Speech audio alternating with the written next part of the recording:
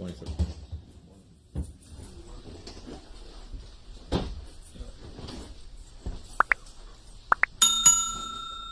You may proceed. Yes, sir. Ranger Salinas, my name's Joel Perez, this is Raymond Fuchs, and we represent Mr. Ortiz here to my right. You testified that you've been a peace officer 29 years, That's correct, sir. and when did you join the Webb County SO? Back in '93. Okay, and you said you were there 4 years with them through basically 97, Approximately, yes. and is that when you went to DPS? Yes, sir. And then you went to this Joint Operations Center? No, I joined DPS and then I went to CID, then the Rangers, then I was assigned to the Joint Center Okay, so when did you become a Ranger? in 2011. Okay, so you've been a Ranger now, approximately what, 11 years? That's correct. And what are your duties as a Ranger? Our primary duties is major criminal investigations.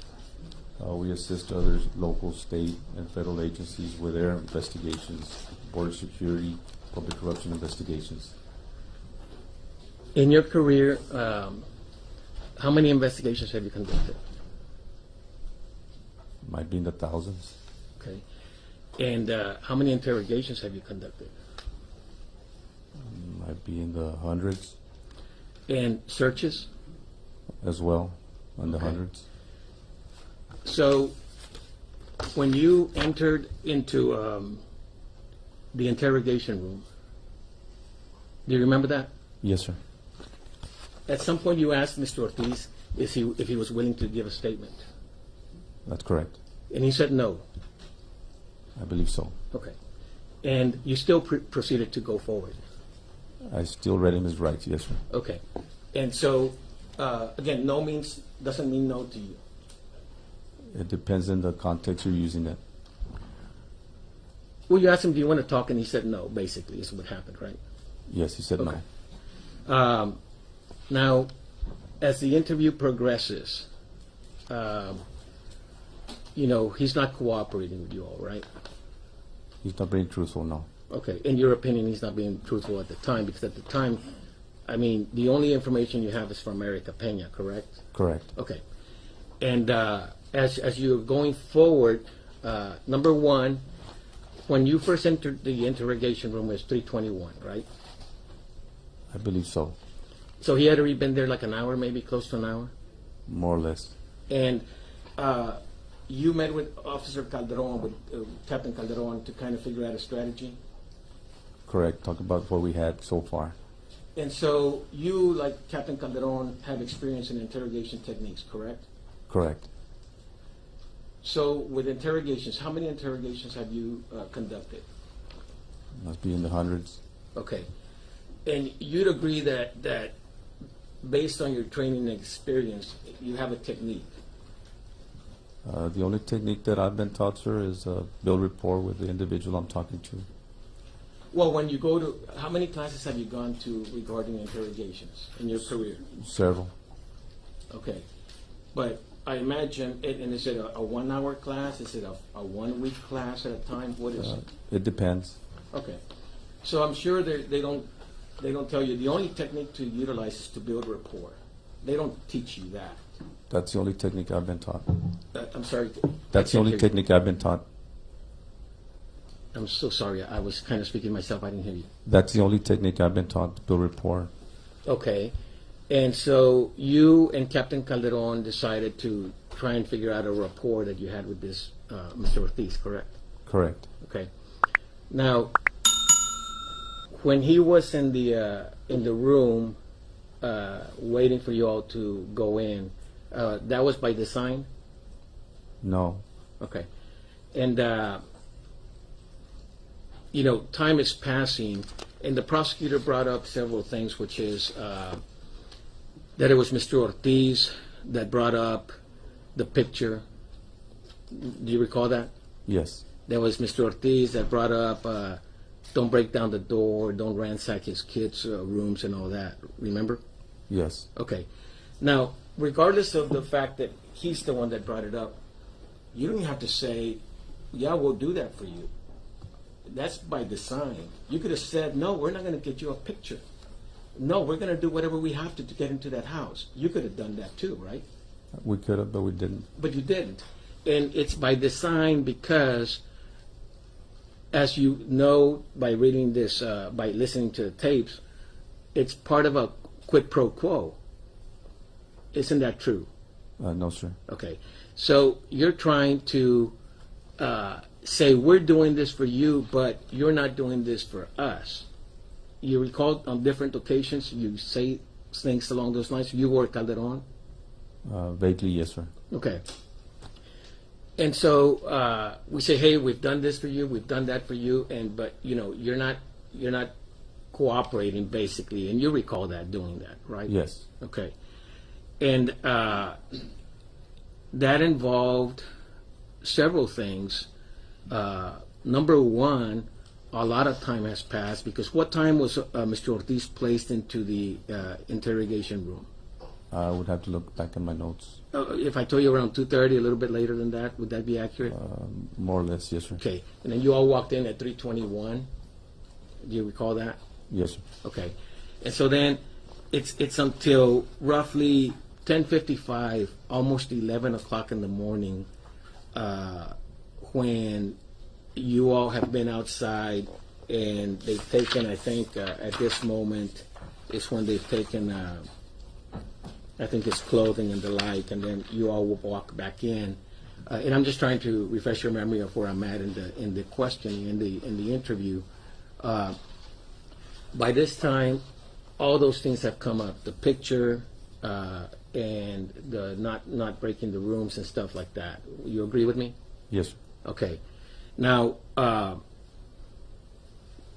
at some point, we know that the elected district attorney of Webb County is at the substation prior to 10:55 on September the 15th of 2018, right? And by that I mean Mr. Isidro Alaniz. Do you recall that? Yes, sir. Okay. And what did you discuss with Mr. Alaniz at the time prior to entering the interrogation room at 10:55? I don't remember talking to him at all. Okay. So was he just strolling by and you happened to see him and then you went to Mr. Ortiz and say, hey, the DA is here? I knew he was there. I don't know if I saw him or Captain Calderon informed me that he was there. And was he there for another case or for this case? He was there for this case. Okay. And it's your testimony to this jury that the elected district attorney of Webb County is at a substation.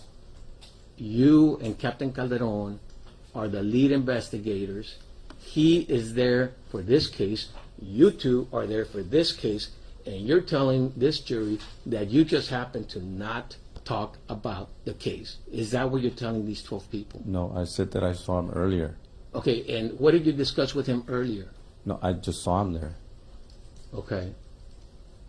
And so that's why I'm asking you. That morning, on September the 15th of 2018, when the elected district attorney of Webb County, Mr. Isidro Alaniz, is there, and he's there for that case, you mentioned that, you and Captain Calderon are there for this case, and you're telling me that the elected DA and the two lead investigators just never happened to talk about the case. They just strolled by each other. Is that what you're telling these 12 people? Yes, sir. I just saw him there. Okay. But regardless, you took that opportunity then to go in there, and after maybe 7 hours or more, that's when you walked in there and you tell. Do you have the transcript up there with you? Yes, sir. Okay, and I'm on page 13 of disc 6. Am I right? Yeah.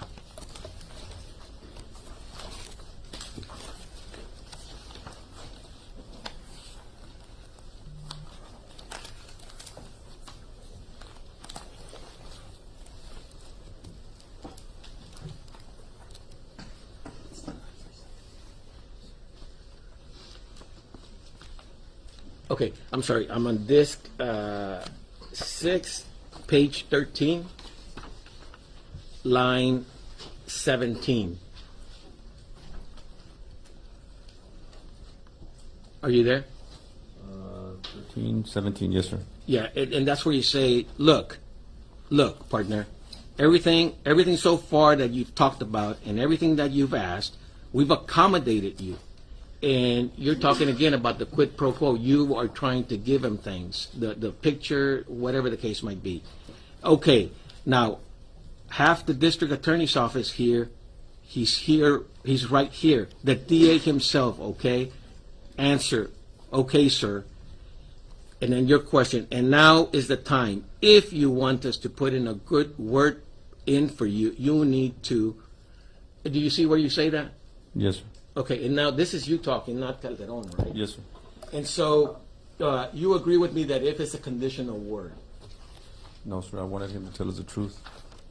in exchange for something, I agree with you, in exchange for something, right? No, sir. For a good word to the elected district attorney of West Palm County, the man that would control Ortiz's fate. Do you understand that? No, sir. Okay, We always but- confer with the district attorney's office, and they often ask us if they're being truthful with what they're saying. Well, I mean, you said you didn't talk to Mr. Alanis, right? No, I said we confer on a regular basis. I didn't say that I talked to him on this case. Okay, but you see that I'm asking about the effect and overcoming an individual's free will. When you say we want to put in a good word with the DA, and the if is you cooperate. You understand that? If it's truthful, yes. Okay. Now, you go on further, and you say again, and again, you're not talking about truthful. You're talking about cooperation. Now I'm moving to page 14 to line 5. Are you there? Yes, You sir. see that? And you say this is Captain Calderon. You could be. We've cooperated with you. We've talked to your wife like you've asked us to. So again, you are implying to him that you've given him things, and you're asking for things in return. Cooperation. You see that? The only thing we were asking, sir, is for him to be truthful. I'm just saying if you saw that, because it doesn't say are you being truthful. No, I saw what. Objection, Your Honor. He's being argumentative. I'm asking him questions, Your Honor. It's cross-examination. Please, that last question. Okay. But you see where you didn't say anything about be truthful in there. You see what I'm saying? I'm sorry, not you. It was Calderon. Calderon is saying, we're giving you things, give us cooperation back. Do you see that or you don't? I don't see that, sir. Okay. I see that Captain Calderon. Well, I is just talking asked you if about you it. saw that or not. Yes, sir, I saw that. Okay. Now,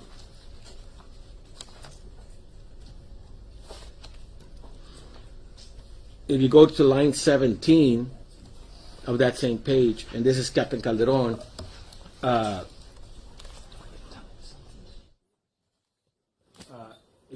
question by Calderon, and she wanted answers, and we told her that she could hear from you later. We asked her to go back to San Antonio, and she went back to San Antonio. You're asking us for a picture of your family, and we can get your picture of your family. We'll work on that. So again, you haven't done that.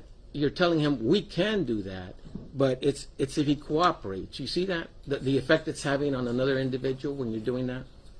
Sir, I see it as building a rapport with the individual. Okay. Well, on the other hand, you could have told him, we're not going to talk to your wife. Nothing stopped you from doing that, right? Nothing stops us from doing Okay. that. So, nothing in this interrogation room from the both of you, Calderon and yourself, Ranger Salinas, is by accident. It's by design. You agree with me on that. It's good law enforcement tactics, right? No, sir, I call it building a rapport. Okay. Do you see on line 24, again, Calderon, same page, page 14, and it's going to move on to page 15, but Calderon question, we asked for permission to do it. He's talking about the picture. We can work on getting you the picture, and normally they don't allow stuff in the jail, but I can work on trying to get permission for that dude. You see again where there's a quid, there's a promise, but the implication is the quid pro quo to get something back. You see what I'm saying? Or you don't see that? Again, sir, that's building rapport with the Okay. individual. Okay. And then on line 8, this is you speaking, Ranger Salinas, on page 15. And you didn't want us to break down your door, and we're not going to break down your door. We're not going to ransack your house. Everything is in the future. Things that you're going to promise him to do if he cooperates, because right now he doesn't have the picture, right? I don't recall what time he was given the picture. Well, I mean, we know right now it's 10:56 in the morning, right? Correct. Okay, you haven't searched his house. No. So technically, in his mind, you could still go break down the door and ransack his kids' rooms. You see that? Objection, Your Honor, that calls for speculation. He doesn't know what the defendant was thinking. Sustain. But the point is, this event hasn't happened. You're still telling him you can do things for him in the future. You see that? Sir, I see it as building rapport, building trust with the individual. Okay. By promising him things. Building trust. Building trust. By promising him things. Building a right? rapport, sir. I understand that. I understand building rapport. But do you see that you're telling him you're going to do things for him? Do you agree with that? Objection, Your Honor, that's been asked and answered. Well, I'm still, it's cross-examination. I'm going down the line, Your Honor.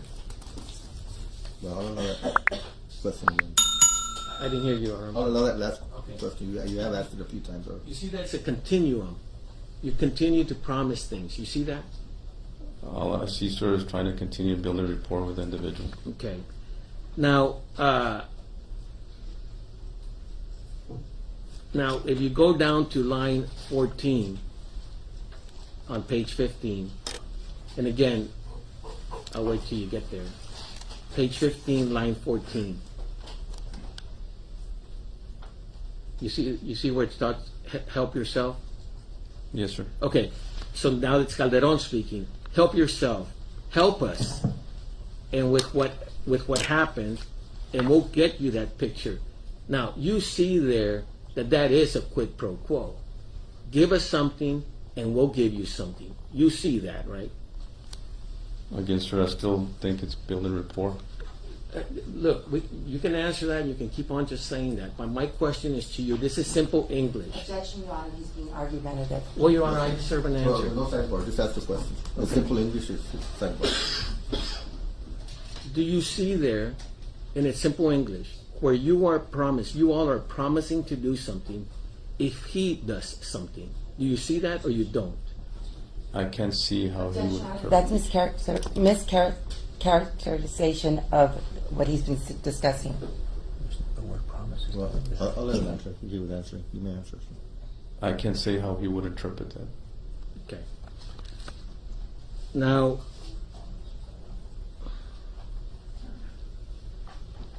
if you go down to page 16, line 23.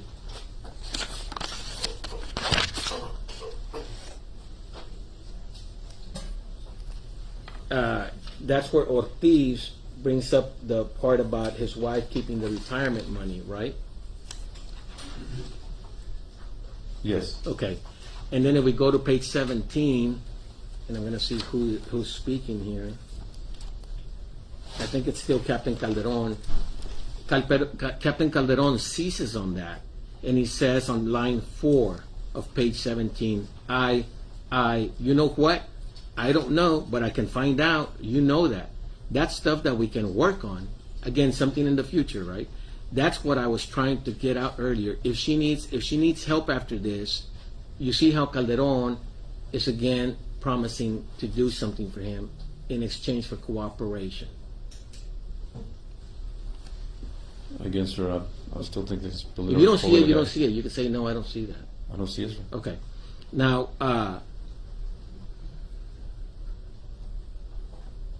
Now, if we go to line 9, again, it's Calderon, and there's a way that you could help us cooperate. You see that, that's a direct request to cooperate, and then you'll help his wife.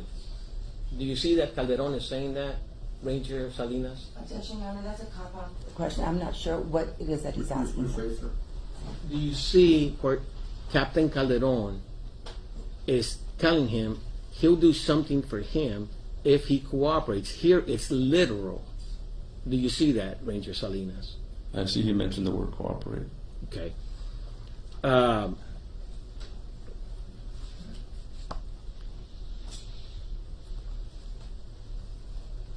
And again, just to make the point,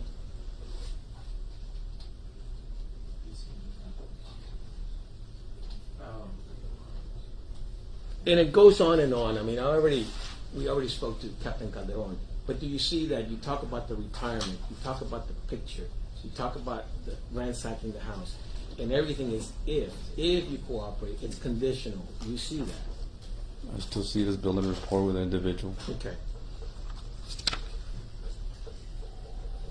And in different places you say, help us out, cooperate, right? Correct. Okay. Now,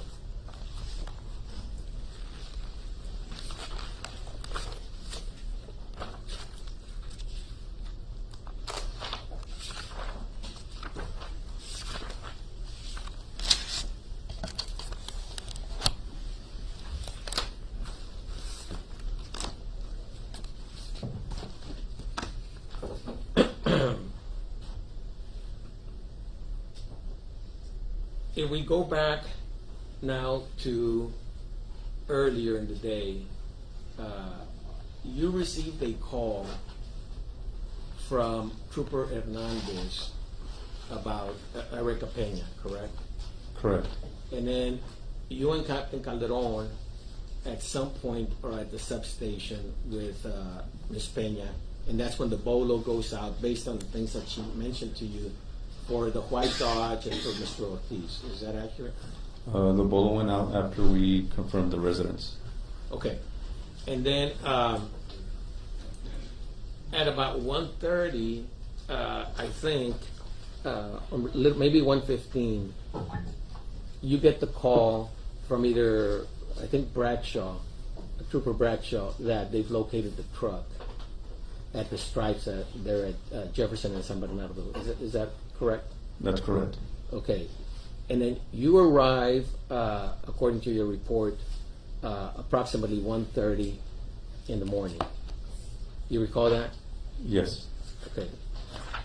Now, according to your report, and if you need to refresh your memory, I'll show you the report. At approximately 1:34 a.m., 4 minutes later, you say, I utilized a Sign Nikon D7100 digital camera to obtain several photographs. Do you recall that? Yes. So, when you arrived, the truck, we're talking about the white Dodge, Ortiz's truck, that vehicle was already seized by law enforcement. No, sir. It wasn't seized? No, sir. Okay. So, could I have gotten you or anybody driven away with it, or it was seized? No, sir. There was a trooper standing guard in it, with it, or near it. Okay. So, I mean, nobody could have just driven away with it. That's what I'm telling you. No. No. Okay, so and you're a law enforcement officer, for Fourth Amendment purposes, that vehicle was seized. There was a seizure made. He's asking for a legal conclusion. He's a law enforcement officer. He knows about the Fourth Amendment, Your Honor. For your purposes, you know what a seizure is, right? Yes, sir. Okay. That Dodge was seized. You had a trooper there. It was seized. Your Honor, again, that's a legal conclusion. Okay. Now, well, at 1:34, you felt comfortable enough to go and open the doors and start taking pictures, right? Correct. After I had shined the light inside. Okay. And just to make sure, when you say you shine the light inside, you use your flashlight to look inside, and there's something called plain view, right? You're familiar with plain view. Yes, sir. And plain view basically is that anything that you or anyone could see from any vantage point is proper, right? It's in plain view. If you look into my car and you see a coffee cup and my sunglasses, well, it's in plain view. You could look at it as a law enforcement officer or any citizen to come by my window and look at it. It's in plain view, and that's proper, right? Correct. Okay. Now, you went further, and then you manipulated the truck by opening the doors and conducting a search. Objection, Your Honor. It's a compound question, and he's injecting facts that are not in evidence. Did you open the Rephrase it. door to the truck? I did, but I had probable cause. Okay. At 1:34, now you're saying you had probable cause. The moment you were opening the door, was that truck seized by law enforcement? Yes, Okay. So the minute you're gonna, before, that 1 second before you open that door, that truck was seized by law enforcement? Yes. Correct. Okay. Now, you're gonna manipulate, you're gonna move stuff. Objection, Your Honor. No evidence of that. Make your objection. Okay. You manipulated the truck to be able to see things that were not in plain view. Is that correct, sir? Objection, Your Honor. Those are facts that are not in evidence. You need to ask him if he manipulated anything. I just asked him if he opened the door. He said yes, Your Honor. It's a different question. I'll allow the question over. Okay. At some point, after you seized the truck, did you open the door to the truck? yes, sir. And we have the photos where you opened the driver's side door. Yes? Yes, sir. Okay.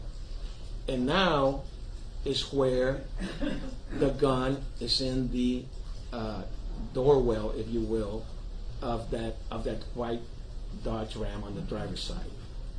And we have the photo. I didn't see the gun at that time. Okay. Now, you testified earlier that when you saw the holster, which we know is between the driver's side seat and the center console, you testified you immediately notified the SWAT team, right? Correct, the people that were about to search. And because you were concerned about officer safety. Correct. Okay. Now, there's nothing inherently illegal about someone having a holster for a firearm in a vehicle. Not in normal circumstances, no. No, let's say in the plain view. You look at any person's vehicle in plain view, and you look inside, and someone has a holster for a gun. There's nothing illegal about that, right? There's nothing illegal, but not at those circumstances that I was looking at, and the circumstances surrounding the event. Now, you're so concerned about that holster that you immediately notify the SWAT team, right? Correct. Okay. Now, you are opening the doors for this truck. And, okay, you have been an officer, you said, 29 years. Is that accurate? Correct. You are not only a DPS trooper, you are within the DPS, the elite of the elite, the best of the best, a Texas Ranger, are you not? That's an opinionated question, sir. Okay. Now, officer safety is paramount to you, is it not? Yes, sir. And so you open that door because you want to know if the gun for that holster was in that truck. Isn't that true? No, sir. Okay. All your experience that you have, officer safety is paramount. And you're telling these 12 people that the reason that you opened that door is not because you wanted to know if the gun was in the truck. No, I saw the holster, and I radioed in to the guys that the guy might be armed. Okay? And that gun is plain as day once you open that door. Do you know that? I didn't see it that night, sir. Okay. And you're saying you didn't see it because we know that DPS Trooper Santuro turned in that inventory form and he said no inventory was conducted. You're aware of that now, right? Yes, sir. Okay. And so if a Santuro said back then at 2:17 in the morning on September the 15th of 2018 That's when he signed that form or documented it. And he says no inventory conducted. You're aware of that form? Yes, sir. Okay. So now you're stuck because once it says no inventory was conducted, the only remaining thing is a search was conducted. Isn't that true? A search was conducted. Is it true or not true? A search was conducted. Objection, Your Honor. That calls for a legal conclusion. Jesus, Judge, what Ooh, legal don't allow that. conclusion? The question about whether there was a search? It's a What is the fact objection? The objection is that he did not know what Santoro had that night. He's asking if he knows now. Was it a search? That's the last question that That was was the asked. question, Your Honor. And it's a compound question. Did you hear my question? Rephrase it at this point. Yes, Your Honor. Okay.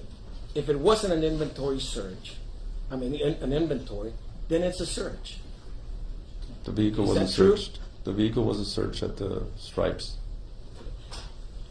You understand that once you start moving stuff, that's a search. Objection, Your Honor. He's mischaracterizing the evidence. He has not said that he moved anything inside the vehicle. Your Honor, the officer can say no. He can either say yes or no. This is cross-examination on I'll allow the capital question. murder. Ask the question. Okay. If it's not an inventory, and we've already talked to these 12 people and all of us, an inventory is to document things that are in the truck, right? Correct. If you wanted to do that. But then we know now that no inventory was conducted, right? No inventory was conducted at that time. Okay. But yet, you manipulated that vehicle in order to look into it. Objection, Your Honor. Again, he has not asked him if he's manipulated anything in that vehicle. And his answer was no. He asked, did you move anything? Just rephrase the question, sir. Did you open the door of the truck to look into areas that were not in plain view? The areas I was looking at were in plain view. Not where the gun is. Objection, Your Honor. He's arguing with the witness. Not where the gun is. I didn't see the gun. But you opened the door, and now things that were not in plain view are viewable by law enforcement. I didn't see the gun, sir. Are you-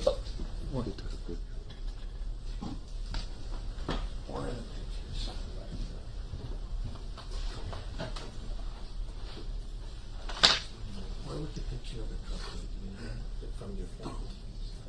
Because you're putting everything in envelopes. I'm trying to figure out the photos of the truck at the stripes. Were they marked as defense exhibits? I'm sorry? Were they marked as defense exhibits? Yes, they were marked. Okay, then the envelope that says defense exhibits is in there, and there it's in there. An envelope says defense exhibits.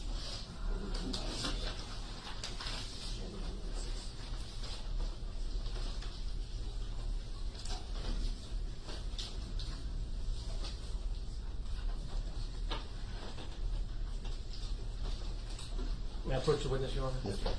I'm going to say you defendant's exhibit number 7. Can you just, that's been admitted into evidence, so you can testify.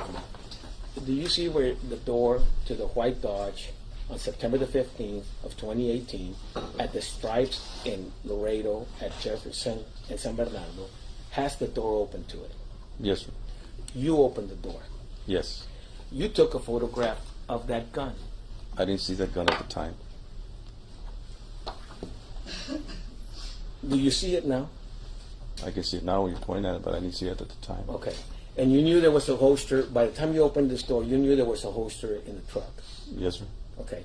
And you're testifying to this jury that you weren't opening the doors because, in fact, you were looking for a gun. No, sir. Okay. And you've been a cop 29 years. Yes, sir. And we know that Trooper Santuro said there was no inventory done Correct. out at the stripes. No inventory. And we also know that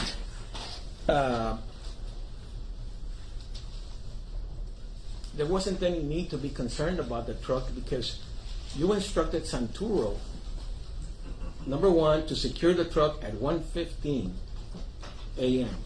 You instructed him to secure the truck. Correct. Okay. So we know it's secure. We know it's seized. And we also know that once it was going to be towed, according to your reports, you instructed Santuro to follow the wrecker all the way to the substation, right? Correct. Okay. So we know that nothing was going to happen to that truck. No one was going to get into it and search it or take stuff out because it was being followed by law enforcement all the way to its destination. Correct. Right? Okay. So any items that were in there were secured to begin with. Would you agree with that? Yes. Okay. Now, once it gets to the substation, we know that Ortiz was arrested around 2:30 a.m. We've established that. Now, around 3:54 in the morning, you instruct Ugarte Hernenque to go ahead and start searching the truck. You recall that? Yes, sir. Okay. So now out at the scene, at the Stripes, because the truck was already seized, other than inconvenience and the like, nothing would prevent you from getting a search warrant for it, right? I need a search warrant. Okay. But if you had wanted to, nothing would have prevented you from doing it. Probably the time of night. Okay. So time, but I mean, legally is what I'm asking you. Legally, you could have gone, done an affidavit, and gotten a search warrant and searched it out there at the Stripes, right? Not at the Stripes. Okay. Let's go back now to the substation at 7209 Saunders, there in Laredo, at 3:54 a.m. We know the truck got seized and transported.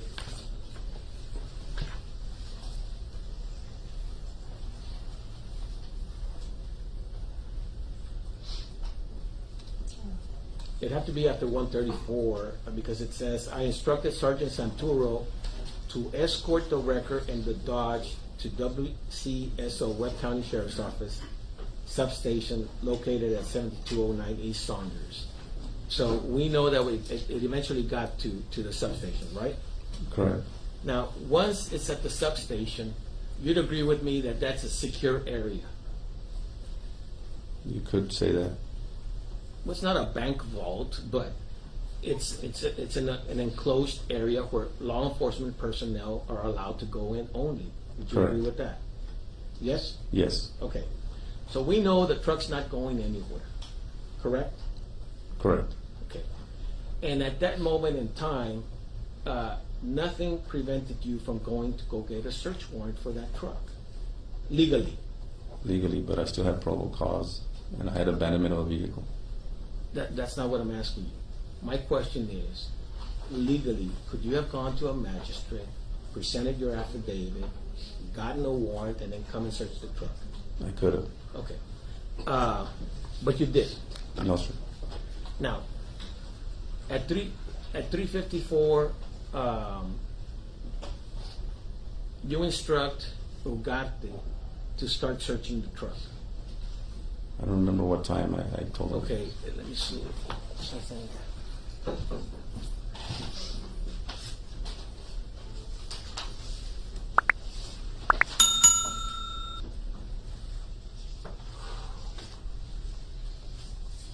I'm going to show you what's been marked as defendant's exhibit number 8, and this has been admitted into evidence. And this is, can you tell me what that is? This is the general evidence log, collection log. Okay, can you look at number 1? You can read it. You want to put on your glasses? Yes, it's 3:54 a.m. Okay, and what is the item that is logged in? 1 HK 40 caliber handgun with 1 magazine, 9 live rounds. Okay.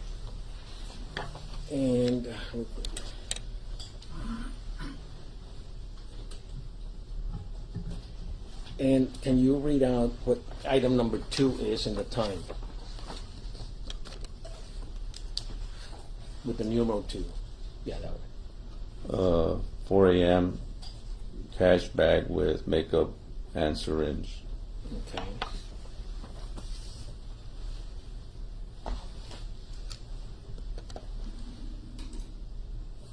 Okay. So now, I'll ask you again. So by 3:54, you instruct Ugarte, Deputy Ugarte, to begin searching the truck, the white Dodge, right? Correct. And at some point, well, we know before 10:55 in the morning, at some point as Ugarte is searching the vehicle and gathering items, you are either looking at them or gaining possession of some of the things, right? I never gained possession of any of the items that was collected. Okay, do you recall Calderon taking possession of some of the items? Yes. Okay, and the items he got were the bag with the syringes and the like, right? Correct. And at some point, you all also looked, I guess, by ejecting the magazine of the HK to see how many rounds were in it, right? I don't recall that. Okay. Do you remember going in and at some point talking to Mr. Ortiz and asking him why are there rounds missing from your magazine? I don't recall that either.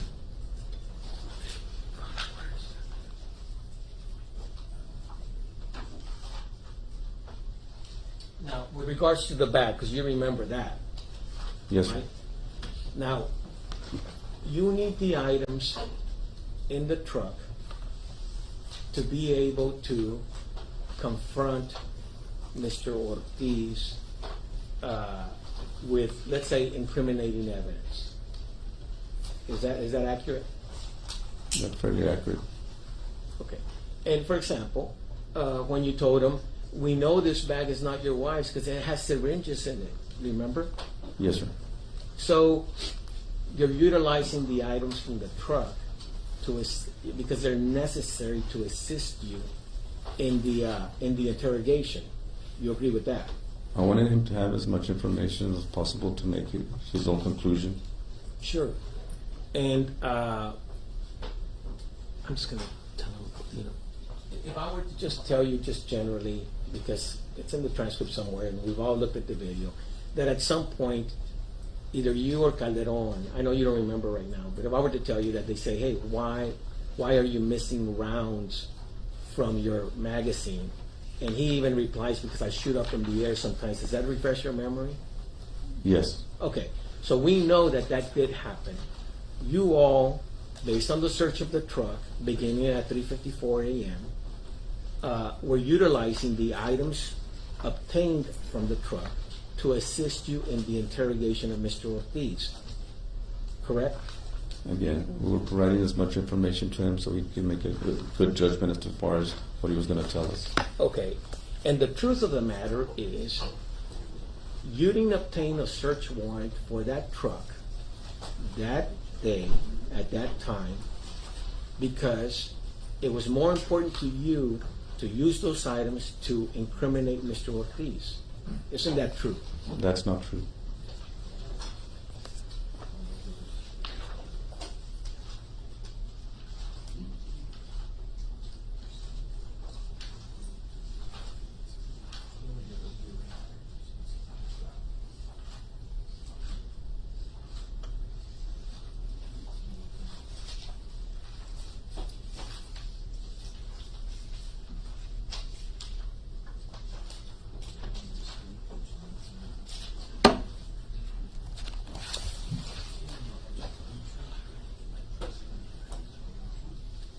But with regards to the entire events that night regarding the search of the white Dodge on September the 15th of 2018,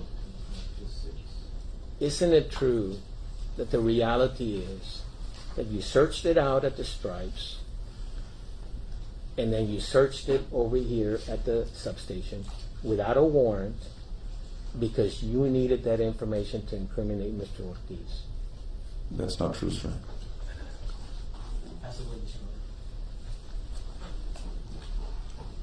Ranger Salinas, I'm going to direct your attention to State's Exhibit 116.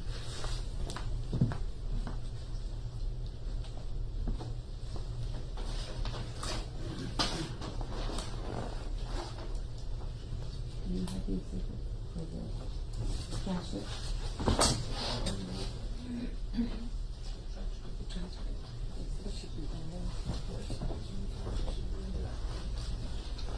Oh, he has it. You have to transfer. I do have it. Okay.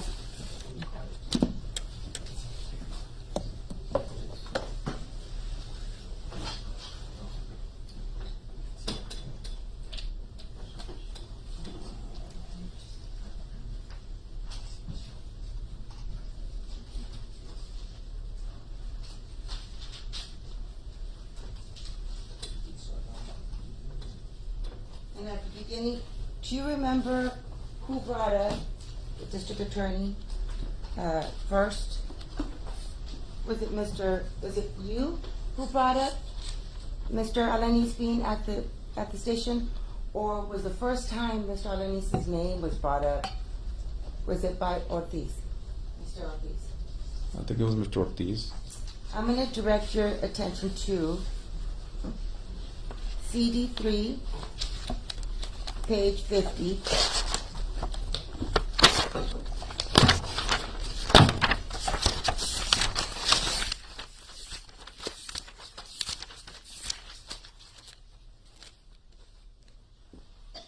Line 25.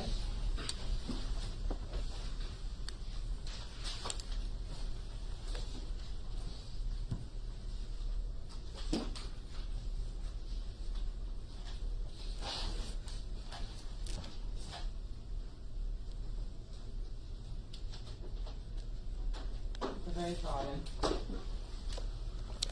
And this is Mr. Ortiz speaking. On page 50. And he says, did you guys already wake up the Chilo? And it continues on page 51. District attorney already, and tell him that you had one of the two stranglings. And you answered, this is Agent Salinas, well, nobody told you it was this way. And look how I am. This is him answering. I mean, you answer, well, you know that you're there for a reason. And his answer is, so you guys haven't even told the media, guys? I don't know. I don't believe that. And your answer is, we haven't, but someone else did. You know how BP works. What happens the first time that you get a load or something happens, everybody is there taking pictures, sending emails. We just have something like that. I'll be the first one that the gossip, but that's not us. And he says, and it keeps going, and he's discussing how BP knew, and he actually goes into discussing text messages or the media messages that were being sent back and forth while he was in the back of the truck when he got apprehended. Do you recall that? Yes. So who is the person who first brought up Mr. Alanis? Mr. Ortiz. Now, you were questioned, and you defense counsel said that you were not seeking, that you never said that you were seeking the truth. Do you recall that he just asked you that? Yes. I'm going to refer you to, it's on disc 3, page 19.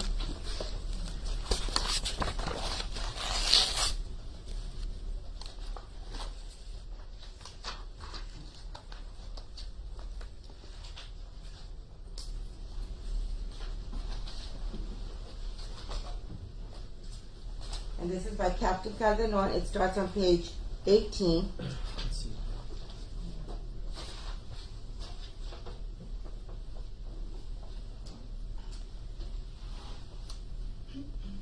And he's discussing, she has kids. She had an alternative a way to support them, but it was still a way to support them. She was supporting a family. He's referring to Melissa. Is that okay? The answer, no. Look at Melissa. He's reviewing a photograph. Look at Erica. Reviewing a photograph. Shit, I don't know. I don't know what you guys want me to tell you. The answer is, I want you to tell us the truth. And he says, I'm telling the truth. Question, I'm asking you for the truth. And his answer is, I'm telling you the truth. So you did tell him that you wanted the truth. Yes. Did you not? Now, on disc 6, which is later on in the interview, page 18,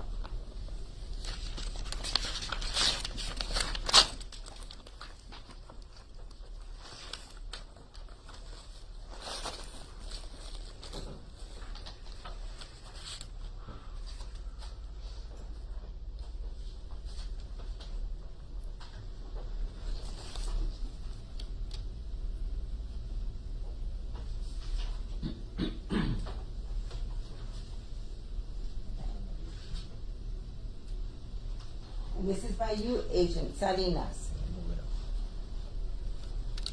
And you say, okay, the question was, okay, if you help out, Ortiz, and this is you speaking, if you don't want to waste money on legal fees, because he was discussing that, why are we going through all of this? Just tell us the truth. You know. You already know the truth was the answer by Mr. Ortiz. And then Captain Calderon says, well, you know that, JD. And the answer was, you already know that either it's on me and you've got blood on my boots. And the question, JD, look at me, please. Did you also discuss the word truth? Yes.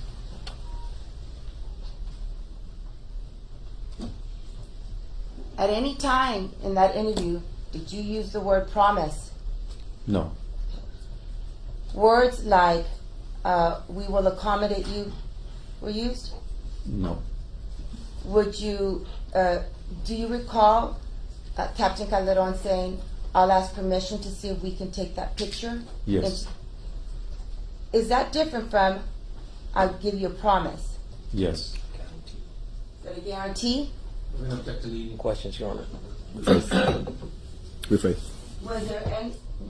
Was there, as he put it, a quid pro quo? No. Was there anything guaranteed? No. Again, we're going to object to leading questions. Overruled on the last question.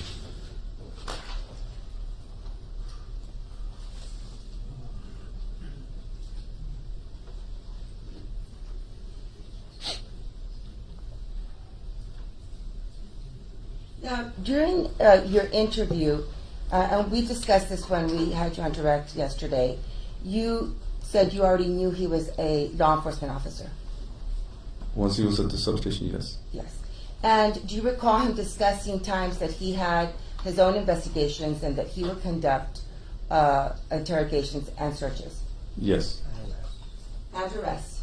Yes. So you knew he was familiar? Did you know if he was familiar with these concepts and the practices of arrest, search, and seizure? Yes. And interrogations? Yes.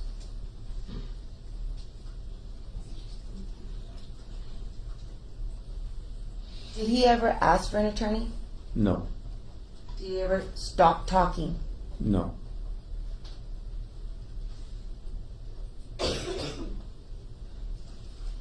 Did he authorize consent to go into his home? Yes. Did he authorize and give you consent for DNA? Your Honor, I mean, just leading questions, Judge. It's direct, open-ended questions. I'll another question. Yes. Did he provide his PIN number or password for his phone? Yes. And what was that for? To get his picture. Cooperate. Did you take a GSR on him? I did.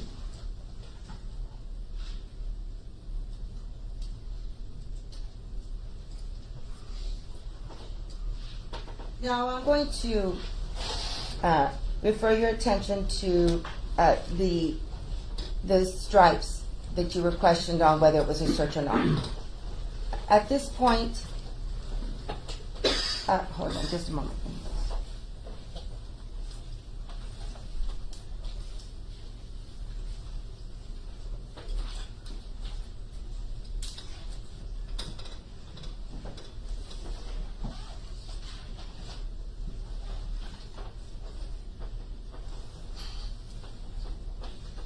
At this point, what did you know after you had spoken to Erica? What was the complaint that she had made? What criminal offense had she Well, complained Judge, a about? compound question. Rephrase. What criminal charge had she complained about? Aggravated assault and unlawful restraint. And what information did you gain from her that you already knew would be connected to her statement? The white Dodge truck, Mr. Ortiz, the tallies, and the pink small little flowered purse. And what did she complain he assaulted her with? With a handgun. So those are the things that you knew would be connected to the aggravated assault that Erica Peña was complaining about. Is that correct? Correct.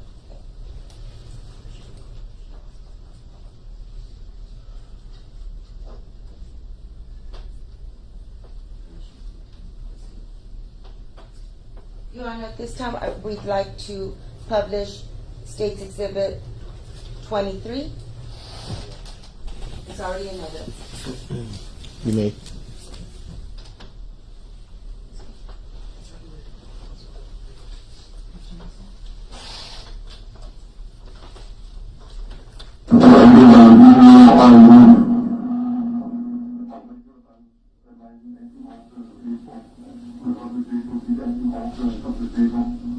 Will you explain what's going on in here? Who is that? That's me and Sergeant Santoro. Had you opened the doors of this vehicle yet? No. Okay.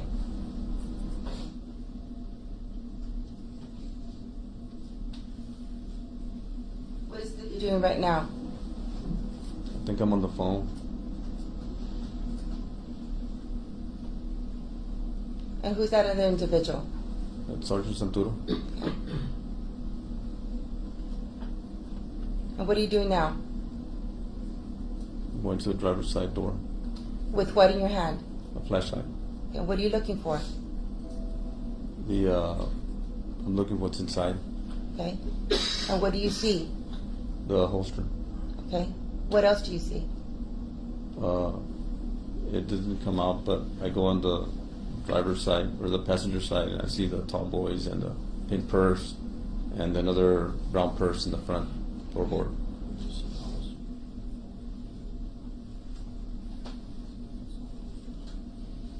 Did you get on the phone when you saw the holster? Yes. Okay. And what did you advise? That I had an empty holster, that the subject might be armed. Okay. Have you opened the doors here yet? No.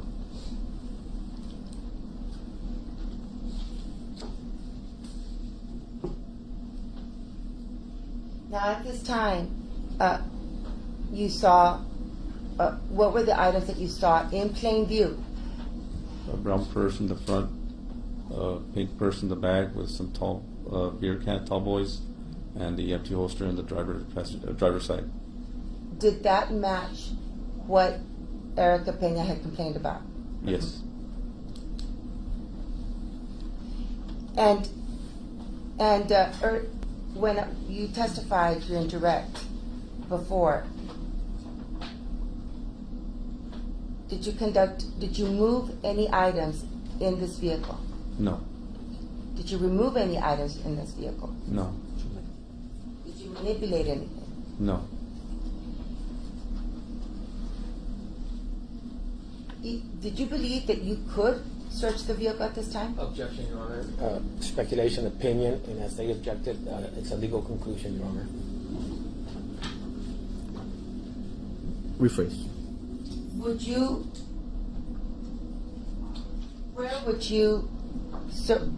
What would be the ideal location to conduct a search? At a more secure place.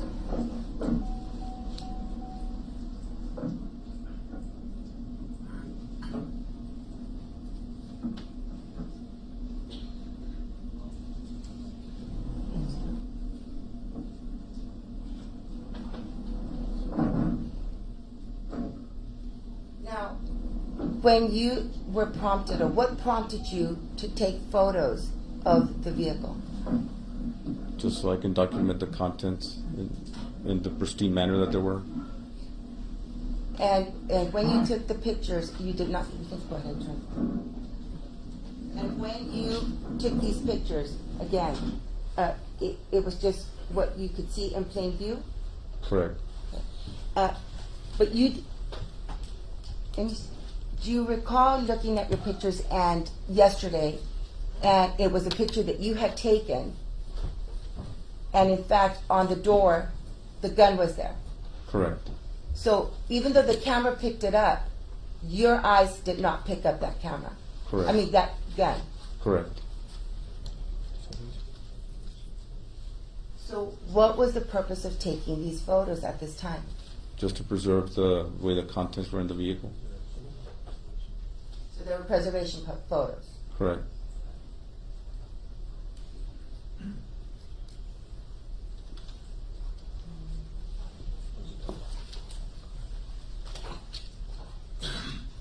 When you attempted to open the door, was it locked or was it unlocked? It was unlocked.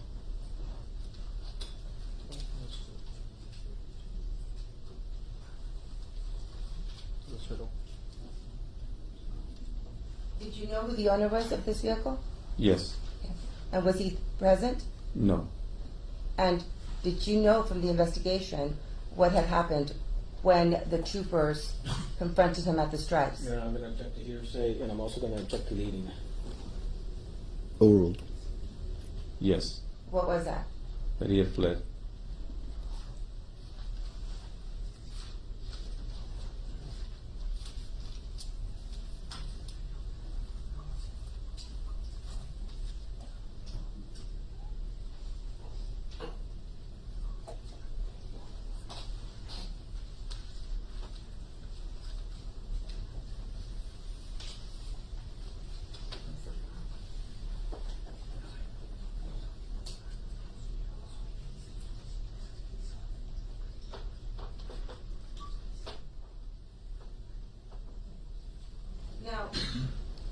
Now, after Ortiz was apprehended at the parking garage at the Ava, do you know if they found a gun on him? No, they didn't find a gun on him. Okay. And so, did that prompt you to do anything, or inform the investigators to do anything, or the troopers? Yes. What did you do? I told them if somebody can go down to the stripes and check the bathrooms or inside the store or around the area.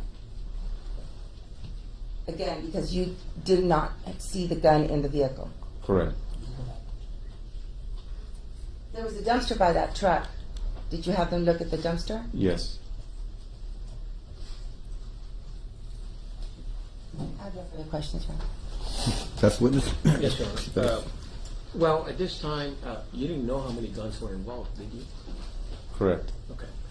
And the DA just asked you yesterday when you saw the photo, did you see the gun? Did you hear her ask you that? Yes. And so, am I hearing right that yesterday's the first time you see that photo and you see that gun there? No, it was when I was reviewing the videos getting ready for trial. Okay. But she said yesterday. I saw it yesterday again. So you're testifying to these 12 people. Objection, Matter. I was referring to yesterday's testimony. Okay. Not- Well, go ahead and ask your question. Well, when did you see? She referred to a photo or a video. That's the first time you see the gun in the well of the door, Yes. and you're the lead investigator. I'm the lead investigator for DPS, and Captain Calderon is the lead for the Wood County Sheriff's Office. And you've been an officer for 29 years. That's correct.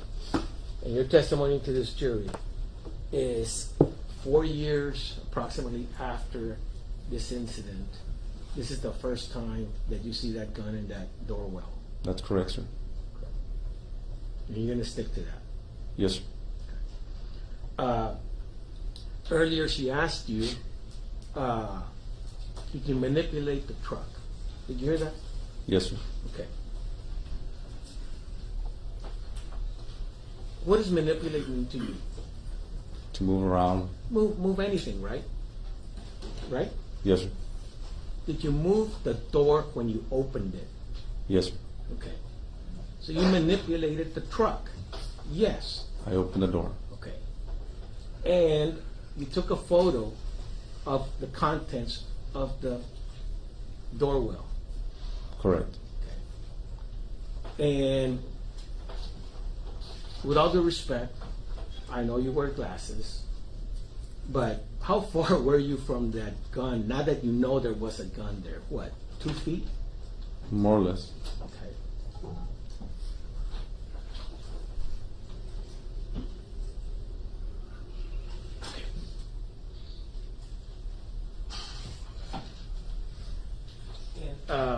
She said, she asked you, and you took pictures only of things that were in plain view. Do you remember that? And you said yes. Yes, sir.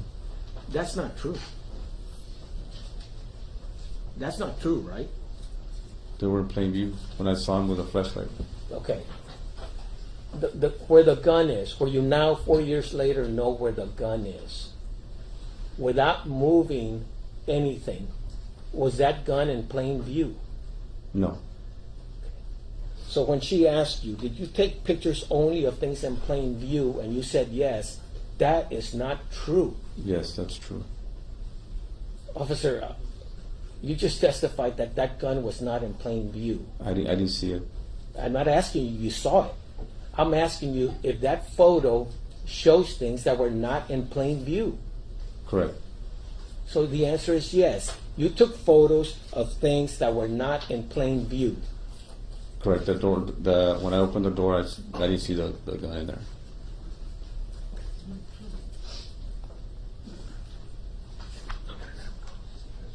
Thank you. No further questions, Your Honor. Anything else? Yes, sir.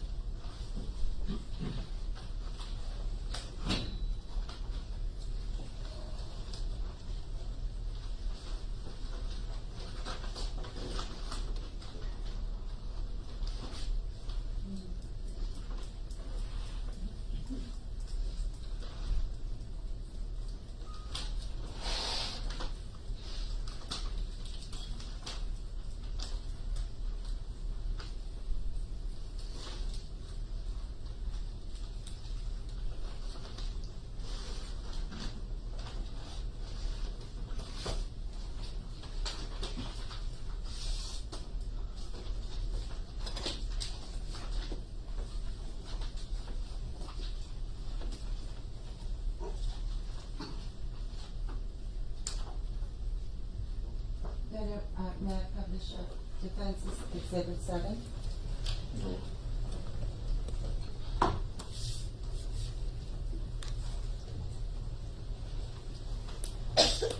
Now, Andrew Salinas,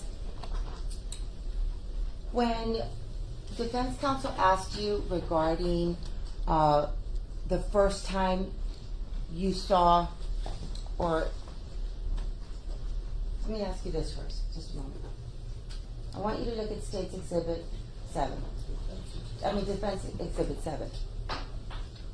You opened the doors and you took this photograph. Correct. You also took a photograph of the front of the vehicle.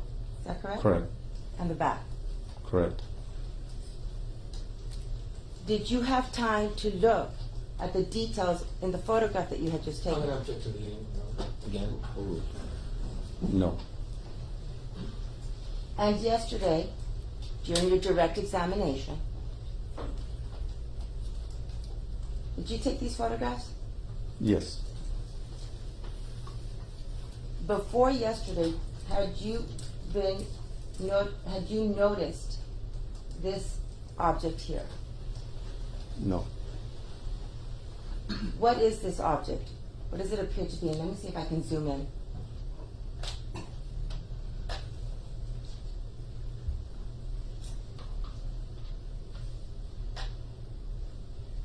Upon closer inspection of this picture that you took, What does this appear to be?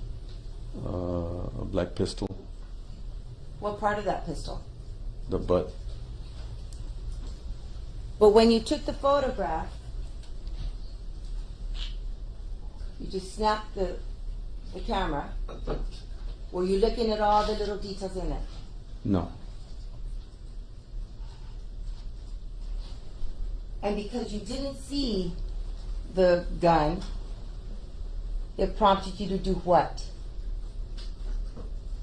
Just close it back up. Okay? But you saw an empty holster? And it'll probably let the guys know on the ground that there might be a weapon involved. And then when they didn't have the gun, after they apprehended Ortiz, I instructed them to go search around the area. so it's your testimony today that when you were at the Stripes, the purpose of these photos was for what? To preserve the stuff that I had seen. And also of things that you had not seen. Isn't that true? Correct. It was to preserve the condition as you found it there. Objection to leading your honor statement. Correct. When you say preservation photos, what does that mean? To preserve what's there.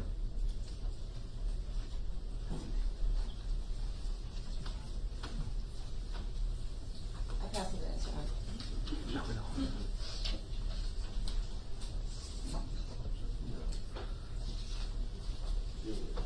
Any further questions?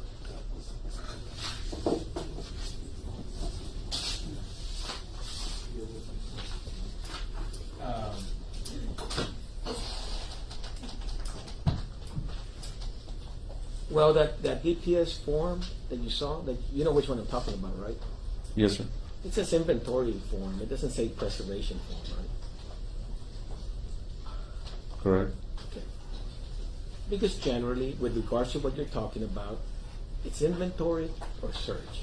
There's no preservation. Inventory or search. You agree with that? No, because I just asked you if you agreed. No further questions. Thank you, officer. You may sit down. You're excused, sir. Thank you.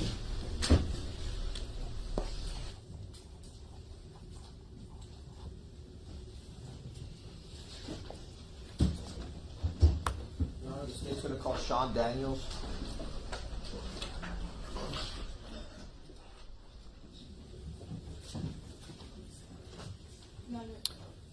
Quick question. The 116, was it there? Because I know he had a copy. It looked like. Does he have the copy or the exhibit?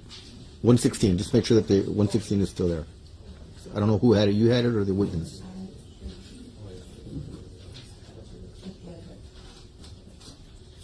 Okay. Just want to make sure we keep it with the other exhibits. And you were asking, you have another witness today? Yes, he's accused. You're released from the subpoena.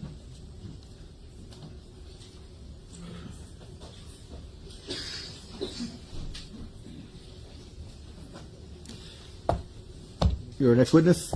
Yes. Can you raise your right hand so I can administer the oath? Do you solemnly swear that the testimony you're going to give during this trial will be the truth, the whole truth, and nothing but the truth, so help you God? I do. Thank you, sir. You may take a step.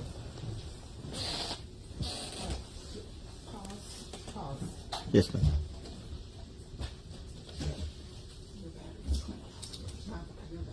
Okay. I'm so sorry.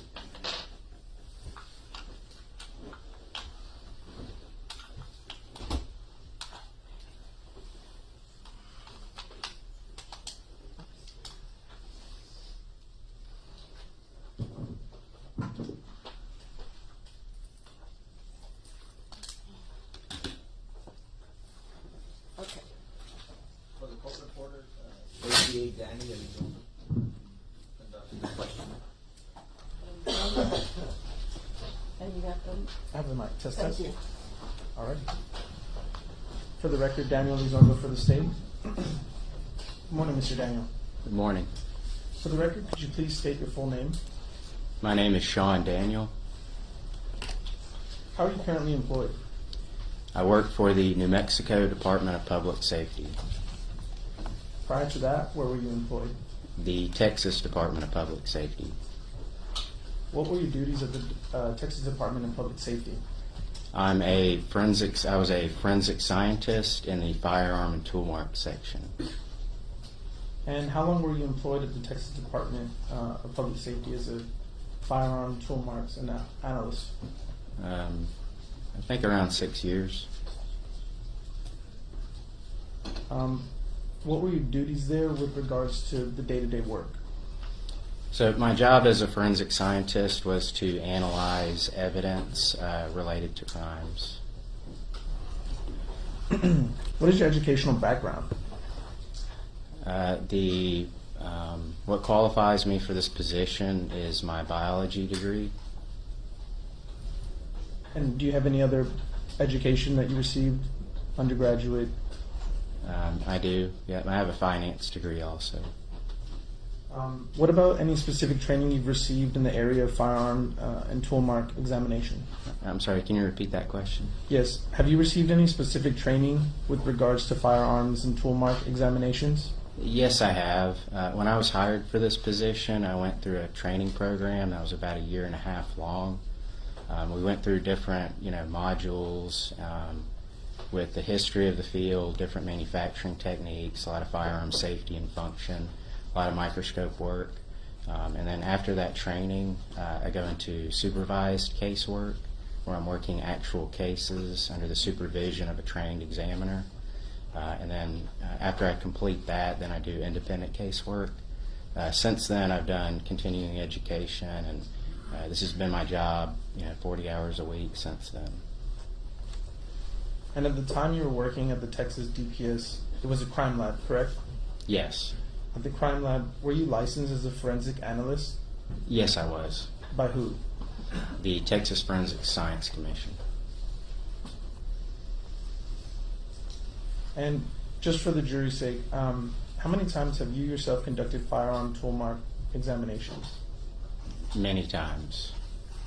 More than 20? Yeah, oh yeah. Yeah. More than 50? Yes. I've worked hundreds of cases. So it's in the hundreds then? Yes. Okay. At the time you were employed at the Texas DPS crime lab, was the lab you were working at accredited? Yes. Was that accreditation recognized by the Texas Forensic Science Commission? Yes. And was that accreditation recognized and accepted nationally or internationally? Yes. Okay. So shifting gears here, I want to ask you a simple question. Is it possible in your field and in your science and expertise to determine whether a particular bullet was fired from a particular gun? Yes. Okay. Could you please explain to the jury how it is that you come to such a conclusion? What's the day-to-day, typical examination of a firearm and projectiles and casings? Like a typical case that I work? Like a typical case you work. So when I receive the evidence, I'm looking at the paperwork, seeing what's being asked of me. What is the evidence and what's being asked of me. I'm going to take the evidence, I'm labeling everything, I'm documenting everything as I'm going. I take the packaging, I open it up, I see what the items are, again, labeling them and documenting as I'm going. I'm going to look at the fired ammunition components, what kind of bullets are they, looking at the cartridge cases, measuring and documenting different characteristics about them. If there's with the firearm, I'm going to do safety and function tests with them to see if it's safe and something that I want to fire. So if I deem that it is something safe that I want to fire, I go into the range and I shoot into a water tank. I take ammunition that is at the laboratory that we bought at the store. It's ammunition that is very similar to the ammunition collected at a crime scene or by a medical examiner. So then I'm going to test fire the firearm into the water tank, and I'm going to create known samples. So those samples I know were fired by the firearm because I fired them. I'm going to take that known sample set, I'm going to compare it to itself. I've already compared the unknown sample set to itself, and then I'm going to compare the two samples together. So I'm comparing the unknown samples from the crime scene to the known samples that I test fired from the gun. And I'm doing pattern recognition analysis under a comparison microscope. Then I'll form my conclusion, I'll write my report, I'll close that case up, package up the evidence, and then start the next case. So you said that you'll examine and test a known sample to an unknown sample. And go ahead. That's correct. And so you're testing what comes out of the gun, correct? That's correct. Do you have a demonstrative on you that you can show the jury to kind of show what it is and the components that you're looking at and testing and examining? I do. Would it assist the jury in understanding what you're talking about when you're saying I'm taking measurements and looking at the size and all of that? I believe it does. Your Honor, at this time we would ask that he be allowed to use his demonstrative to educate the jury as to what it is he looks at. It's a plastic model of ammunition.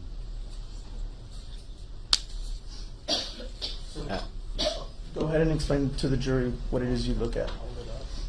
And if you could hold it up so they could all see. Yeah. So this is, just to help with some terminology, this is one round of ammunition. It's called a cartridge. This part right here is the projectile. This is what travels down the barrel, and this is, what you're shooting. This is the projectile or the bullet. So the whole thing is not called the bullet. Usually in TV shows and movies and stuff, they call the whole thing a bullet. But this part is the bullet. The whole thing, a live round, is called a cartridge. This would be the primer area that the firing pin strikes, and then this is called the cartridge case. So again, the whole thing is a cartridge. This is the bullet. This is a cartridge case.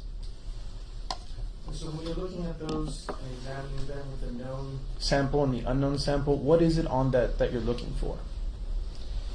Well, with the bullet, whenever the bullet travels through the barrel, it's engaging the rifling and the bore of the barrel, and it's going to leave scratches on the bullet. So that's what we're comparing, these marks right here. On the cartridge case, there's a whole lot of information on these. There can be chamber marks on the side body here, of course the firing pin impression, and also this part right here actually slams against the breech face during the firing process, so you get kind of like an imprint. And so on this part, we call these breech face marks or breech face impressions. And there's some other marks, but those are the big ones. So with these characteristics, how are you comparing them? I mean, could you explain to the jury what an individual characteristic is versus a class characteristic? So whenever I'm doing my microscopic comparison, the first thing that I'm looking at is called class characteristics. These are design features that are determined before a tool or firearm is ever made. So an example of that would be the diameter of the bullet, the caliber of the cartridge, the shape of the firing pin. So these are general features. To give you an example of why they're important in a comparison, if a crime scene had cartridge cases with round firing pins and you give me a gun that creates square firing pin impressions, and I look at that, I'm going to eliminate the gun as firing those because the class characteristics do not agree. So I'm looking at a number of different class characteristics on the cartridge cases and on the bullets. And I'm going to compare those unknown samples to the known samples, and I'm looking at those class characteristics first. And if those class characteristics, if any of them disagree, then it's an elimination. But if they're all in agreement, then I move deeper into my analysis and I look at individual characteristics. Those are the little nicks and ticks and the unique things to that tool or firearm. Then I'm going to do my pattern analysis on that. And if I see if there's a significant or a sufficient disagreement, then I would eliminate them. If I see sufficient agreement, then I would identify it. And in some cases, I can't really tell. There's just not enough information. that would be an inconclusive conclusion. So when you are able to analyze a gun and have the sufficient findings, would you say, is it safe to say that that's similar to a fingerprint? Yes, and that's a really good analogy. It's like the tool or firearm has fingerprints, and when you get that physical contact between the ammunition components and the firearm, it's a lot like the firearm is leaving its fingerprints, so to speak, on those ammunition components. And that's what I'm looking at. Those would kind of like be the individual characteristics. So in this case, did you conduct any type of analysis as you described to the jury? Yes, I did. Okay. And as part of that analysis and evaluation, did you prepare a report? Yes, I did. Your Honor, permission to approach? Yes.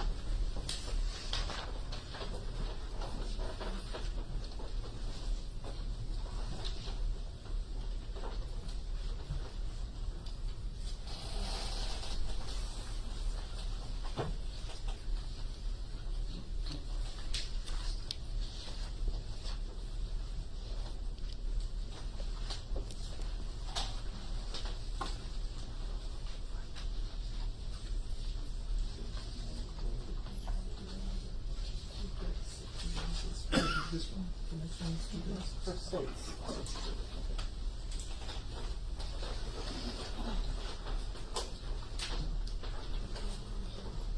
I'm showing you what's been marked as State's Exhibit 236. Are you familiar with this document?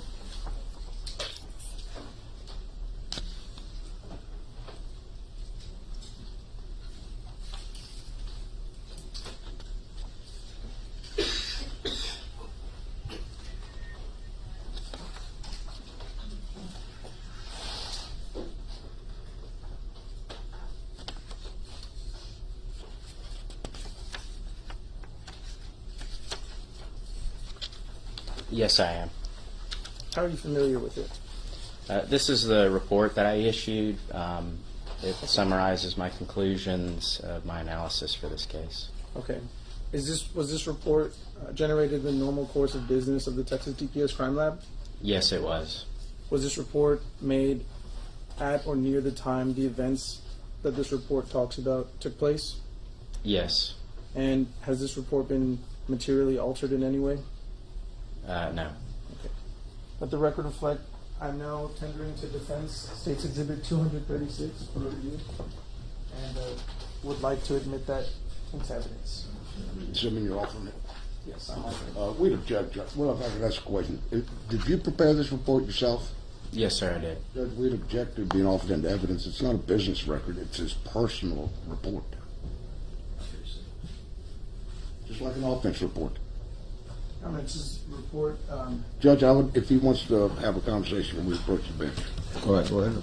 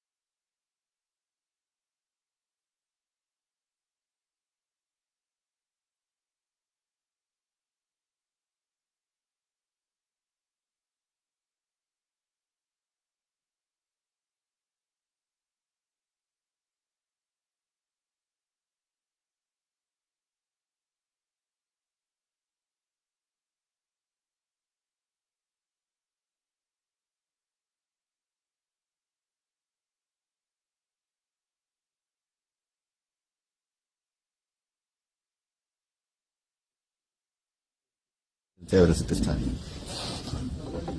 Mr. Daniel, in your opinion, this would it assist the jury in understanding the discussions we're about to have if this was published, then they could follow along.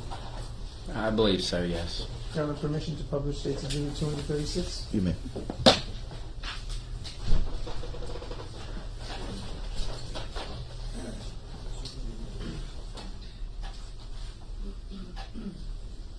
All right, Mr. Daniel. So right here you have a section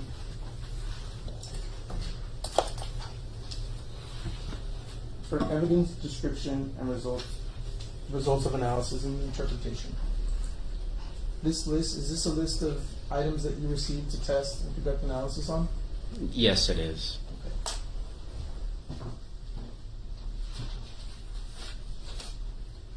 Permission to approach the witness again, Your Honor?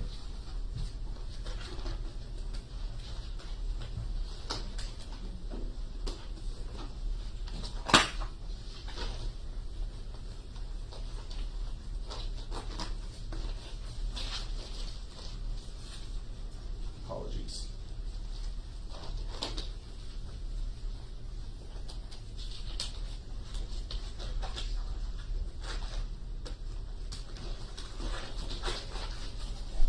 All right.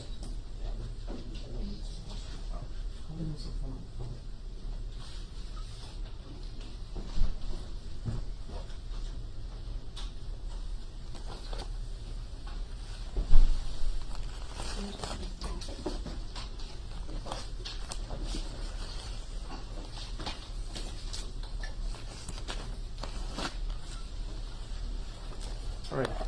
I'll let you put your gloves on, but I'm going to ask you a couple questions while you're doing that. I'm tendering to you what has been previously marked and admitted as State's Exhibit 36. Is this an item that you received for evaluation?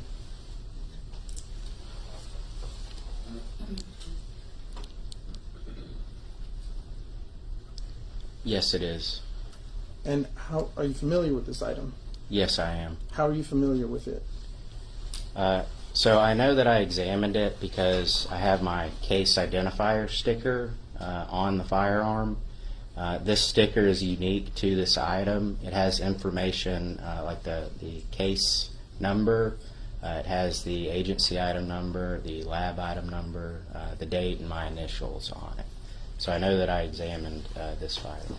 And when would be the first time that you saw this firearm? I would have to refer to my notes to have a date. Well, actually,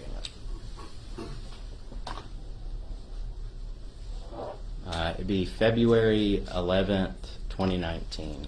Okay. And what, if anything, did you do with this particular firearm? Well, the first thing I do after labeling it and making sure that it's unloaded is to function test it. Checking all the safeties, making sure that it's functional, making sure that there's nothing wrong with it. And again, is it something that I want to test fire? Okay. And did you end up test firing it and making sure it was safe to use? Yes, I did. Okay. And could you explain to the jury what it is that you did with regards to the test fires? So with the test fires, after I fire them and collect them, again, the very first thing you do is you label them. And then I'm going to do a comparison among the that known sample of test fires to see what patterns are repeating.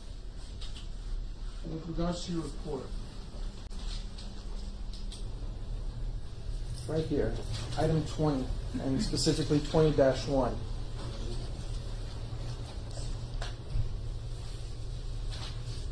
Is this item that you received in evidence and tested the same firearm that I just showed you?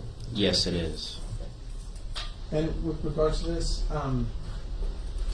was any evidence ammunition provided to your office?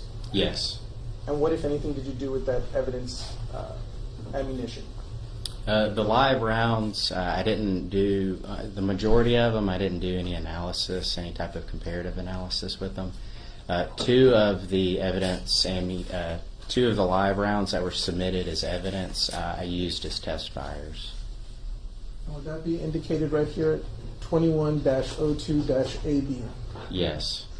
So you received live ammunition from the Webb County Sheriff's Office, and of that ammunition you used to make known samples? That's correct. Okay.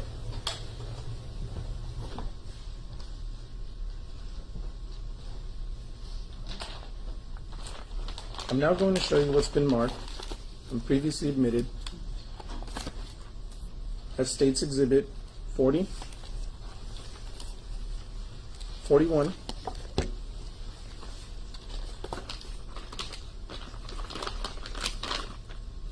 42, 46A, 45A, and 44B. Are you familiar with these items? Yes, I am. How do you recognize them?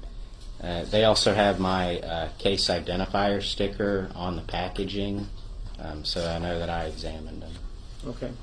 And when would have been the first time you've seen these items? It appears the date on them is, on all the packaging is February 11th, 2019. Okay.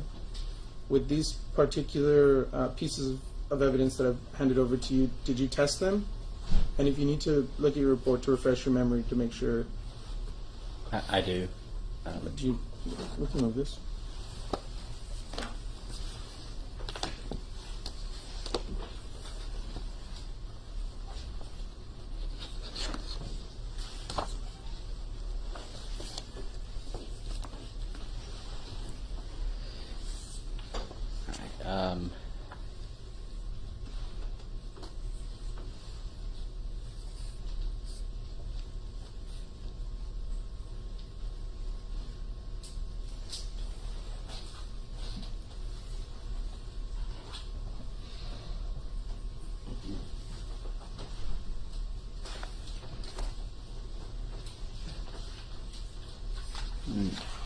And what was your question now? Yes.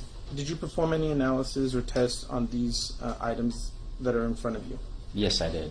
Okay. On all of them? Just to be clear. Yes. Okay. Now let's see. This one seems to still have, if I'm not mistaken, your DPS crime lab tape and has been unopened. Am I correct in saying that? It's definitely sealed, and I see my where I have sealed it. Yes.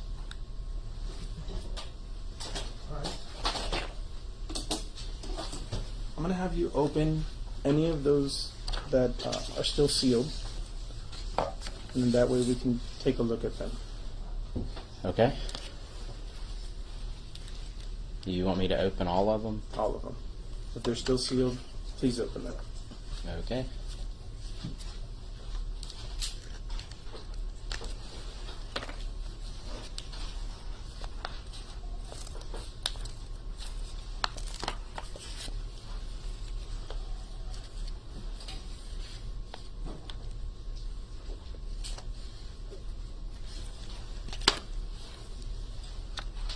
Oh, this one is open. Already. And those last This three one might is be. open. And this one is open. Okay. So these three are open. All right.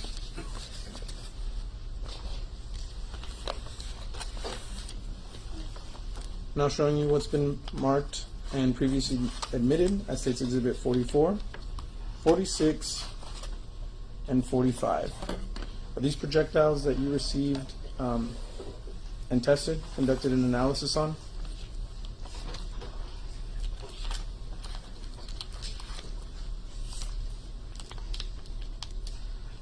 Yes, they are. Okay. I've now opened State's Exhibit 40 and retrieved what was in there. I'm going to do the same for 41 and 42.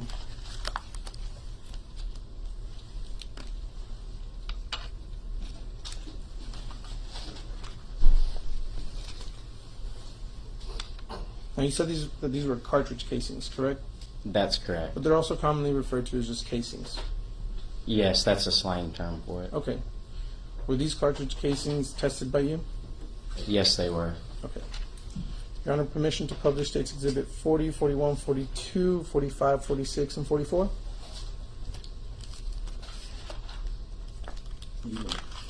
Thank you.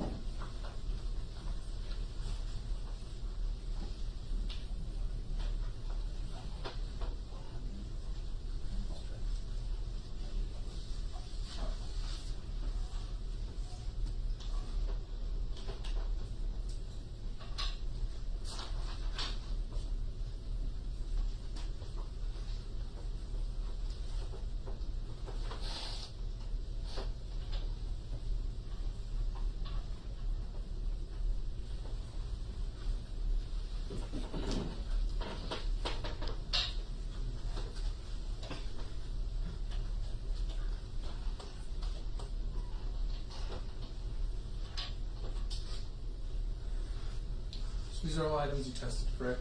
That's correct. And pursuant to your lab report, that would have been item number 4-03-AA, a cartridge casing from scene, 4-04-AA, cartridge casing from scene, 12-01, one bullet from Melissa Ramirez, 12-02, one bullet from Melissa Ramirez, and 12-03, one bullet from Melissa Ramirez.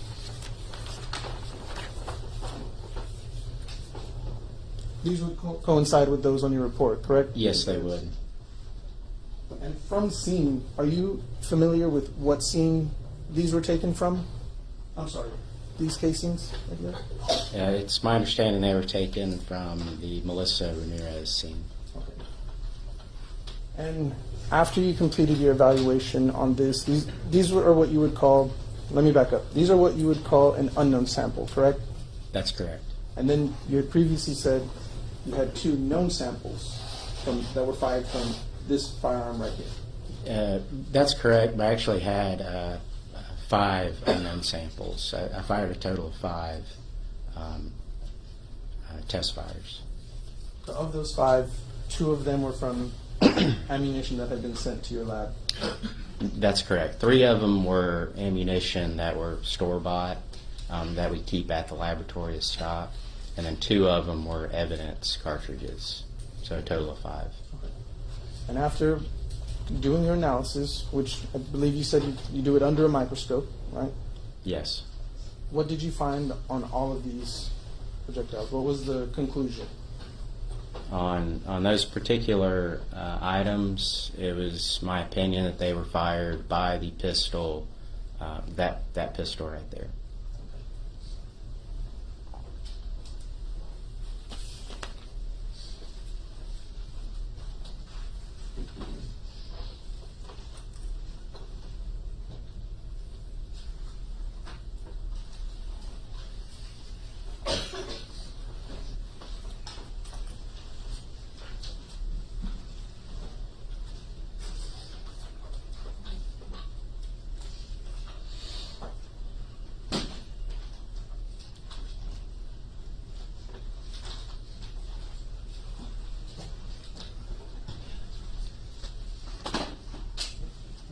Some fell behind your computer. Can you grab it? I can do that. Thank you.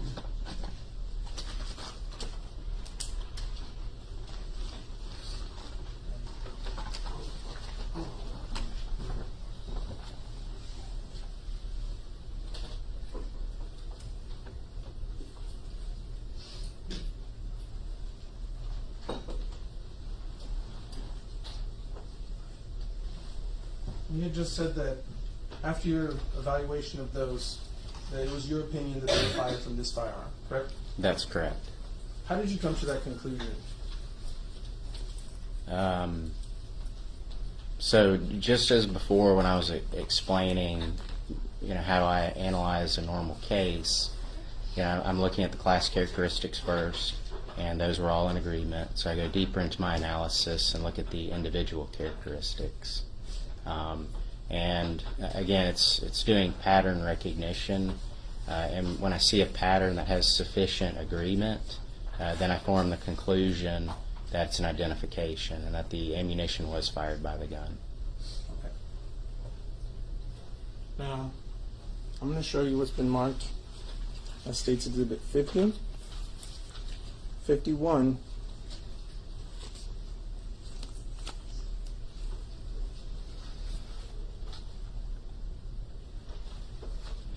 oh yes, anyway,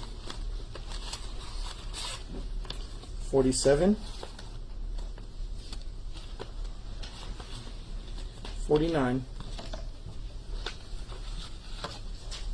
and 48. If I'm not mistaken, I believe 51 and 50 are still sealed. So if we can go, actually before that, if you could identify this envelope and tell me whether or not that was something that you're familiar with.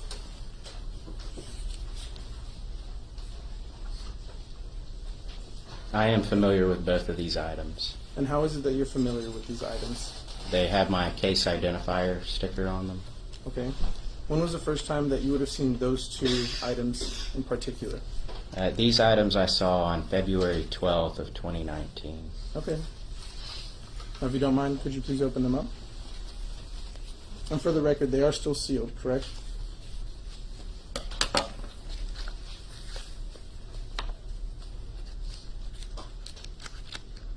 Yes, they're still sealed. Okay. And actually, seeing where you... For the record, Your Honor, I'm going to move the State's Exhibit sticker, because I do think it lines up with where he's about to... I can cut somewhere else. Okay.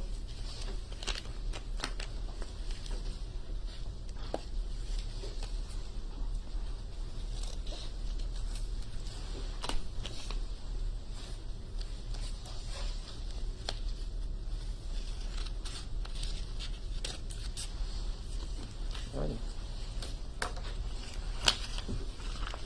Let's take a look at State's Exhibit 50 and State's Exhibit 51. You recognize these items?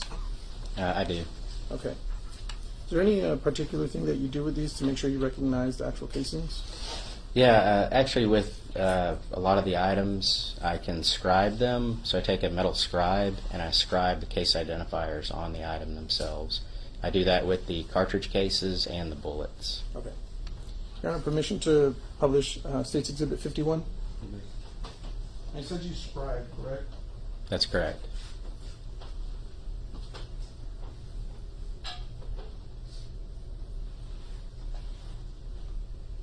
There seems to be some markings on it that I don't think you would see in a traditional store-bought bullet. Is that your scribing? Yes, towards the mouth of the cartridge case. So on the model, it's right here. You can actually see it scribed. So, right So I there. put unique case identifiers, and they're scribed in there. Okay. And that would coincide with right where this pencil tip is, correct? That's correct. Those metal scribings. Yes. Okay. So you've already said that you're familiar with 51 and 50. Now, are you familiar with State's Exhibit 49, 47, and I believe it's 48?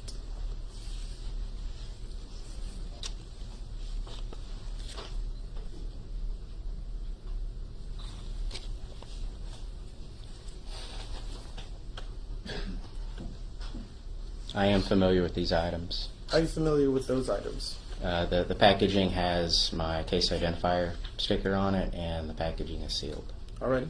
And again, like you had testified earlier, there would be some scribing on it. Yeah, on the bullets, it's actually a different type of bullet than this, but I scribe it on the base.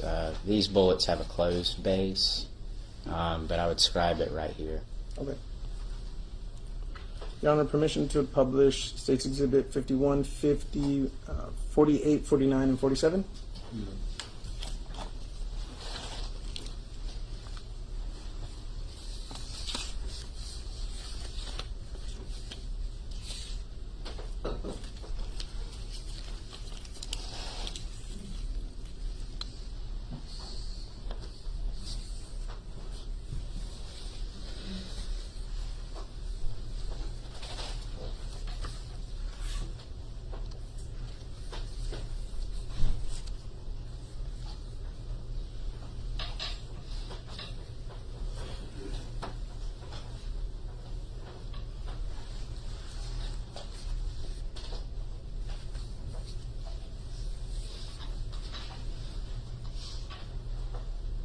Mr. Daniel, did you perform an analysis on all of these items?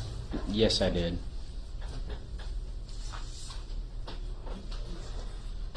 And just so we're clear, these.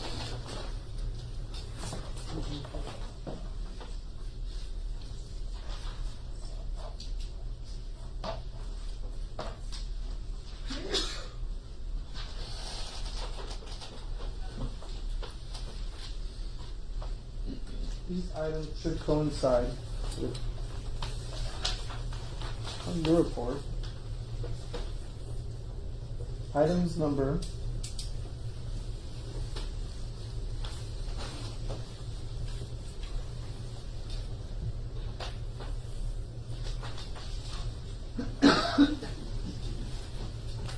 2702 AB 1, 2702 AC 1, and then 2801. I'm sorry, 2802, one grave fragment, and 2803, one bullet fragment. And then just so we're clear, 2702 AB-01 was one 40 Smith & Wesson cartridge casing from scene, and 2702 AC-01 was a 40 Smith & Wesson cartridge casing from scene. Is that correct? That's correct. Okay. So you did conduct a test on all of these items here. I did. And what was your findings after you conducted that analysis of these unknown samples to the known samples you took from this H&K firearm?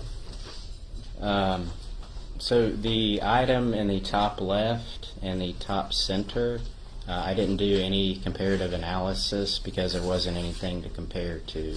There just wasn't much information on them. Sorry, which one did you not do an analysis on? So I didn't do a comparative analysis on the top left item. This one? Correct. Okay. And then also State Exhibit 48 in the top center. There just wasn't enough data for me to compare to the known sample. Okay. But you did conduct an analysis on State's Exhibit 49, Yes, I did. as well as 51, Yes. and as well as 50. Yes. To your knowledge, do you know where these, based on the lab submission reports or anything that's in your records, where these came from? I would have to look at my notes. Please go ahead and do so. Your Honor, may I refer to my notes?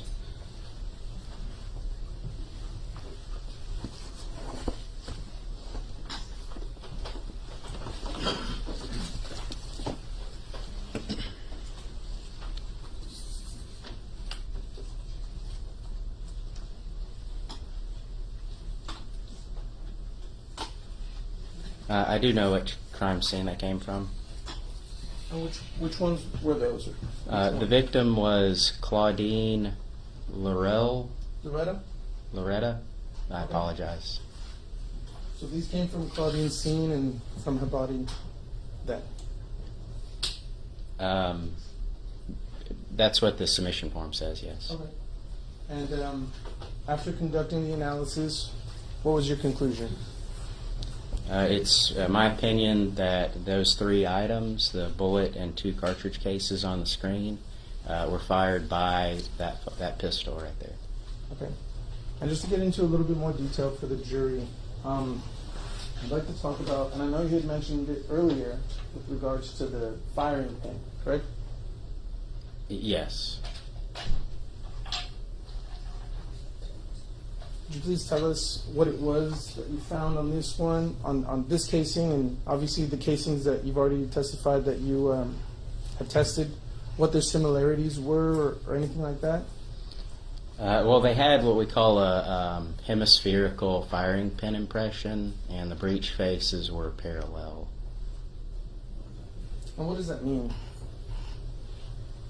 So if you look at the firing pin impression, it's kind of like you took an ice cream scoop and scooped out ice cream. It's real rounded, not just when you're looking at it from this direction, but it's rounded from the bottom. It's hemispherical, and on the breech face, you can actually see it on this model, maybe a little bit. Well, maybe not, but the lines are parallel across here. And again, this is the area that slams on the back of the breech face during cycling. And so the marks on the breech face are going to be parallel, and they're going to impress onto the back of these cartridge cases. And on not just the ones that you've already testified to, but on all of them that you tested in your report, they all had that same breech face and the same firing pin style. The class characteristics I looked at were in agreement, yes.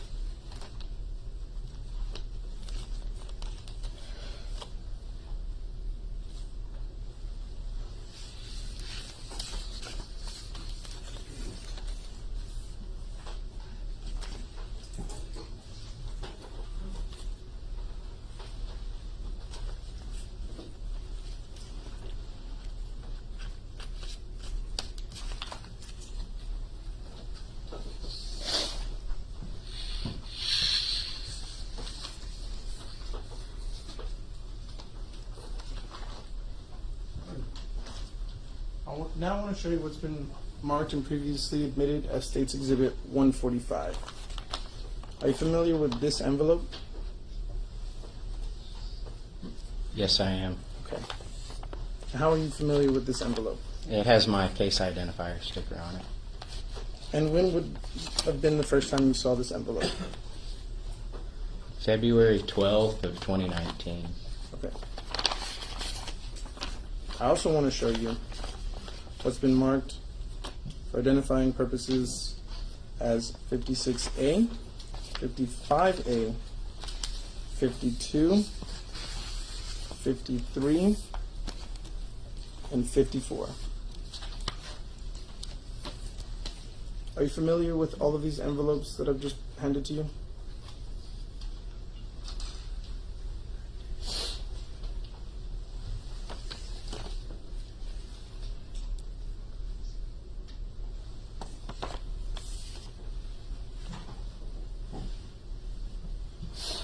Yes, I am. And how is it that you're familiar with all of these envelopes? They have my case identifier sticker on them. And when would you have seen these envelopes for the first time? It looks like they were all marked February 12th, 2019.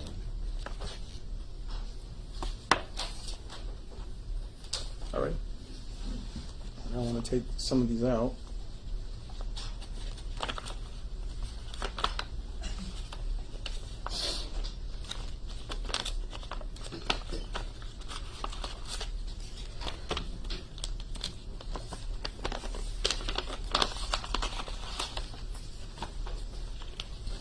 You could help me with those last two. Okay, these are going to need to be opened. All right. I think these last three actually will.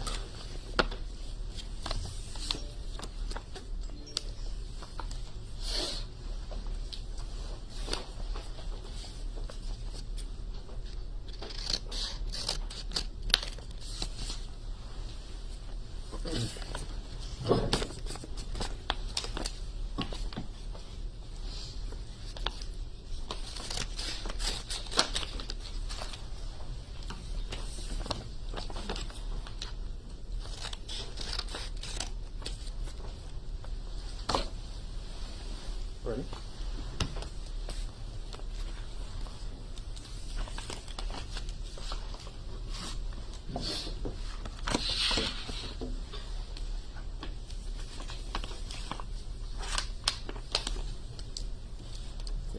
Three. Okay. All right.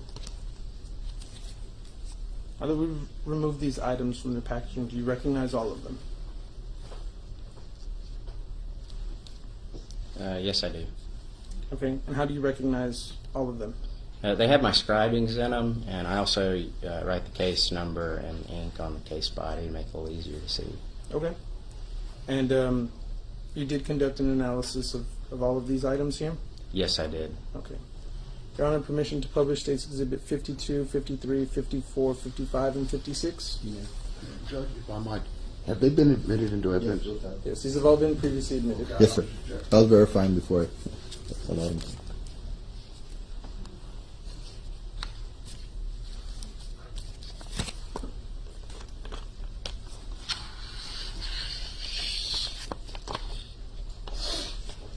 Do you need to? Mm-mm. Okay. No.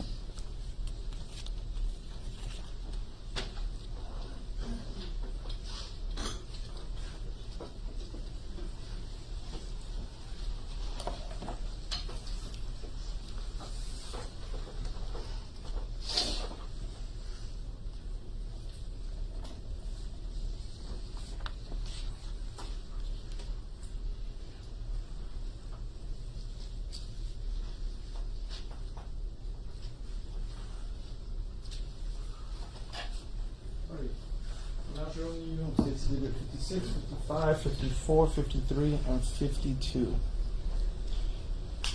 Would these exhibits coincide with items number 2402AA, a 16 Federal cartridge, 1640 Smith & Wesson cartridge, 24-03-AA, again a Federal 40 Smith & Wesson cartridge casing, 24-04-AA, a 40 Smith & Wesson cartridge casing, and items number 2501, unknown object submitted as bullet fragment from scene, and 2502, bullet fragment from scene.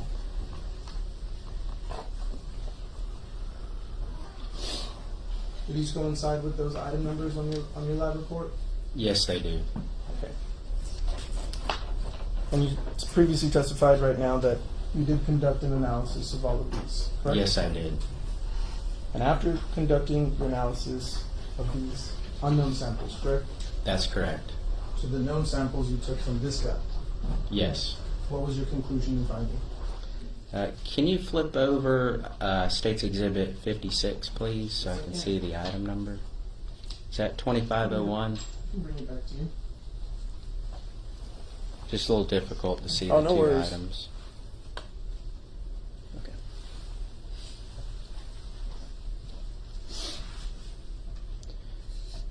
So the item in the top left, State's Exhibit 56, it wasn't. Yeah, I didn't do any comparative analysis on that. It just wasn't consistent with an ammunition component. I labeled it as an unknown object, Okay. so not an ammunition component. So 56 was not tested then for comparative analysis. I didn't do any comparative analysis on that, correct. Was 55? 55 and the 3 cartridge cases, it was my opinion that they were fired by that pistol. Okay. Based on what again? Again, microscopic comparison of the class characteristics and individual characteristics. Individual characteristics as well. The tool marks. Okay. And are you aware, again, just like before, which crime scenes these came from? I am. My paperwork has the victim listed as Giselda Hernandez. That would have come from, we said that, or not this time? That's where Yes. these came from. That's what my paperwork has, yes. Okay. And again, they were tested, and you, in your opinion, said that they came from that firearm. Yes. Okay.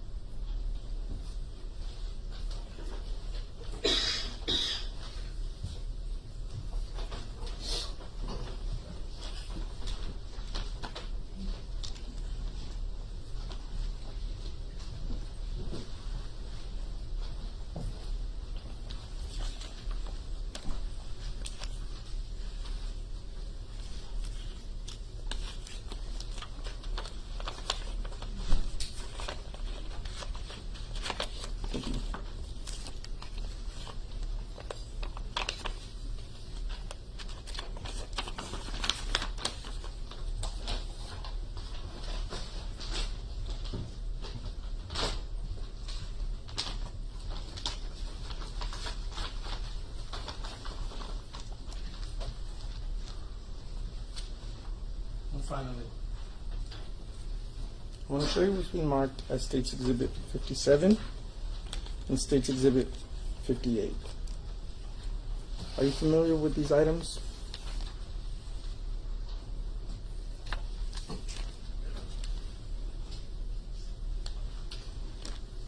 Yes, I am. And how are you familiar with these items? The packaging has my case identifier sticker on it. Okay. And when would have been the first time that you saw these items? February 12th of 2019. Okay. Now we have this one. I believe this one's still sealed, so we can open it up, please.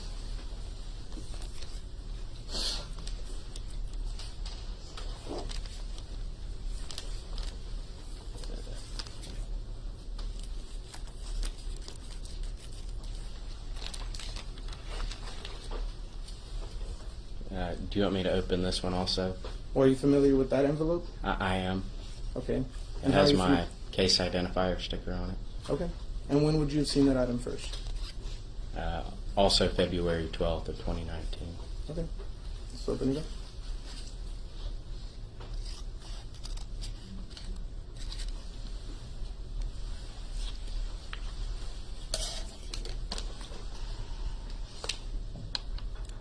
Now that you're seeing this item, are you familiar with that particular casing?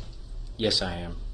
How are you familiar with that casing? It has my case identifier scribed near the mouth of the cartridge case, and I wrote in ink what the item number was. Okay.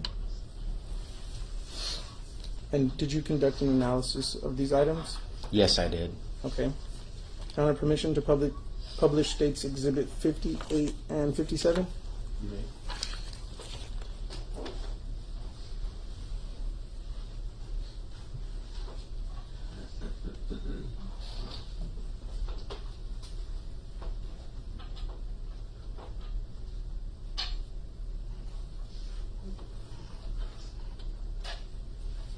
Alrighty. Are you familiar with where these items came from? Yes, I am. And where would that have been? My paperwork has the victim as Humberto Ortiz. I think there was a different name that the individual went by, but my paperwork has Humberto Ortiz. Janelle Ortiz? Yes. How she identified? Yeah. Okay, so you tested these unknown items, unknown samples, correct? Yes, I did. Which were recovered from the scene of Humberto Ortiz, also known as Janelle Ortiz. Yes. Okay. And after comparing these unknown samples to the known samples that you took from this H&K, what was your conclusion and what was your finding? It was my opinion that those two items were fired by that pistol. How did you come to that conclusion? Same as before in any analysis we do, we look at the class characteristics and then the individual characteristics. I'm sorry, could you repeat that last part? I had a little bit of trouble hearing you there. We look at the individual, the class characteristics, and if they're in agreement, we look at the individual characteristics.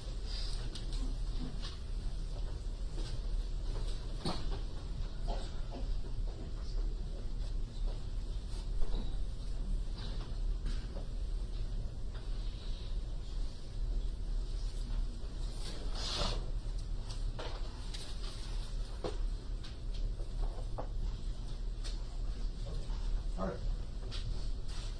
So just for the record again, you said you scribe on both the cartridge casings, which is the casing left behind after the projectile has been fired, and the projectiles, or the bullets, correct? That's correct.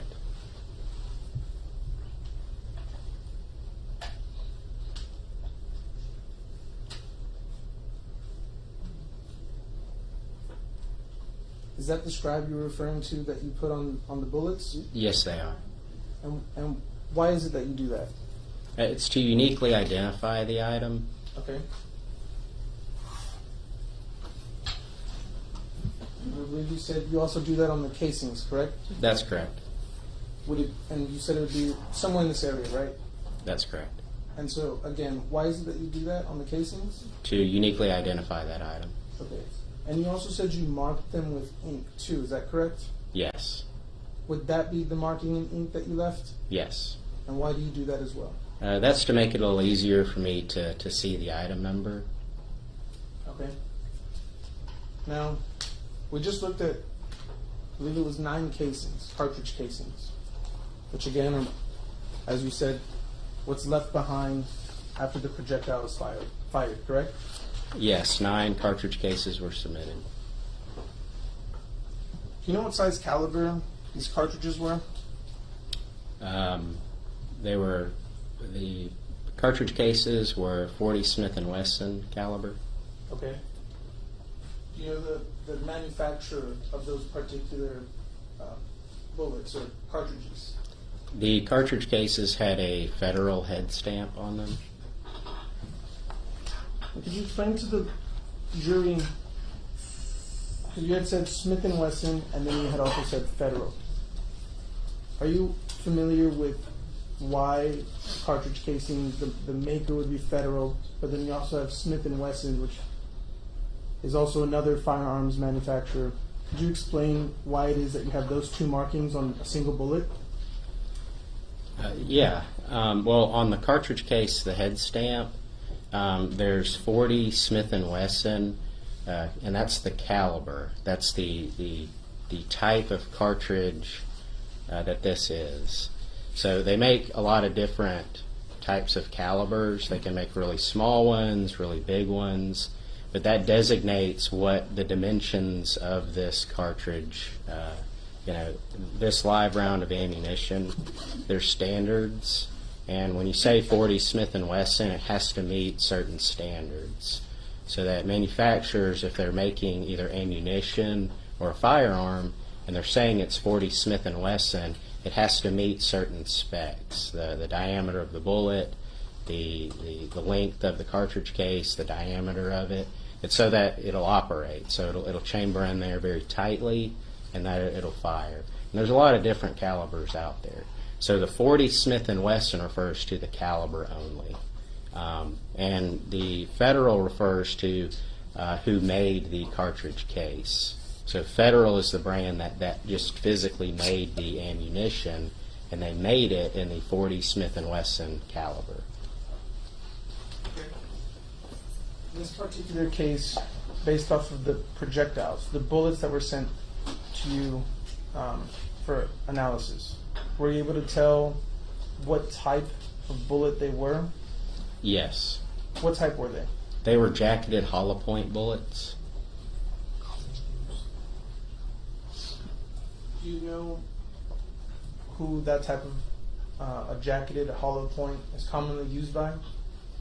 A lot of manufacturers, and it's difficult to determine the brand of fired bullets unless there's very specific features to them. But they don't have like a head stamp on them like a cartridge case. And if you know, are you aware as to whether or not law enforcement uses that kind of round?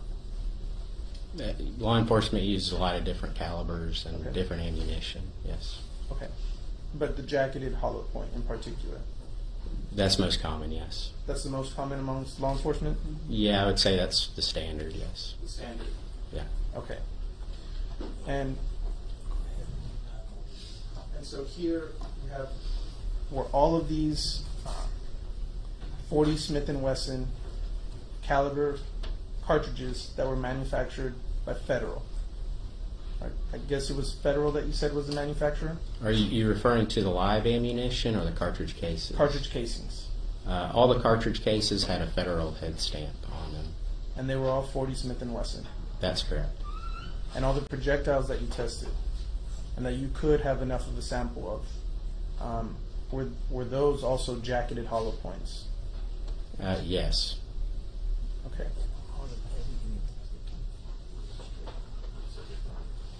Permission to approach, Your Honor? Yes.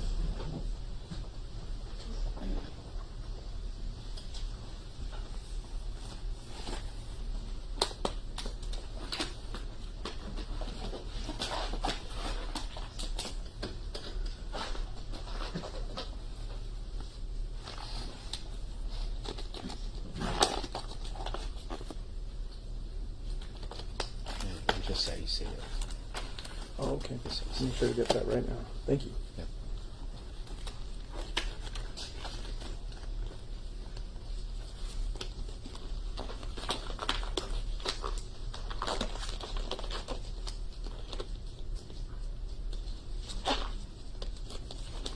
Okay.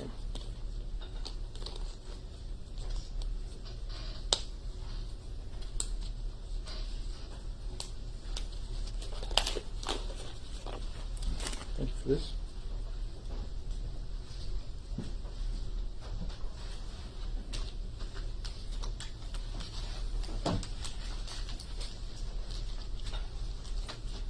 On conclusion.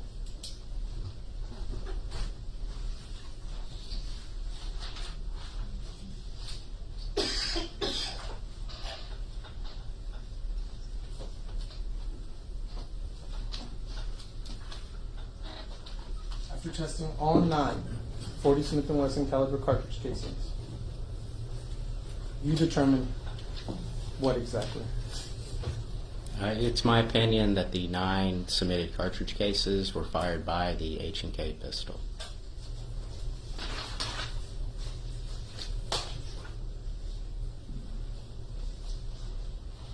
And after doing an analysis and evaluation on all 6 projectiles, which were what we learned to be fragments or bullet projectiles that came from the bodies of Melissa, Claudine, Janelle, and then projectiles that were found at the scene for Iselda, what was your conclusion after testing these specific items right here?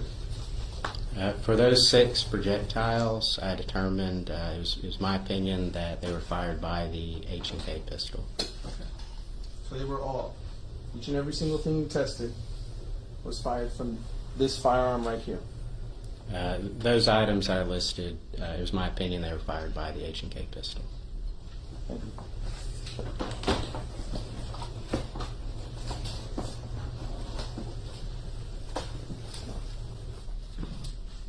No further questions, Your Honor. Absolutely. Proceed,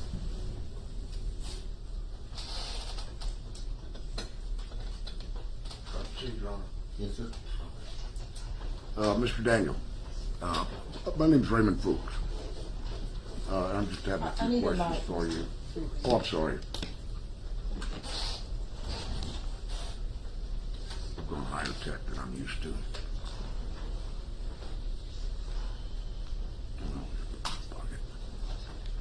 If you could start over, please. Okay, I'll start all over? Yes, sir, Okay. I didn't hear the first part. Okay, this sounds silly. Mr. Daniel? Okay, my name is Raymond Fuchs, and I represent Juan David Ortiz along with Joel Perez, okay? I noticed when you first testified about your qualifications, you stated that you had undergraduate degrees in biology and finance, was that correct? That's correct. Okay, just out of curiosity, what led you into guns? Well, it really brought me into forensics. I've always liked science, and I chose forensics. I entered the field when I first started. I started as a DNA technician, which was a supportive role in the DNA section. But I got to see all the different sections in the laboratory. I got to see fingerprints and drug analysis. I got to see firearms analysis, and I thought it was a pretty cool field. So a position opened, I applied, and I got it. If I could approach you,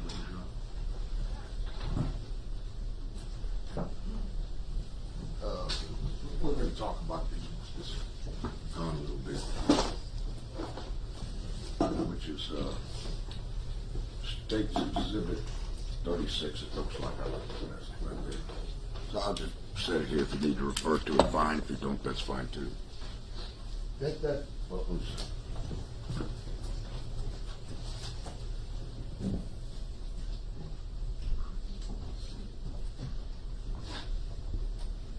That weapon itself, State's Exhibit number 36, is a H&K Model 40 S&W, correct? The caliber is 40 Smith & I Wesson. believe the weapon itself will have SW on it, will it not? I believe the model is a P2000, but let me refer to my notes.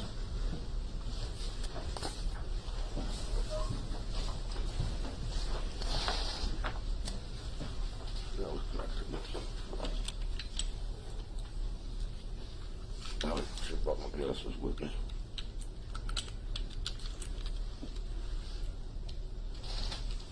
So right here it has P2000 on the And slide. then what's the rest of it say? Well, that refers to the caliber. It says 40 But- Smith & Wesson. Yes, But I sir. mean, the weapon itself has the 40 S&W on it. That's correct, yes.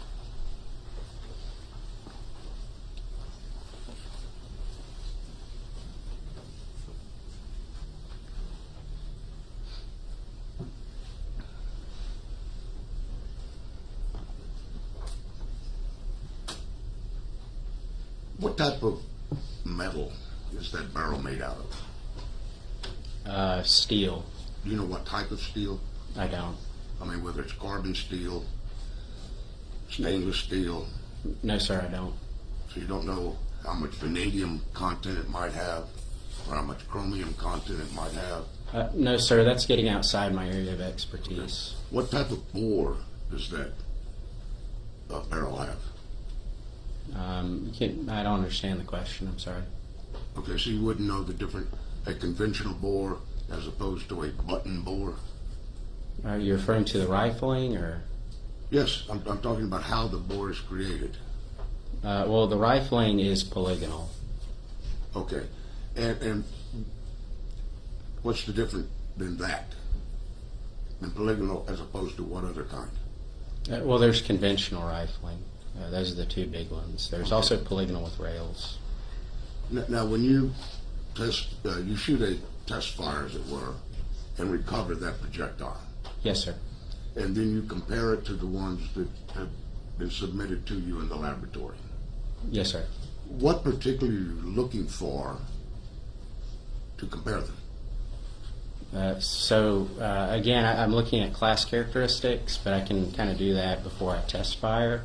And then I'm going to, but there's some class characteristics I do need to test fire, and that's the type of rifling, and also the rifling widths and dimensions. And then once I compare the class characteristics and I see that they're in agreement, then I look at the individual characteristics. Okay, and again, is there certain terminology for what you're looking for? Individual characteristics is the I mean, term we like, use. Yes, sir. Something like landing grooves is sometimes used? Landing grooves is referred to conventional rifling, yes. Okay, but this has what type? Polygonal.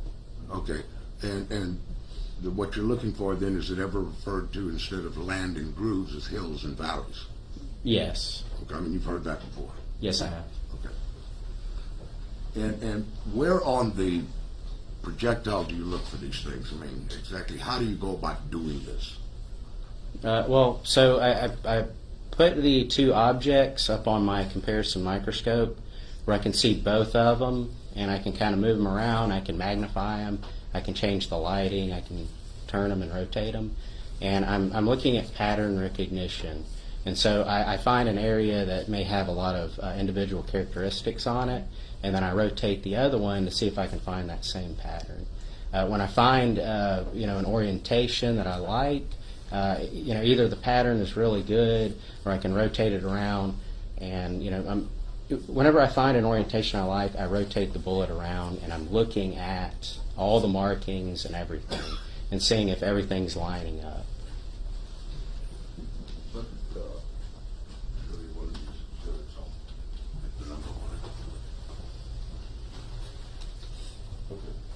If I could show you State Exhibit 57.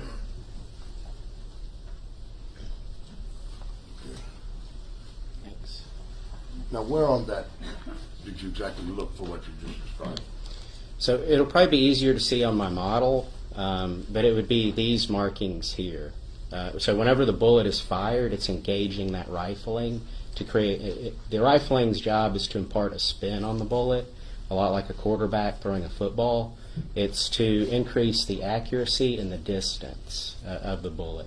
So it has to engage that rifling and get that metal-on-metal contact. And so that's the area that I'm looking at. You said that you did have some projectiles you just fired. Did you bring those with you? I did not know. Okay. So we're not going to be able to see how much damage is done to that state's exhibit I just showed you compared to the normal projectile? I'm sorry, I don't understand the question. Well, if you look at, I think the state's exhibit 56, was it, the projectile here? Yes, sir. 57. Yes, sir. I mean, it's certainly compressed. You're talking about the shape of the bullet? Yeah, I'm talking about how it's. Yeah, so this is a jacketed hollow point bullet. It's so it's a different style than this bullet. It actually has a hollow cavity right here, and its purpose is when it hits to expand, and the term we use is mushroom. So this is kind of a normal shape for a jacketed hollow point bullet. I did bend the petals out, but the petals, much like the nose area here, do not engage the rifling. It's not, the diameter isn't wide enough. So this is the bearing surface, and this is what I'm looking at. And so the part that you call petals is from what part of the bullet? So it's part of the nose area, and again, it's designed to expand out.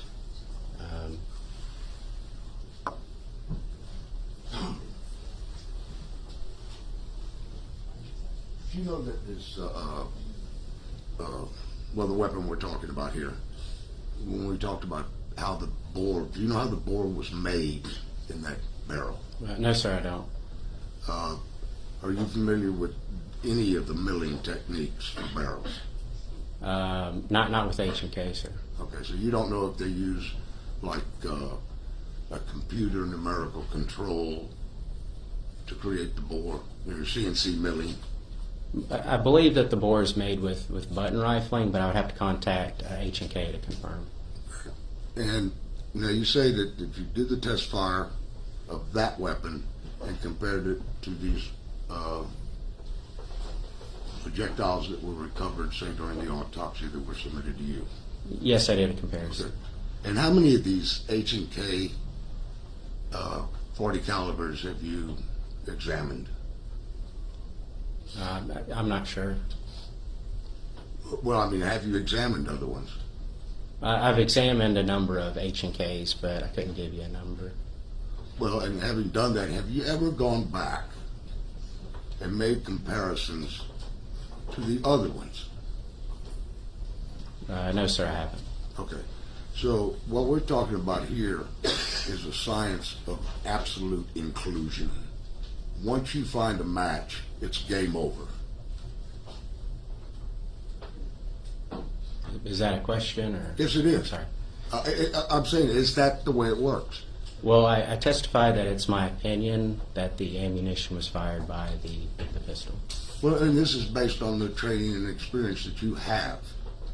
So whoever trained you said this is how it works. Is that correct? Well, what we did, we read research, we did tests ourselves, and so the training really establishes the foundation for the field. Do you have any idea how many of these H&K 40 caliber weapons were manufactured? No, sir, I don't. And they are manufactured in Germany, are they not?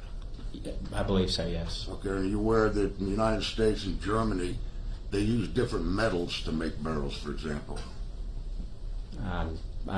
I would have to confirm that, but You can trust me on it if you'd like, but, and they also use different manufacturing methods. Would you agree? that's getting into manufacturing, and you're correct. Over time, they do change manufacturing techniques. Okay. For example, H&K advertises that the barrel in that weapon is good for at least 10,000 rounds. Would you say that's a lot of rounds for a gun? Yeah. Okay. So the barrel must be pretty stout material? Yes. Okay.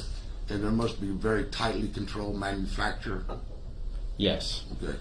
And so what I'm suggesting or asking you is, you don't make a comparison of these unknown projectiles to other barrels other than the one that's submitted to you. That's correct. So you really don't know whether these projectiles could have possibly been fired from another weapon. That's not my opinion. Well, but your opinion is based on what your education is and what you believe.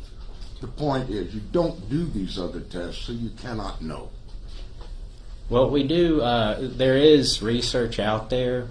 There's a famous one where they took 10 Ruger barrels that were manufactured one after another on the assembly line, and then bullets are fired through those barrels.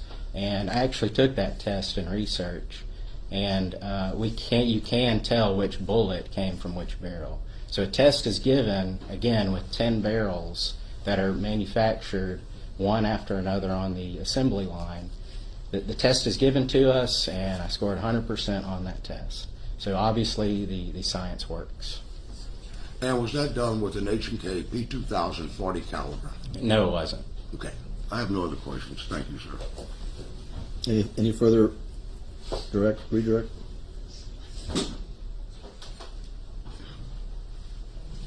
I have a couple questions, if I may proceed, Your Honor. There was talk about the hollow point, and I just want to make it clear what it is that we were talking about. I believe this is the one, State's Exhibit 57. Permission to publish?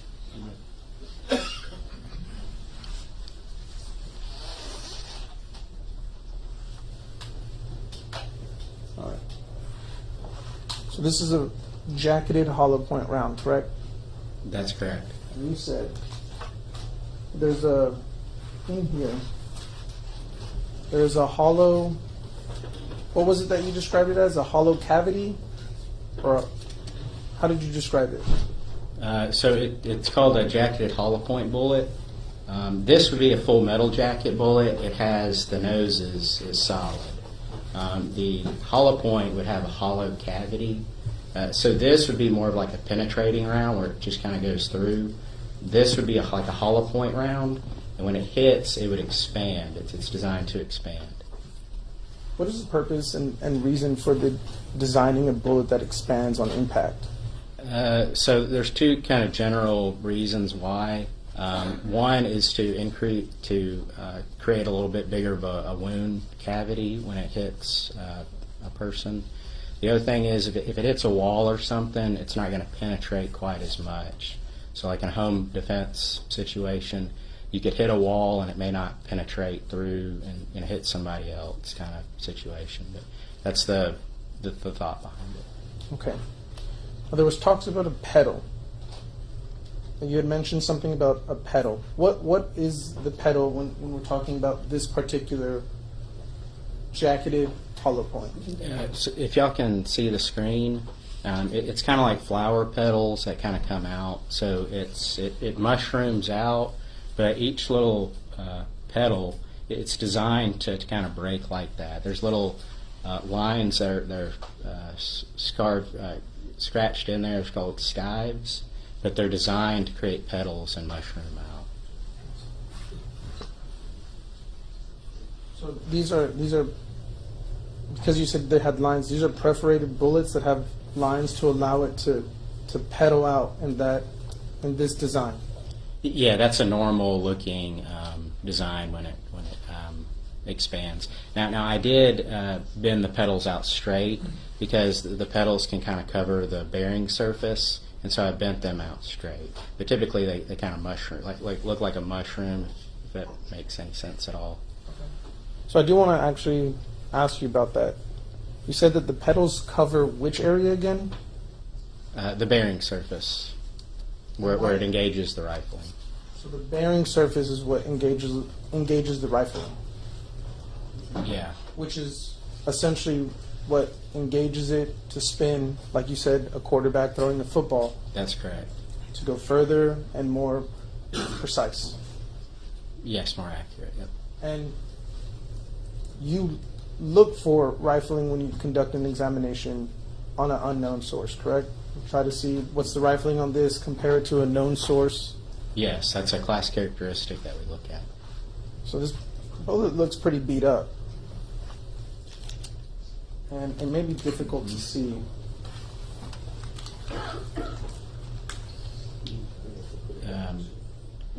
Actually, in our field, this bullet is in really, really good shape.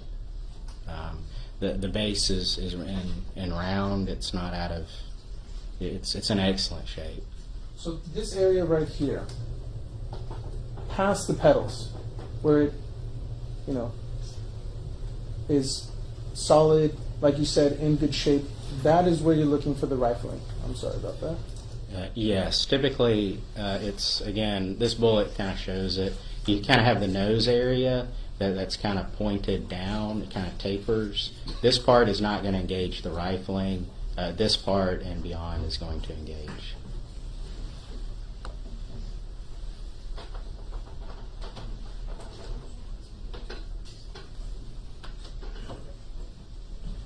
Now, I'm going to permission to approach you.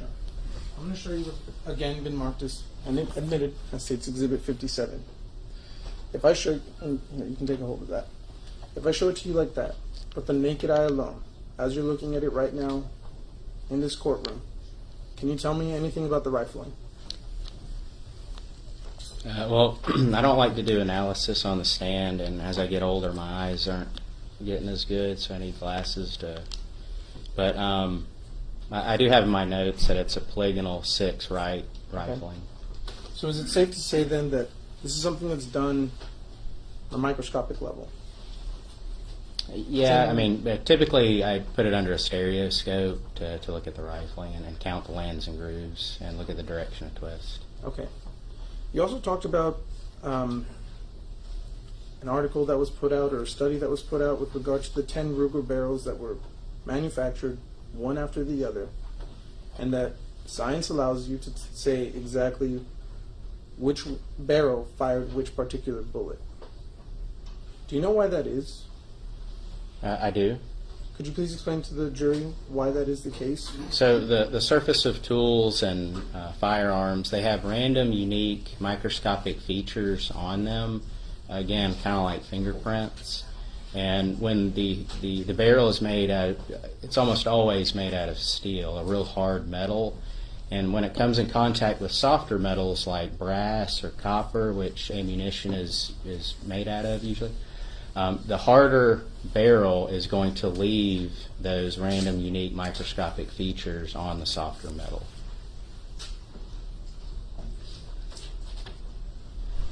Pass the witness, Your Honor.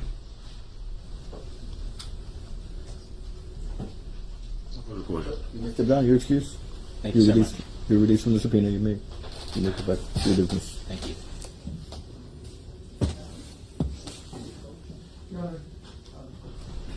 You wanted to approach? Yeah, maybe we approach. Excuse him? Yes, of course.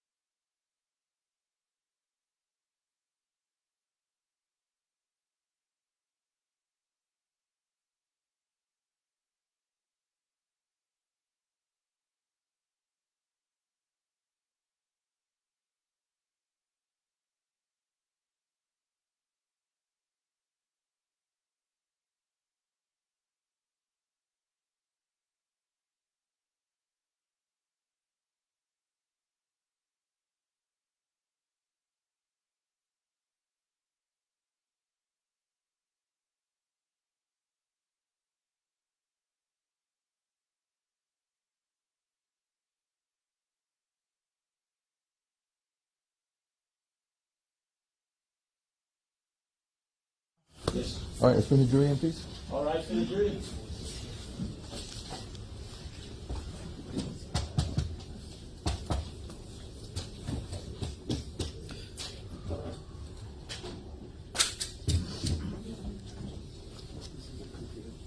Thank you. Okay.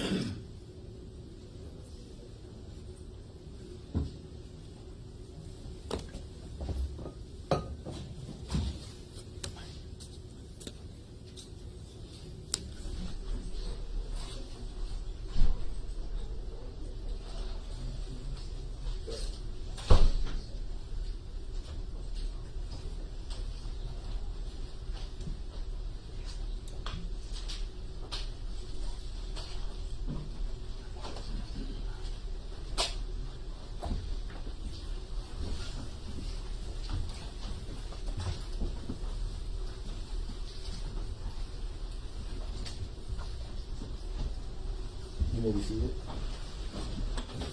Good afternoon. All right. Go ahead.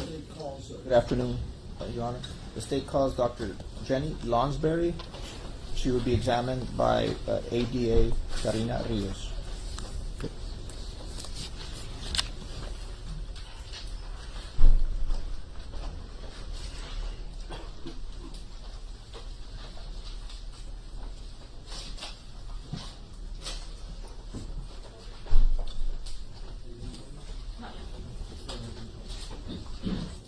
Good afternoon.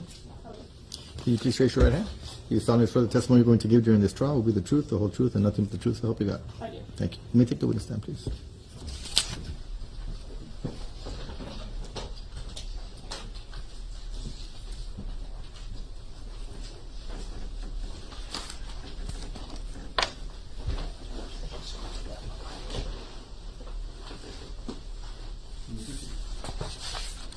Good afternoon, Your Honor. I'm Karina Rios for the state of Texas, for the record. Good afternoon. Oh, Good afternoon, Dr. Lonsberry. Could you please state your full name for the record? my name is Jenny Lounsbury.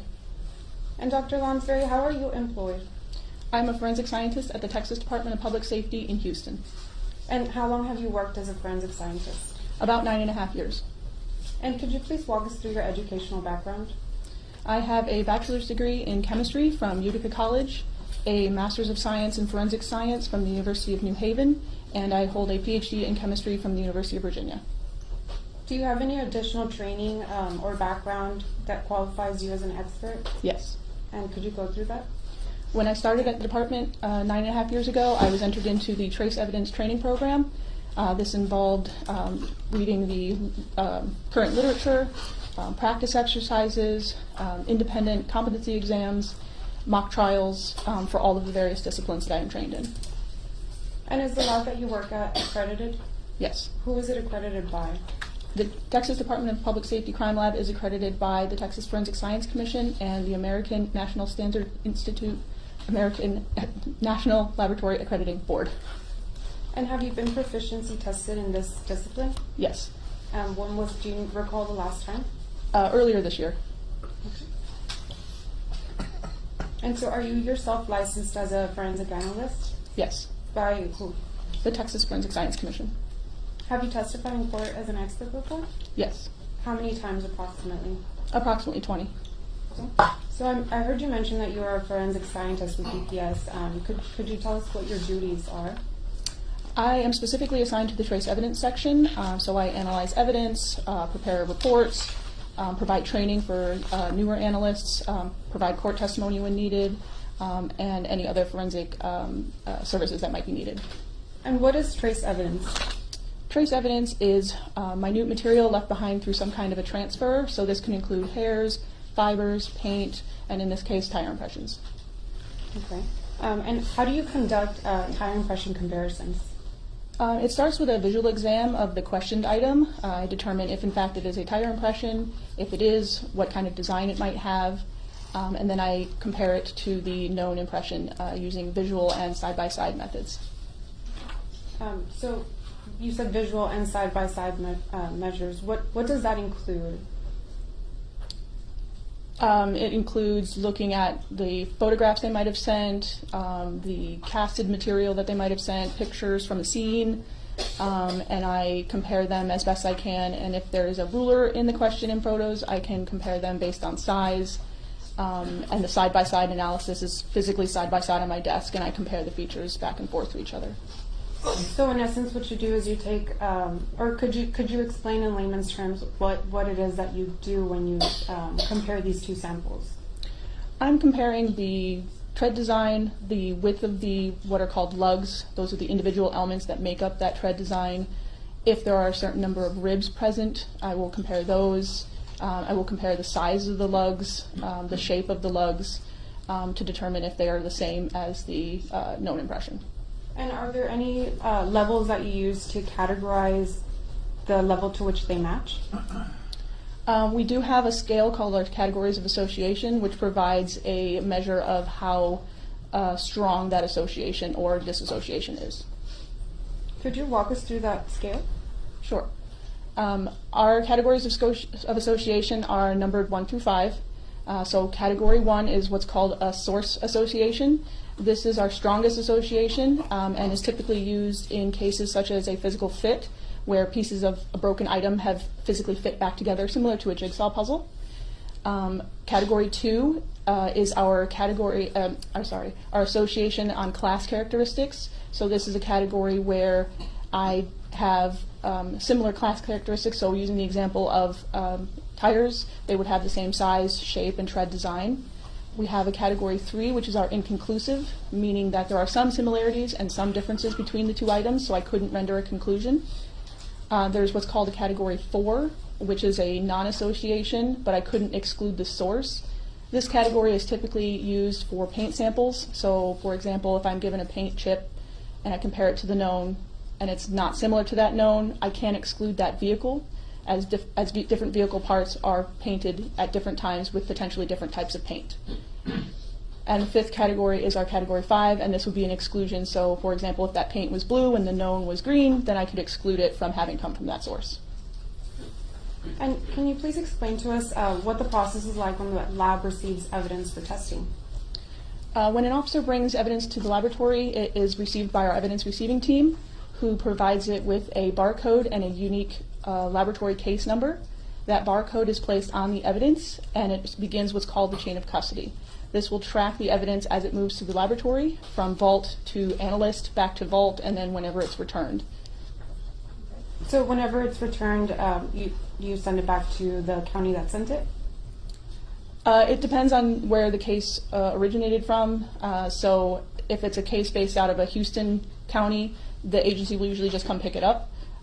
In this case, I think we probably would have sent the evidence back to the Laredo laboratory, and then that agency would have picked it up there.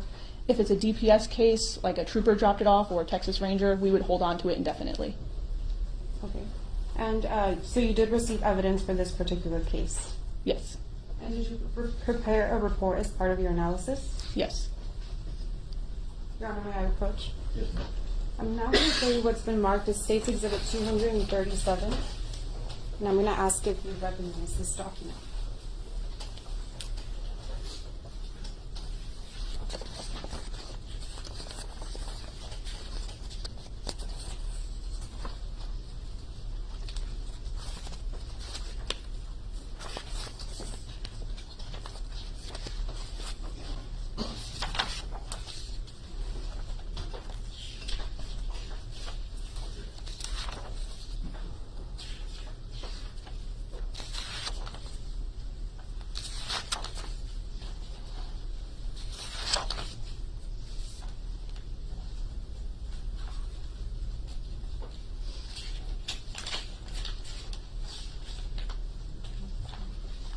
Yes, I do.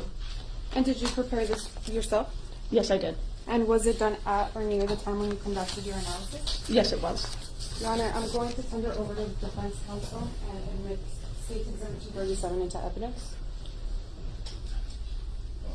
Judge, again, will object. It's not a business record or a government record as to this witness. It's her personal report and therefore not admissible.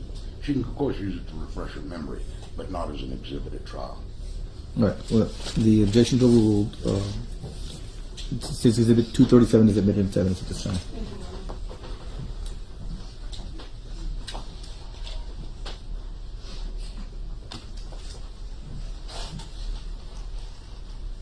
Now I'm going to show you some evidence, and just to be clear, do I need to be using gloves when I'm handling some of these exhibits? That I'm going to show you? The tire impressions, I don't believe so, unless there was some question of DNA analysis on the knowns or something like that. I'm going to show you State's Exhibit 63A. Do you recognize this item? Yes, I do. How do you recognize it? On this top flap here, you can see my handwritten case number, date, initials, and item number. Now, can I ask you to look inside of the box? And I'm going to ask you to take out the item.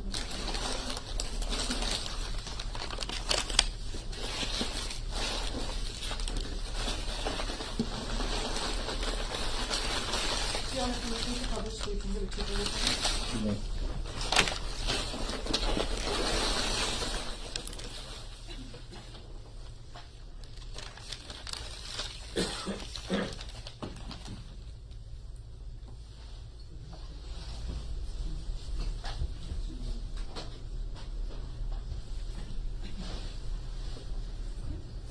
And can you tell us what was State's Exhibit 63 is? State's Exhibit 63 is this brown paper wrapped item which will contain the cast that was collected at the crime scene. Okay. And would it be possible to take the item out, or? Yes. Okay. Could we go ahead and do that, please?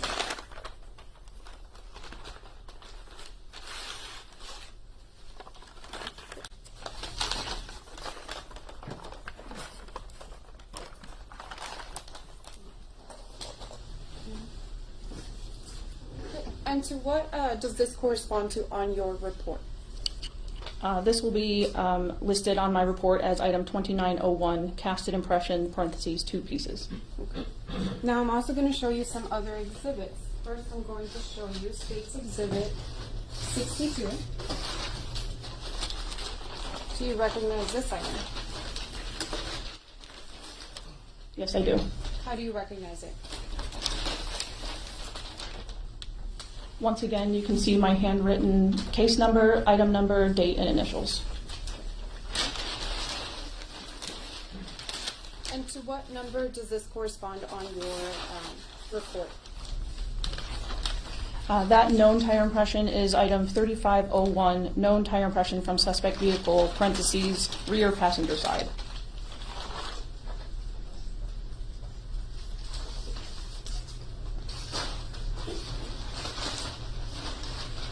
Now I'm going to show you what's been marked as State's Exhibit 61.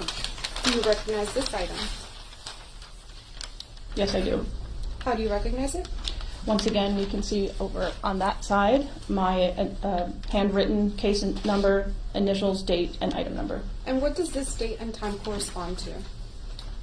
The one above mine? Yes. I'm not sure. I would assume that's when it was collected.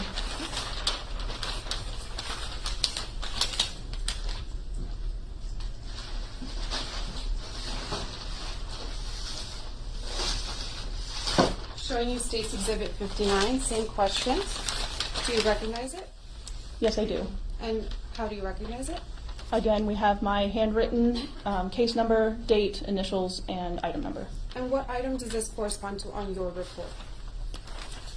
That is item number 3504, known tire impression from suspect vehicle, parentheses, front right.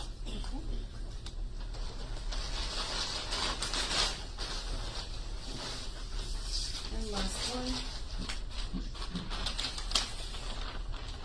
Do you recognize State's Exhibit 60? Yes, I do. How do you recognize it? Again, on that side, we have my handwritten case number, item number, date, and initials. And what item does this correspond to on your report? This is item number 3503 on my report, known tire impression from suspect vehicle, parentheses, rear driver side. Okay. And when you compared these four known samples, were there any differences between them? Between the four known tires themselves? Yes. No, they were all the same make and model, and therefore tread design of tire. Okay. Your Honor, permission to...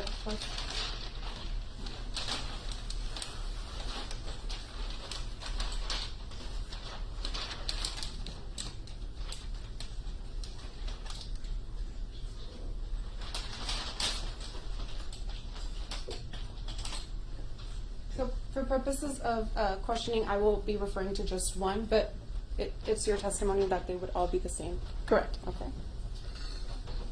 And now I'm going to post, Your Honor, permission to publish State's Exhibit 63 on the Elmo. Okay.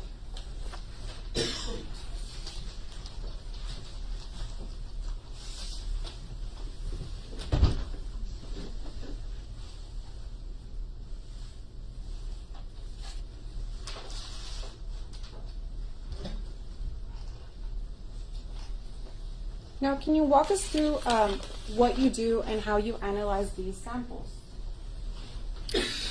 So when I opened up this cast, it was covered in a lot of dirt and mud from when it was collected. So I used a soft brush to kind of remove some of that debris so that I could more clearly see the impression that had been collected. Once I did that, I documented the features of the impression. So in this case, the lug shape and size and how many ribs I could see. Once I did that, I then opened up the knowns and did the same thing, documented the shape and size of the lugs, how many ribs I could see, and other features like that before moving on to the comparison. Now, I'm going to refer to your report and your notes in there.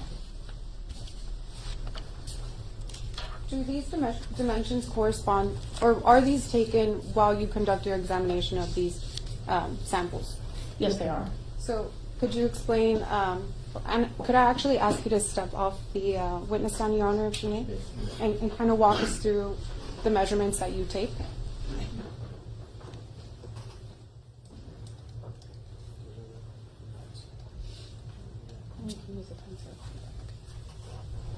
Can you all hear me okay? So in this case, because I didn't have any images that I could resize, I had to work on side-by-side analysis alone.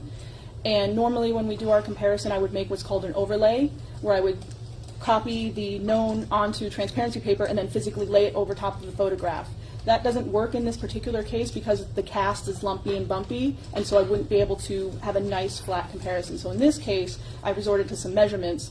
And so in this case, I was measuring, let's see, like for example, the width of these lugs here, the distance between these lugs here. I measured the lug here. And this is just to give me a baseline on approximations on how big these lugs might be when I compare it to the questioned. Okay. And if I could now direct you over to I'm sorry, the cast.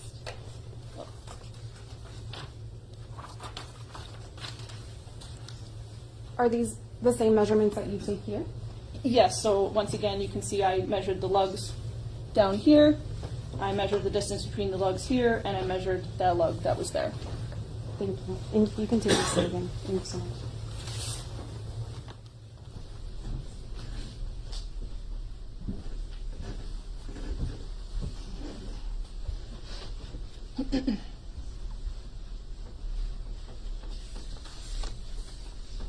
And so just for reference, is this cast impression that is up on display right now the same thing that was in your picture?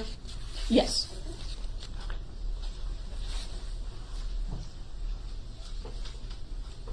Do you receive any other information regarding the samples that you received? Just what would be listed on the submission form. So do you know by any chance what scene this was associated with? May I refer to my notes?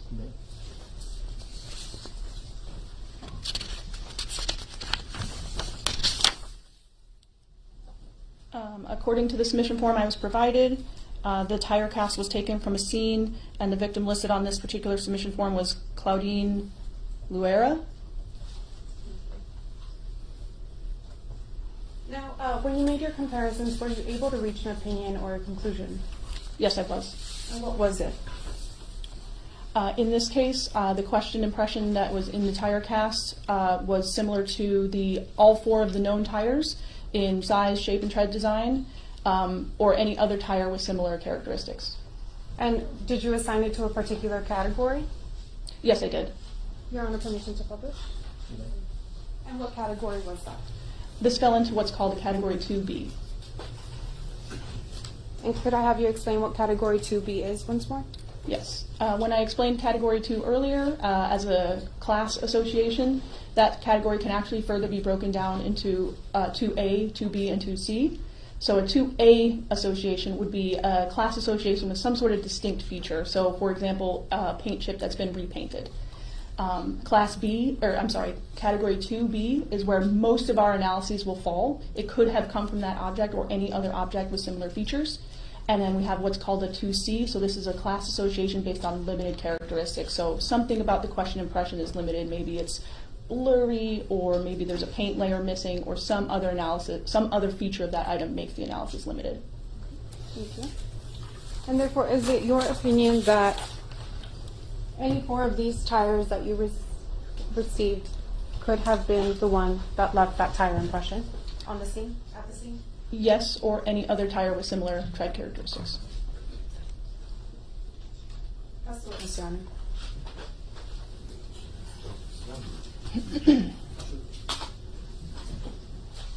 Don't forget the mic. Just a moment. Yes, sir.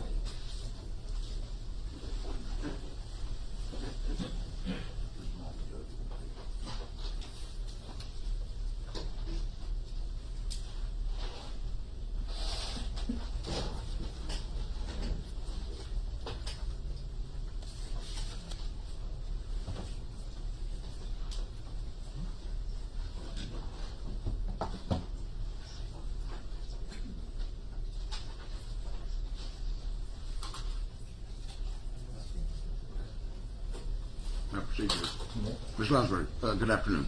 Hello. My name is Raymond Fuchs, and along with Joel Perez, we represent Juan David Ortiz. You'd mentioned that there's different categories that you come up with when you're doing these comparisons? Correct. And which one did you say was applicable in this case? In this case, it was a Category 2B. Okay, so that's association with conventional characteristics. Correct. Okay, and I believe what you're saying is those impressions that you analyzed, including the cast and the paper, if you will, what you're saying is they came from this kind of tire. Yes, whatever the brand information was listed on the known tire impressions. Okay, you're not saying it's this tire or any tire that was on that Dodge truck. Correct. As far as I know, these tires were on a suspect vehicle, so all 4 of the tires have the same tread design, and my conclusion is that the question impression could have come from any of those 4 tires or any other tire with similar characteristics. Okay. Now, as far as the plaster cast that you were talking about, do you have any way to determine when the tire impression was made from which that cast was made? I do not. Okay, so it could have been there a month, as far as you know. Could have been. Okay. Now, you also mentioned in your report on the first page, and if you need to refer to it, that's fine, that dirt and debris was collected from this item, but not examined. Correct. Okay. Are there occasions where the Texas Department of Public Safety Laboratory does such a comparative analysis? We no longer do soil analysis. Okay. So if for example, you had been submitted, I guess you'd call it here dirt and debris from where that cast was collected, you wouldn't have had any way to analyze that dirt and debris? No, I would not. Okay. Does the DPS have that at all? Not anymore, no. Okay. You know if the FBI has it? I am unaware if if the FBI has soil analysis. I don't know. Okay, but it was done at one time. Oh yeah. It's still done today. I don't know who does it. Okay. I'll pass the witness. Here.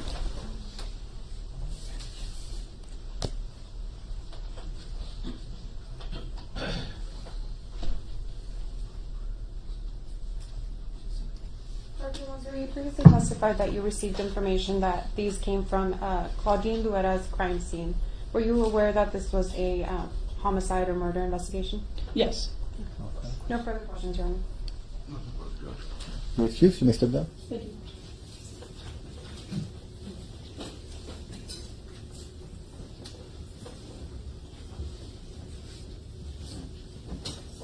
You're released from the subpoena if you need to go back to work.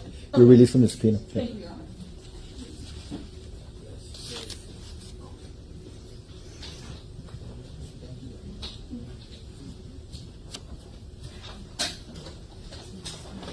Honor. The state's going to call Dana Sarquis.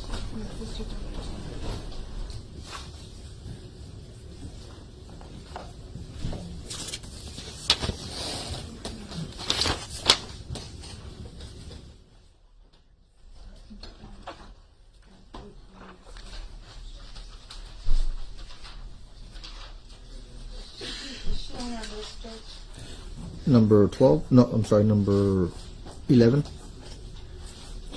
Okay. Good afternoon.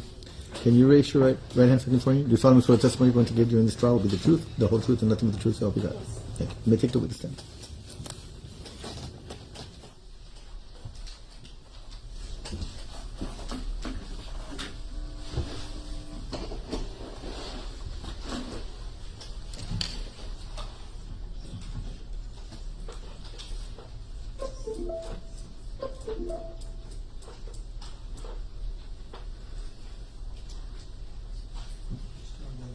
Set up.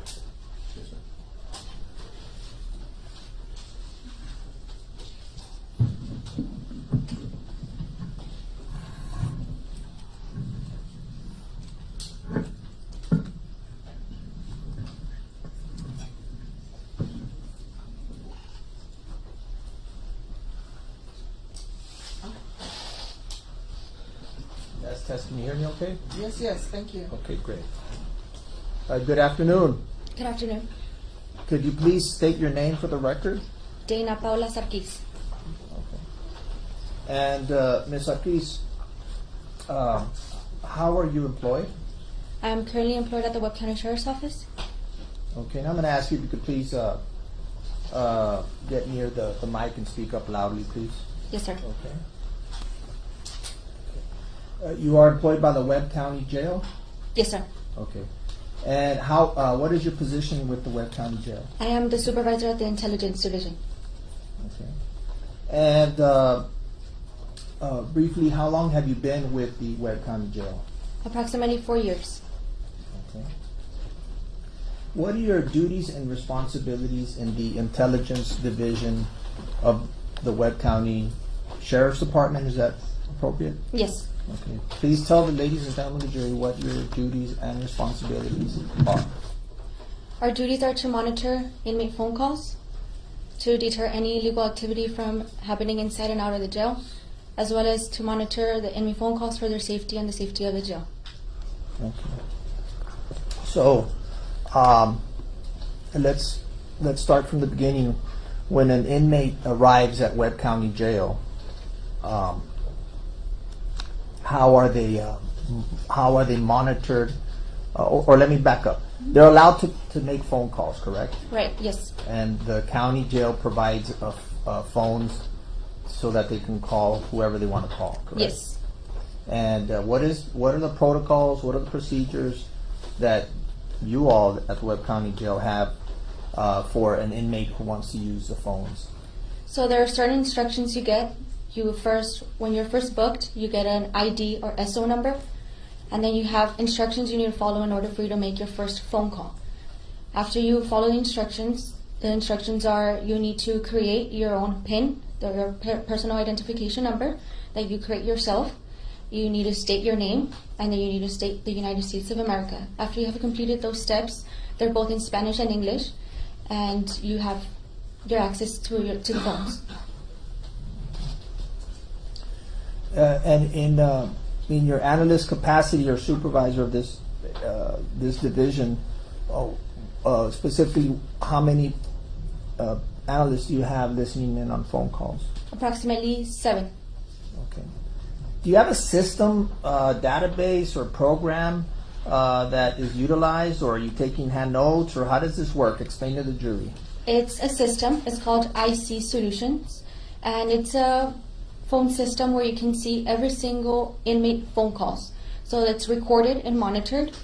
The way I would go into listening to the actual phone calls, you would go into the call records. You would get a list of all the inmates that have made a call, either live, completed, or attempted call.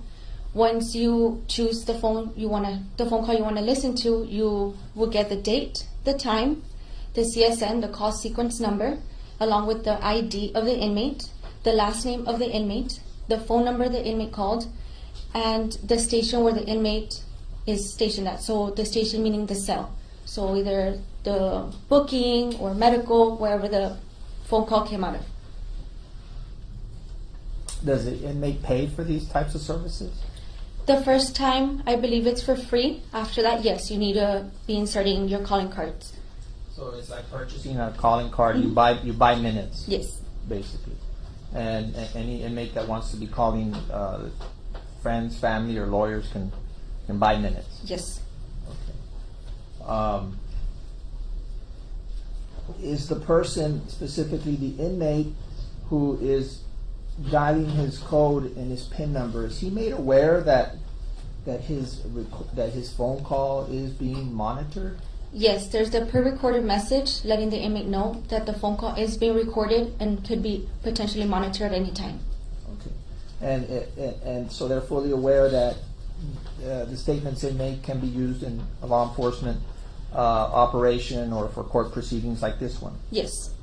Okay. Now, I want to ask you, in 2018, were you employed in your capacity as an analyst? No, I was not. I didn't get there till 2019. Okay, and in 2019, you assumed the responsibilities of this division? Yes, I did. Was this system already in place at that time? Yes, sir. Okay. Did you receive training to learn how to oversee the system? Yes, I did. Okay. Are you aware with the name Juan David Ortiz? Yes, sir. And who is that? He's sitting right over there with his two attorneys. Okay, and what can you describe an article of clothing he's wearing? He's wearing a black and color suit with a blue and color tie. Okay. Now, currently, is he an inmate there at Webb County Jail?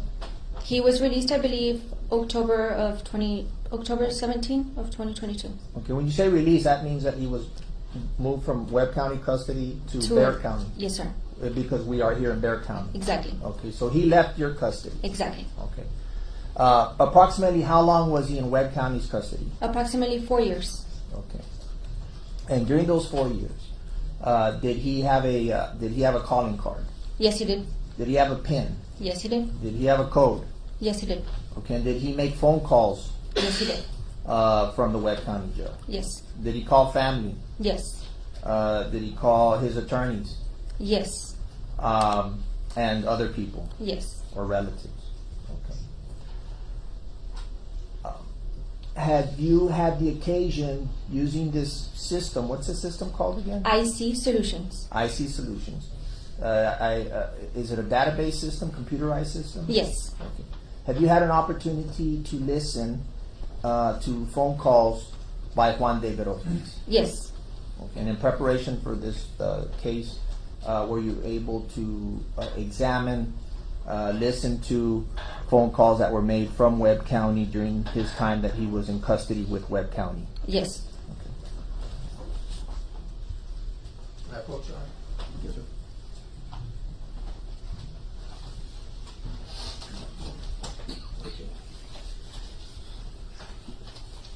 Ms. Accuse, I'm going to show you State's Exhibit 238 and ask you if you're familiar with this CD.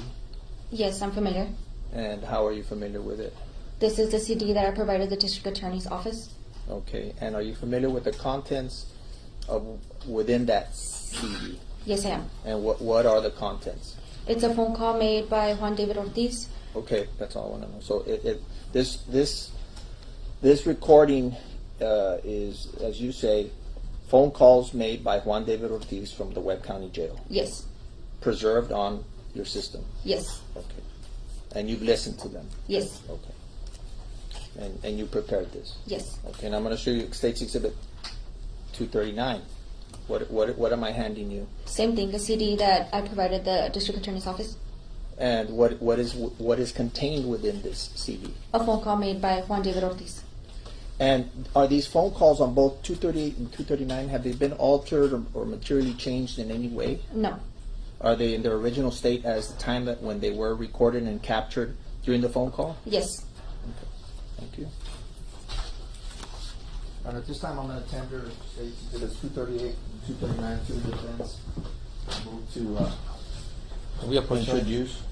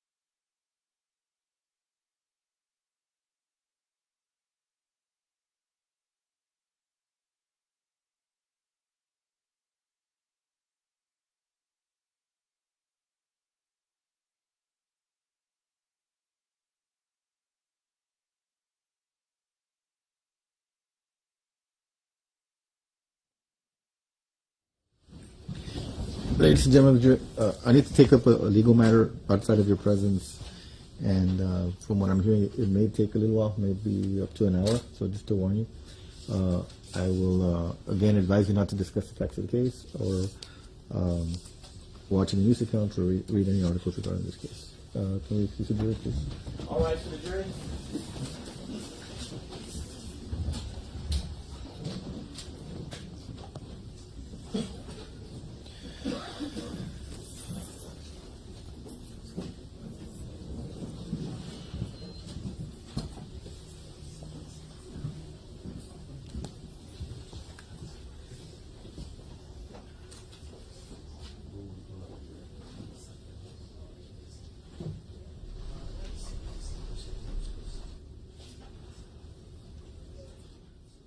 You may be seated.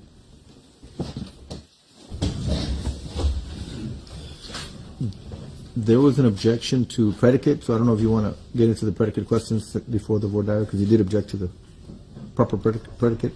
I objected to proper predicate, Your Honor. That she had read them recently is what I heard him say at the bench.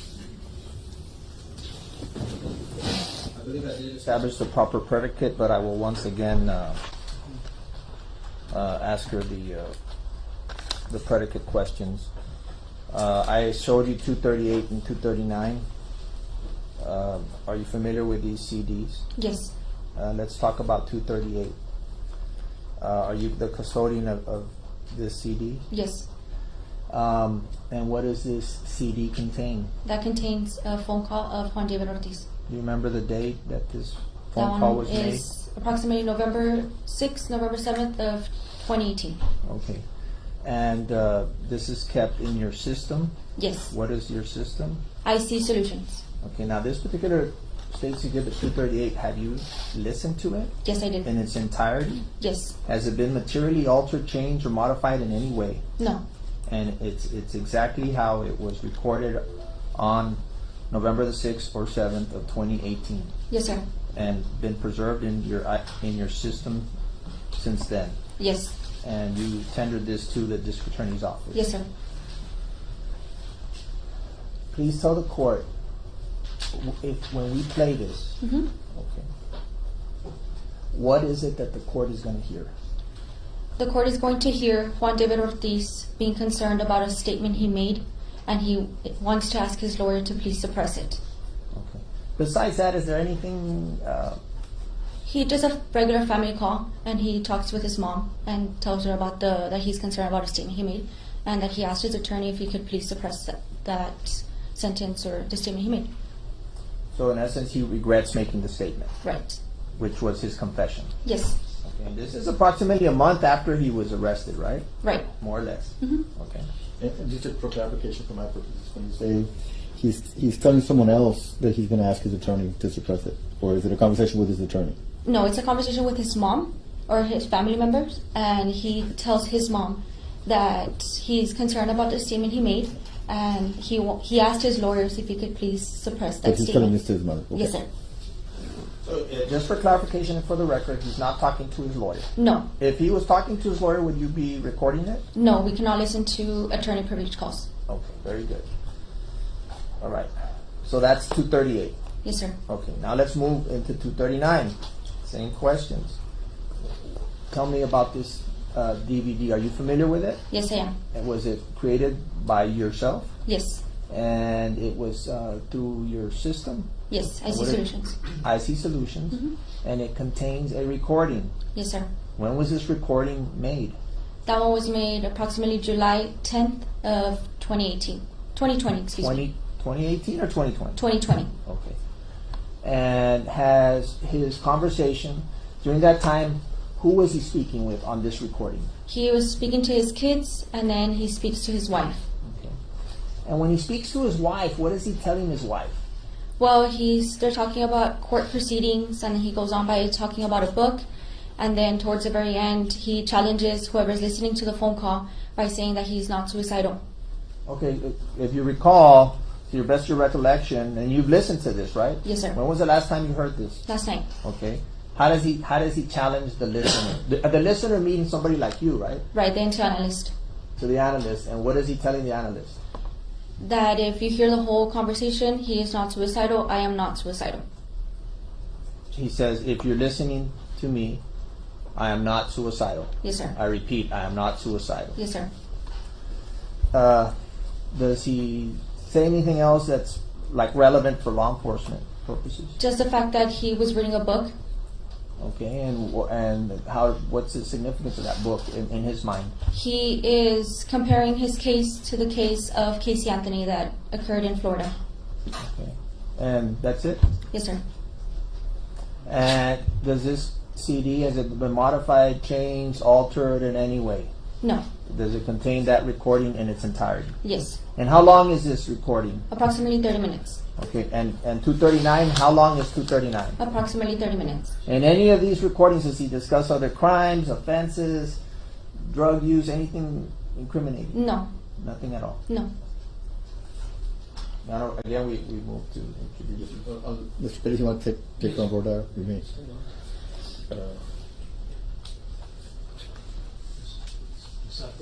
Yes. Hi, I'm Joel Perez. With regards to, it'll be in 238. Now, when you testify right now that Mr. Ortiz is speaking to his mother,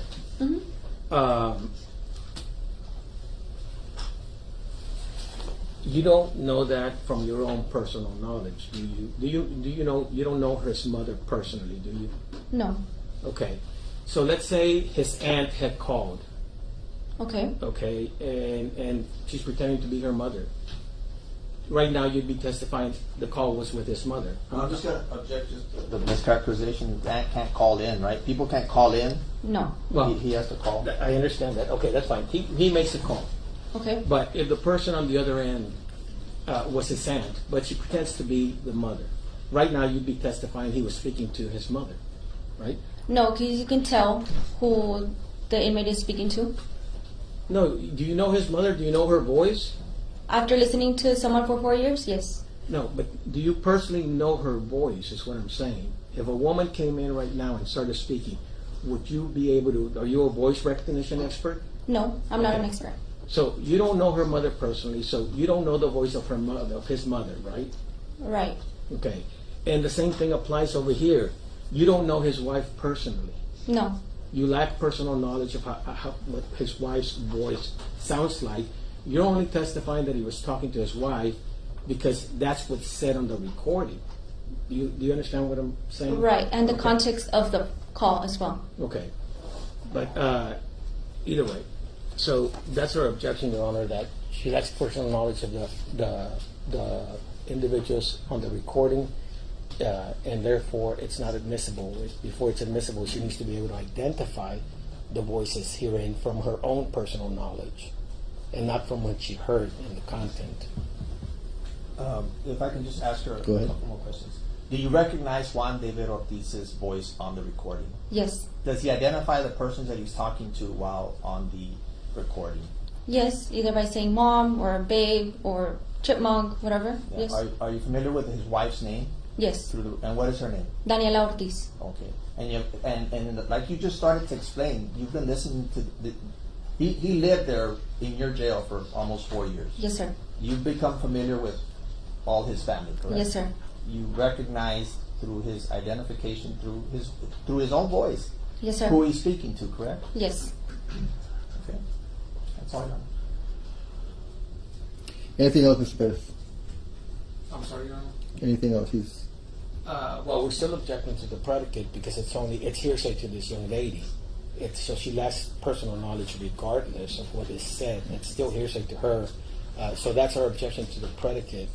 And then we would object to relevance on those two issues, but we'd ask the court to listen to the calls outside the presence, and then, because even though they're offering them for these two specific areas, there's other items that are discussed in there, and so we still want, on relevance grounds, for the court to listen to determine the admissibility, in particular because we do have motions on oral statements of the defendant, Your Honor. Well, that was addressed at the bench conference, and there was a hearing where I believe the hearing was cut short because the defense withdrew a motion. Was that not the motion that was withdrawn? No, the motion that we withdrew, and let me refresh my memory. We were talking about, It was supposed to be jail calls, I remember, and at least that was an issue that was brought up, or is that not the motion? Go ahead, Mr. Alani. And that, he requested to reopen the Jackson Deno. Yes. He requested to reopen the motion to suppress his confession because of some new evidence that they were going to produce. That Mr. Ortiz, during the time of his arrest at the Ava Hotel, had, between there and the jail, had requested an attorney. When we indicated and met and revealed that we had everything recorded, including the November 7th phone call that we were going to play where he's talking to his mother saying, I regret my statements, they withdrew their request to reopen that hearing. This is not a surprise. Well, no, it had nothing to do with the jail calls. He wasn't, without disclosing attorney-client privilege, our contention was that at the time, during transport, Mr. Ortiz had requested a lawyer. If you recall, Mr. Alani's contention at the time was he had a recording all the way through, and so therefore we withdrew our motion on that issue only. Nothing to do with jail calls. But there was a discussion about additional witnesses at that hearing that were not going to be needed because of the fact that the defense was withdrawing that motion. It's what I'm recalling. So in any event, so you want me to hear or listen to these? Yes, Your Honor. Your Honor, each one is 30 minutes long. Well, then edit it. I don't know what to tell you. I mean, we're entitled to a relevance objection. And for the record, because this was addressed at the bench conference, the defense has received these CDs. Obviously, you listen to them based on what you're arguing, right? Yes, Your Honor. However, when the defense files a motion that says, look, let's say a defendant made 20 statements along the line, and we file a motion and say, let's have a pretrial hearing and tell us what oral statements you intend to offer. And they say these 5, but not 6 through 20. We're entitled to rely on that representation. We filed a motion saying, produce. But right now, you want the court to listen to the CDs. Is there a specific language based on what you've listened to that you are asking the court to eliminate or to redact, or what is it? Well, yes. If the relevance is these 2 particular tidbits, to redact them. All this other chatter, it wouldn't be relevant. Are you able to do that? If that's all you're asking to present? The memo we have is that the defense made his mental status, his mental state, an issue. Listening to his conversations, his orientation as to time, as to place, as to issues that are going on, real time, global issues at home, issues involving his case, strategy that he has, opinions that he has. You're saying it's relevant based on all that? It's all relevant. It's all relevant, and it's certainly it's enlightening. It's relevant. It's helpful for the jury at one of their issues. Well, if the defense wants me to listen to it, then I guess I'll listen to it and then make a call. Yes.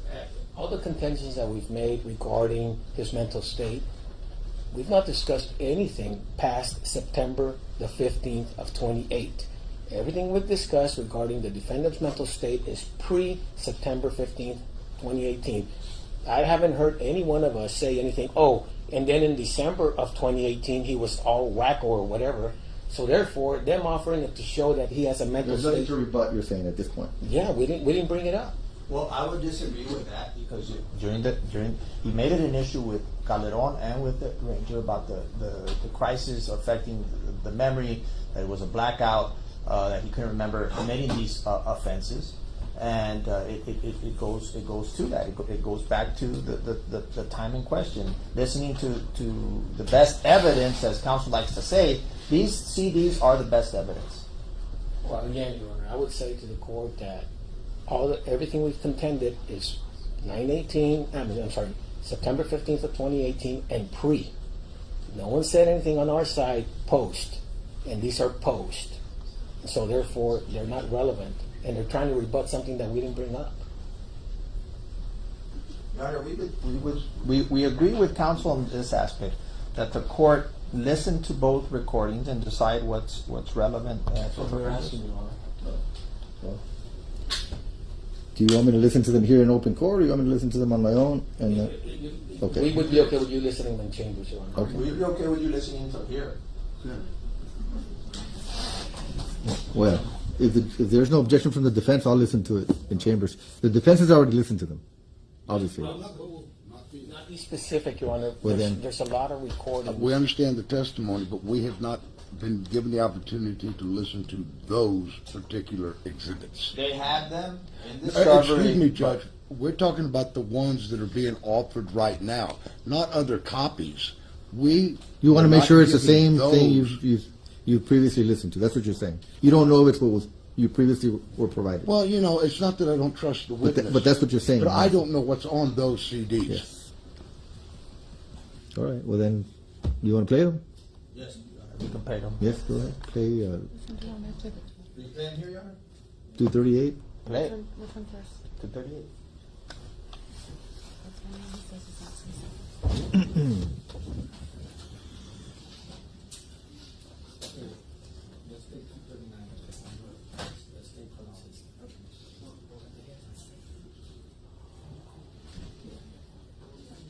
For the record, we will be playing State's Exhibit 239 first. This is the November. This is the... Let me do this also for our the benefit of my court reporter. So they'll be introduced either as court exhibits or trial exhibits. So they're going to be part of the record, so that there doesn't have to be a transcription of it as it's playing. So it'll be available there if it becomes necessary. Yes. For this hearing. I'm saying they'll be admitted. They'll be at a minimum. They're going to be court exhibits that'll be just in the record. Right. Okay. No objection. So she doesn't have to be, because she may have to pause if she didn't hear something. Oh, yeah. That's fine. But it'll be available there for the record. Thank you. And I'll make a decision on your objections on the predicate as to whether or not they become trial exhibits. Yes, Your Honor. Go ahead. This is November 6, 2018, State's Exhibit 239. So you're playing 239 first. You're playing 239 first? Correct, sir. Okay.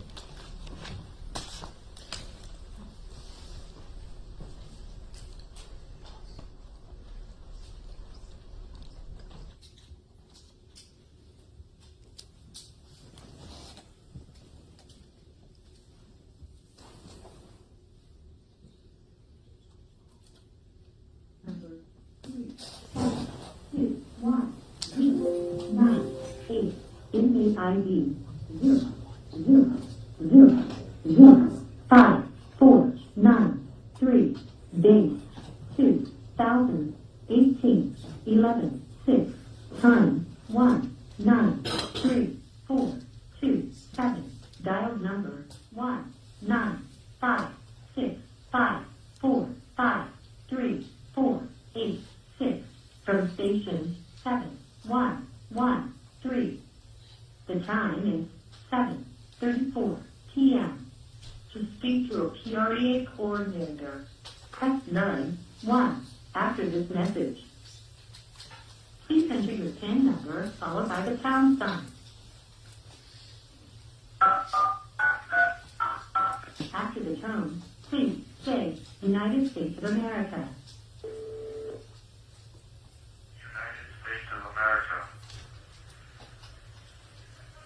After the tone, please say again, United States of America.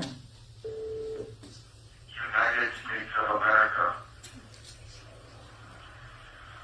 Press 0 to make a prepaid collect call or speed dial call. Press 1 to make a debit call. Press 2 to transfer funds from one card to another. Press 1 to make a call. Please enter your calling card number followed by the pound sign.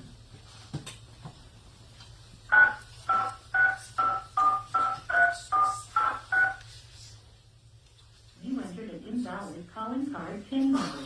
Please enter your calling card number followed by the pound sign.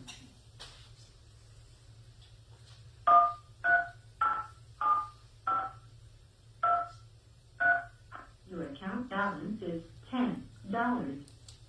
For calls within the United States, Canada, and the Caribbean, Please enter the area code, prefix, and number to make an international.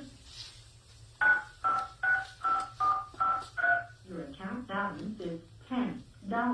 The cost of this call will be 25 cents for the first minute and 25 cents for each additional minute, excluding taxes and other applicable fees. The time limit is 30 minutes.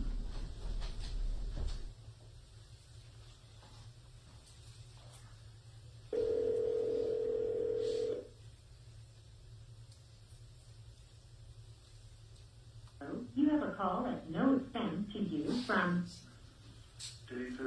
an inmate at Web. This call will be recorded and subject to monitoring at any time. Thank you for using IC Solutions. You may begin speaking. Hey. ¿Qué onda?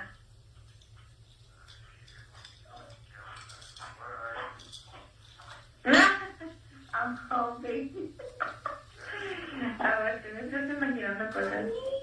Nada, I'm home. I'm home. I'm home. Huh? Ay, pues tus hijos. They understand a little. O sea, it's toy that she keeps here at home.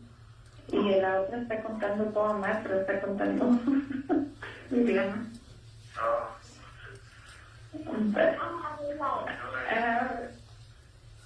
Al estar en el cuarto, yo me vine para acá. Ella ve Netflix de pues kids shows y pues no me gusta o me aburro si me vengo para acá. Y los chiquitos usually follow me. So, how are you?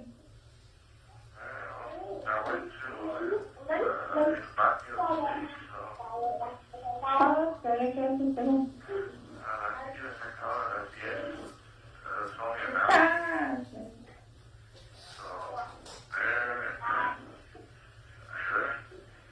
Yeah?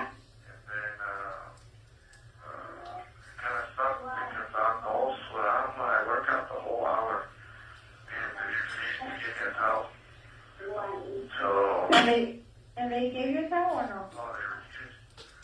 So, for hours and hours, I was just on that candy. And I finally said, screw this shit. So I showered and I used my gown to dry myself. And then I hung the gown and I was just throwing with a blanket.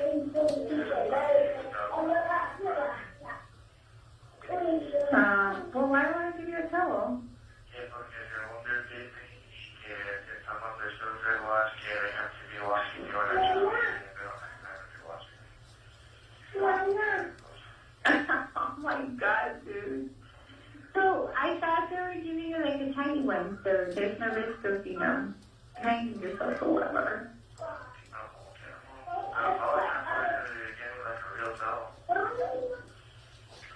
I just done dumb.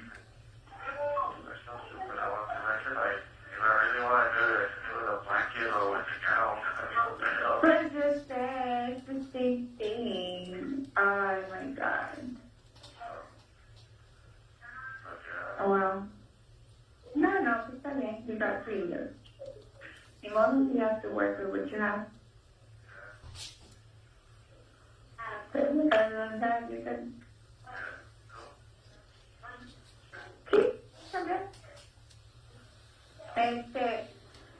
El lunes, amor, es un lunes que voy a ir, el 19th. So, no es este Monday, es que sigue.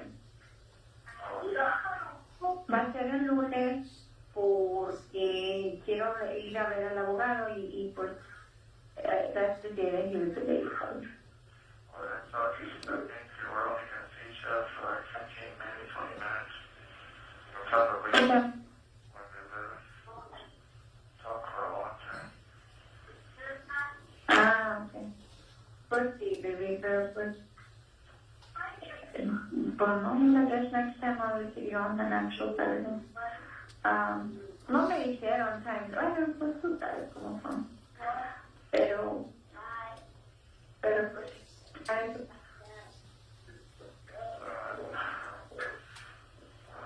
Bueno,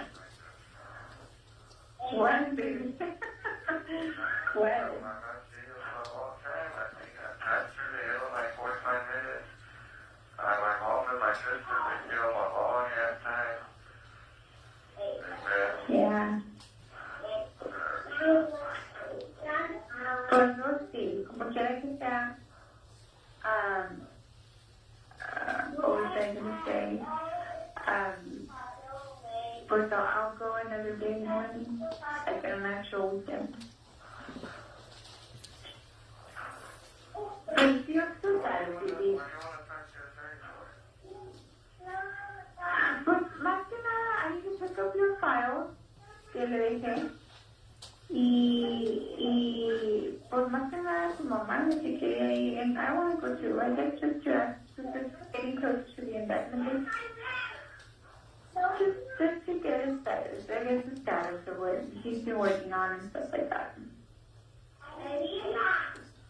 Just I mean, I'm pretty sure there's not much, but como que no sé.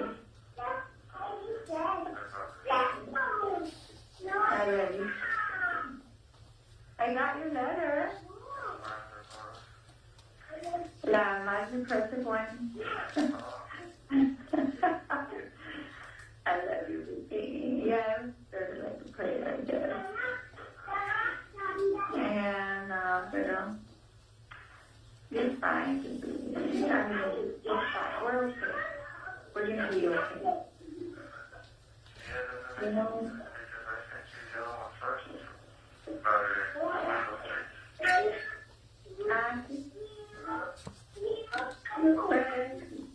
I'm different than another baby. Anyway, I got the gift. It's cute. I like it.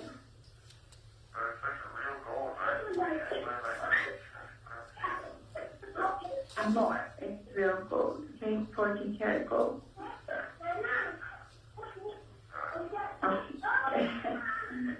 Anyway, ¿quieres hablar con Viviana? ¿Ves Viviana?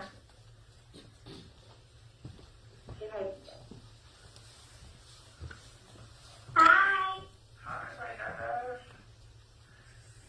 What are you doing? Playing with the ball?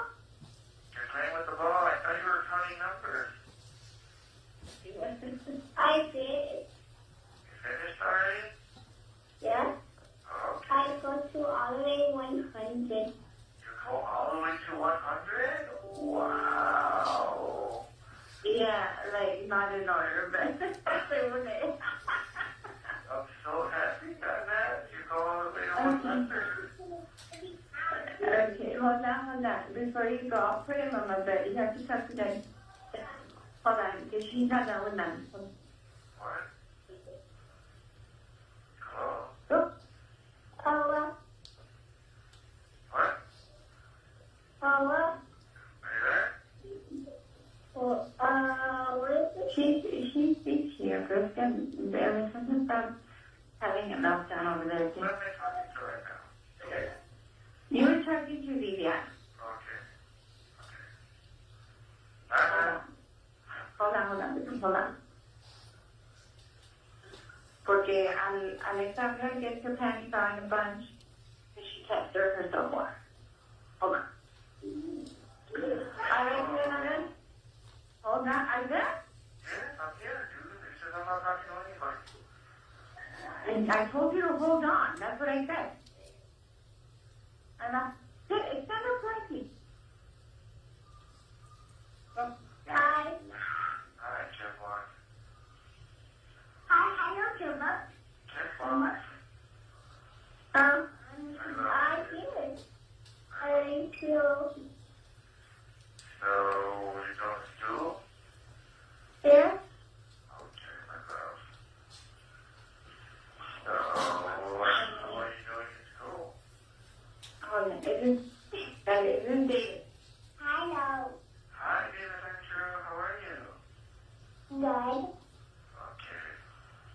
I love you. Don't do that. Hello. Hi. Hi. So, what are you doing? Good. You playing with your toys? No, I playing the ball. Oh, are you playing with Nana? Yeah. Okay. All right. Bye. You're a good boy. Bye. I don't know. Ready? Hi, my love. Where were you, baby? I was thinking, I was watching TV. You're watching TV. I heard that you bought me the gift, but I don't know what it is. No, it's a surprise. I don't know. I got you a gift, baby. You're gonna like it, my love. Okay. I love you, baby. I love you so much. Okay. Baby, remember when my beard used to grow and you used to call it spiders? The hair on my cheeks, hair on my face? Yes. Those spiders. I love you, my husband. I like you. Okay, baby. Hello? Okay. Yeah? Love you, baby. Thank you. Alright. Anyway, thank you. Sorry. Alright, thanks. What?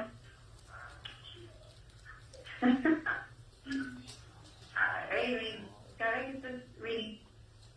I finished the book of Jeremiah. Very much there. You didn't start another book? I was going to, I just don't give Ezekiel another try, even though I tried it in the past and I really wasn't into it, but I guess since now I pay real close attention to the first few verses of the prophets, because that's when they tell you the time frame. I guess Ezekiel was the prophet during the exile, after they were kicked out of Israel and Jerusalem and Judah. So I guess, Okay. Oh, yeah. You know, libros like regular books? yeah, I've been reading that, but el de oración sí está bueno. I'm reading los que mandó Cindy, that was good. And I'm reading those que mandó Cindy que a purpose-filled life. It's alright, dude, but it's like for, I feel I'm in prison. You know what I'm saying? So, I don't know. Or maybe, yeah, I guess. Put some, even if it's a distraction. Yeah. It's kind of weird lately. I'm on like, so. Okay. I have no idea what's going to happen with us, with me, so. I say with us because it is us, like our family. Yeah. So, They came along. I mean, the future? I'm like a horrible father. I'm not there for my kids. Well, don't focus on, unfortunately, the situation that, we're at the separation, but no. I mean, you're just providing for them. You are. Because, hopefully that doesn't stop learning disability. I mean, they're still supporting them. They still call them. They still, you write them, and they love that. I mean, dentro de la situación que estamos, with your capabilities, you're doing what you can do. But to me, you wouldn't, if you wouldn't call or you wouldn't care to talk to them or you wouldn't care to write them, entonces sí, ¿verdad? Porque that would be messed up. Pero you're very limited. So even within your limitations, you can only do so much, and you're doing all that you can, given the situation that you are. So, ¿qué, mi amor? I want to be there. No, pues yo sé, mi amor, dos. Ve hace poco, ve. Is there any way you can print out and just keep it at E-Plate Records so that they could see cuando I put shaving cream on David Akron, we both had shaving cream.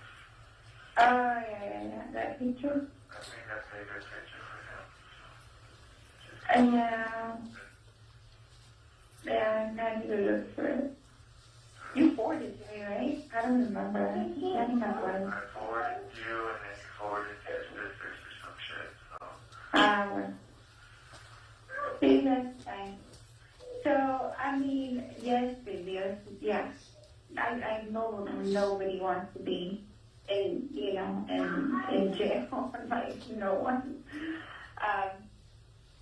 Pero no. Tú estás tranquilo de que, first of all, los niños, yes, they miss you, yes. Pero you still calm, so you're very present. Y like you said, you're doing everything you can.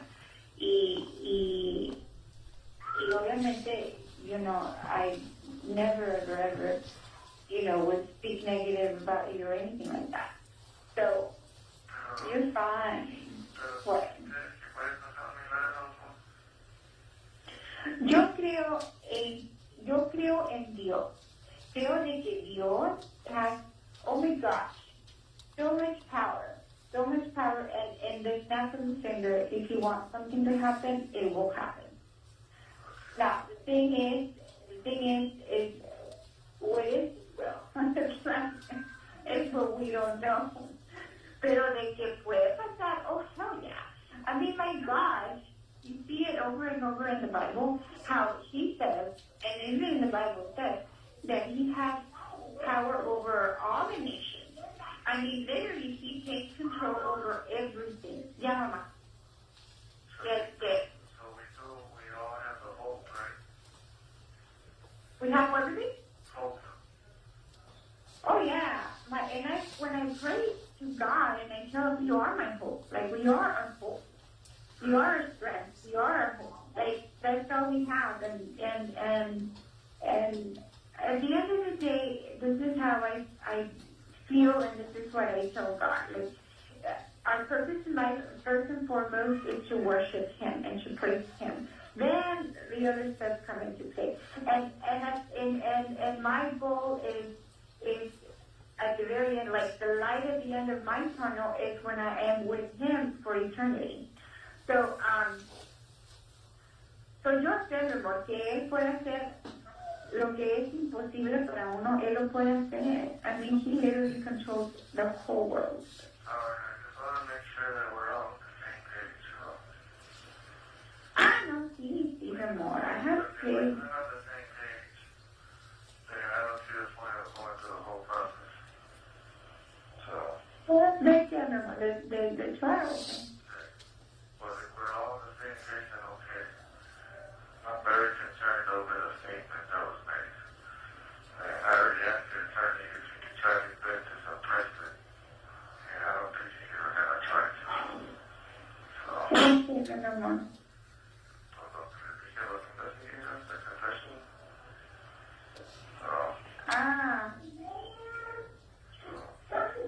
Where are you getting this from? Oh, you... Okay.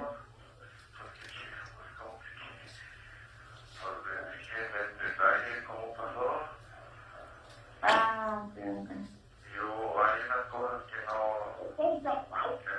No.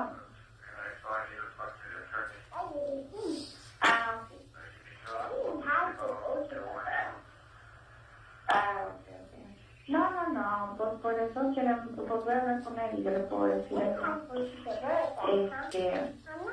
Pero pues por eso, mi amor, él quiere ver todo, él quiere ver la entrevista. Y luego ella puede hacer eso. Pero mira, mi amor, pero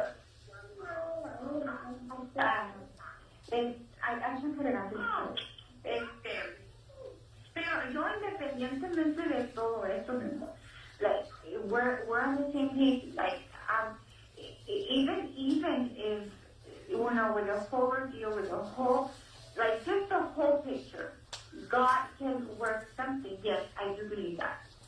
That He can move.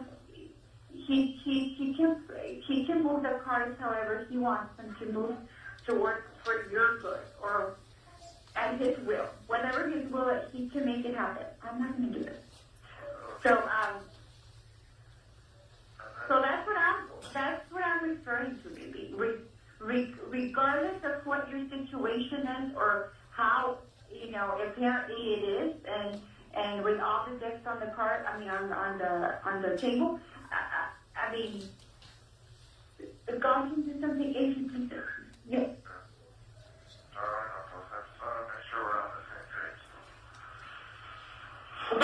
You also believe that? Yes, I do believe it. I just don't want to be the only one that believes it. I know, mi amor, no. We all do. And then when I read the Bible, I read certain passages that I think God's talking to me, and so, I don't know. But the last few days have been weird, almost. Like yesterday, I felt like weird, like God wasn't with me, and then today I had like this, fucking whatever's gonna happen is gonna happen type of attitude. And like, But it's not bad, amor, that of course, I mean, I know. But es que es la misma, we're human, we're la carne, like it makes us doubt, it makes us, have all these feelings, and God knows that. That's the whole purpose why He sent Jesus Christ in the first place as a sacrifice, because He knows all the challenges and conflicts that as a human we face. So, sí, mi amor, it's not mad. It's not a doubt, yes, because I think that's just natural. I've even doubted myself. But then we do need to refocus on God and what He can do. It's just whether, como te digo, es nomás que todo sea en su tiempo y en la voluntad de Él. Y ya, y hope for the best, and that's it. That's it. But pues también tú, baby, just seeing things on TV, prosecution's gonna, be ugly and paint you this horrible. I don't want to go through it. I'll go through it, and we all have the same hope that there is a miracle. You know what I'm saying? Yeah. Pero pues yo creo que tú mentally is just, prepared for that too. Prepared, but there's going to be some very bad things that are said about me. So I just want to make sure we're all on the same page here. No, I know, babe. I know. We're going to have to cross that bridge whenever we cross that bridge. Pero sí, yo tampoco quiero que, como te digo, God's timing is perfect. So when we see a miracle, it may not be right after the trial. It may be, in years from now. You know what I mean? Like, I just want you to have an open mind too. ¿Sí me explico? Or no? I don't want you to.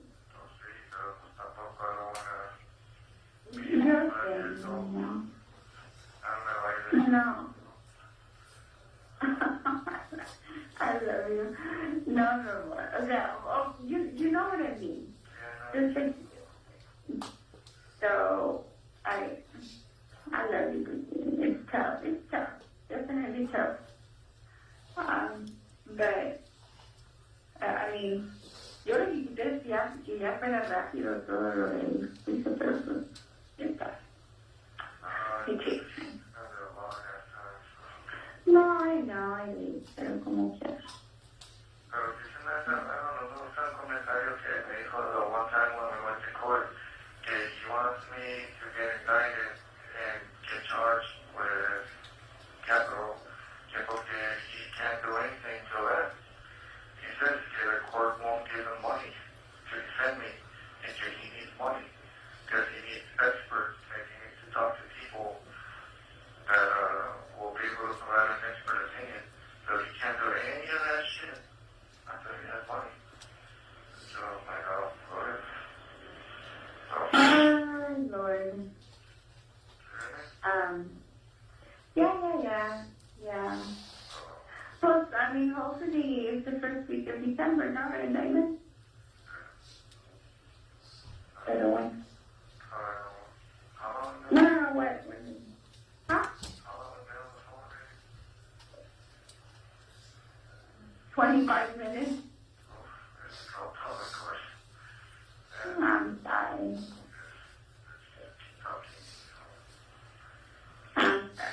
But we haven't really come to my heart.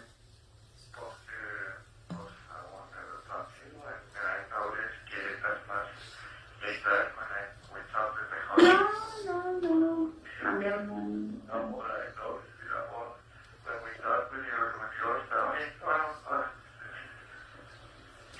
No, I just happened the conversation, whether it goes a certain direction or it doesn't. Not good. Okay, sure. It's gonna be 8. Pero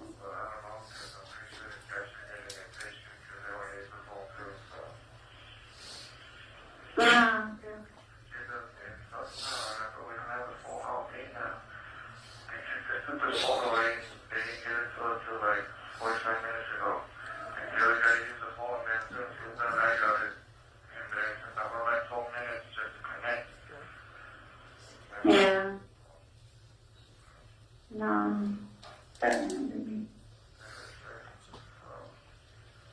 So anyway, yeah.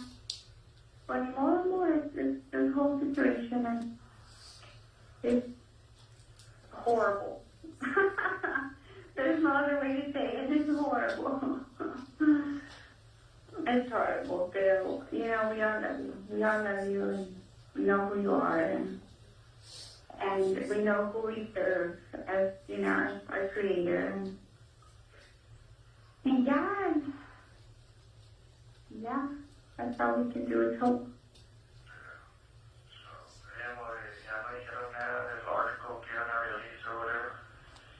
No, nada, por eso también quiero preguntarle al Señor en qué quedó eso.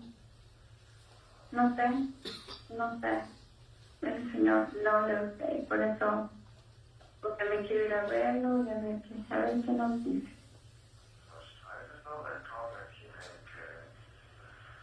Can't do anything until I get indicted, and he can't really get any money whatsoever until I get charged with certain fee with capital. If I say,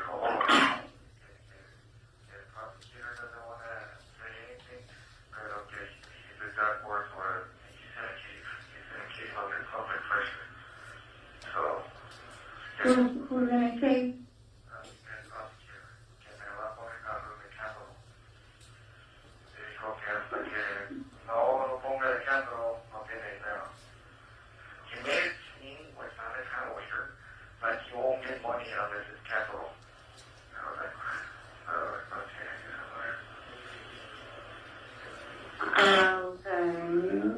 I don't know. I'm supposed to, I guess we need to clarify that. Pero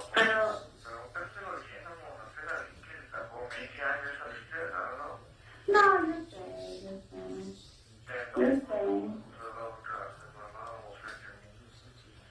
Pardon me? No, I won't.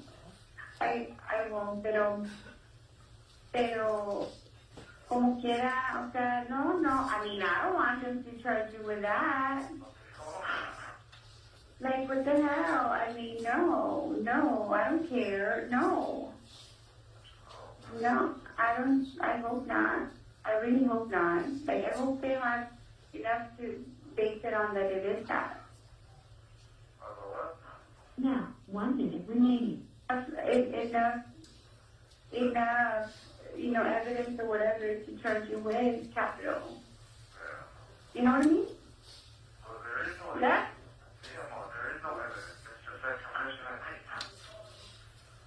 But you said. I know. But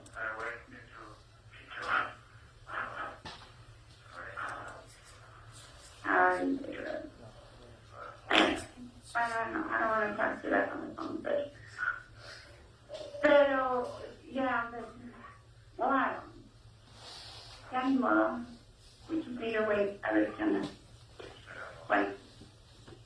I love you, okay? Ya sé que se va a acostar. Te da nomás un minuto. ¿Ya estás así o Sí, ya salió hace como 30 seconds. A ver, Thank you for using IT Solutions. Goodbye. Ms. Cruz, I just want to clarify one misunderstanding that I had. The actual conversation regarding that we just heard on 239. On 239, this conversation is between who? The wife and Juan David Ortiz. Okay. Daniela Ortiz and Juan David Ortiz. Okay. It's not the mother. No. Okay, so I was mistaken when I said this phone call was between Daniela Ortiz, his wife, and Juan David Ortiz. And you can also verify the phone number. Are you familiar with the phone number that he's calling? Yes, it's a 956-516, something like that. Okay, and who does that number belong to? That belongs to Daniela Ortiz. Okay. Pass the witness. If I may, Ms. Accuse, what was the date of this call? That call was made September 10, 2018. September 10th, is that right? We're talking about 239. Oh, excuse me, it was November 6, 2018. the phone number that was on that was 545-3486. 545. That's what it said at the beginning of the CD. I'm not sure. I'll It have said to hear it It said again. November 6, 2018, 7:34 p.m. And I heard the 1-956-545-3486 is the number I wrote down. I would just, for clarification, do you have your notes? I don't have my notes with okay. me. Do you have access to the phone number he was calling? Yes, And where are those? in my notes, Okay, and where are your notes? in the witness room. Okay. But that number that the judge that comes out in the beginning, Yes. Judge, what number was that again? What I wrote down was 545. Well, it was 1-956-545-3486 is what I heard. And I heard the date that you just mentioned, 11/6/2018. It also said 7:34 p.m. and then they had that phone number. Is that number her? And I wrote it down because I thought that might be an issue as to Well, whose I number. want. Would your notes help you Yes. verify that that's in fact Daniela Ortiz's number? Yes. Can we I bring know it- that the mother's phone number starts with a 210 and Daniela's is a 956.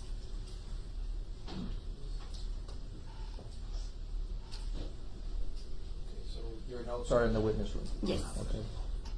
We'll get those for you, but I know you want to ask her some questions.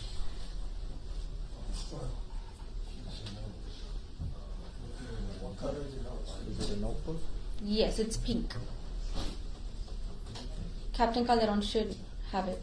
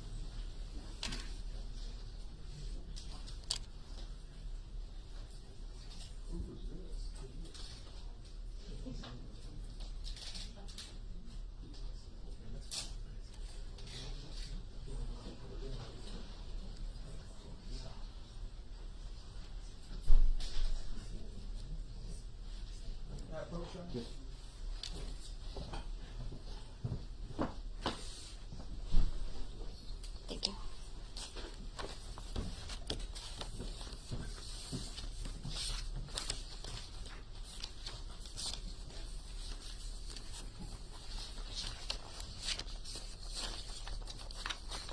Yes, it is 956-545-3486, Judge.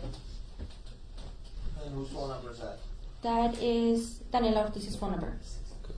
The wife. Yes. And that was her voice. Yes. Not the mother. No. Okay.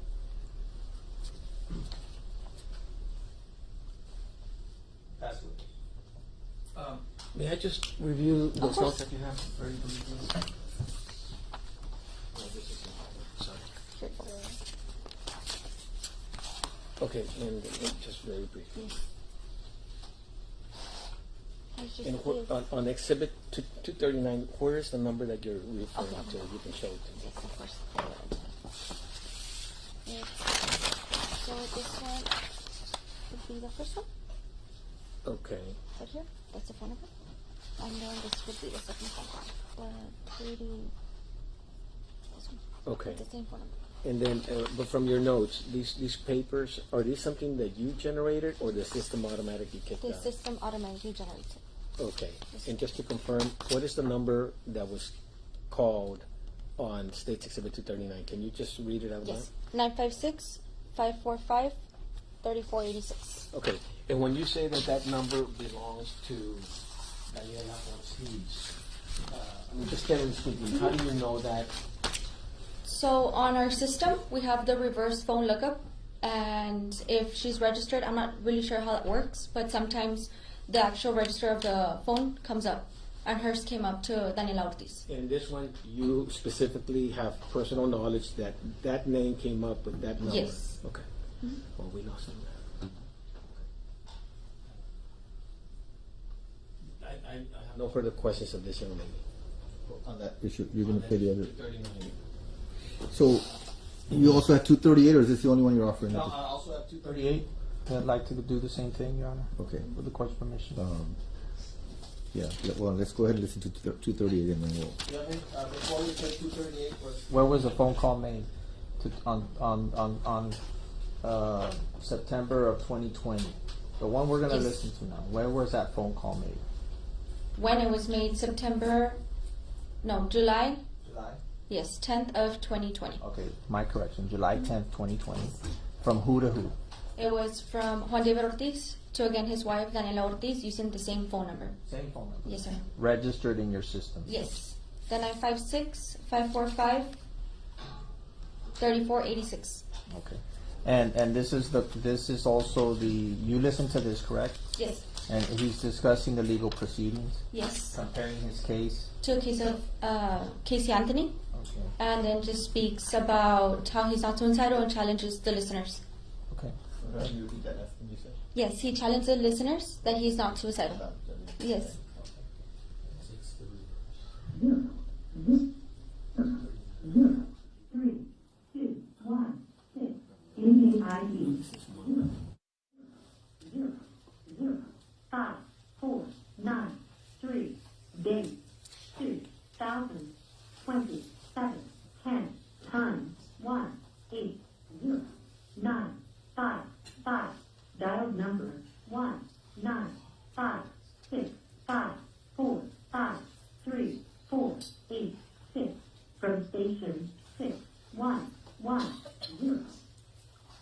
Press 1 for English. The time is 6:09 p.m. To speak to a PREA coordinator, press 9 1 after this message. Please enter your PIN number followed by the pound sign. After the number, please say United States of America. United States of America. Press 0 to make a prepaid for calls within the United States, Canada, and the Caribbean. Please enter the area code, prefix, and number.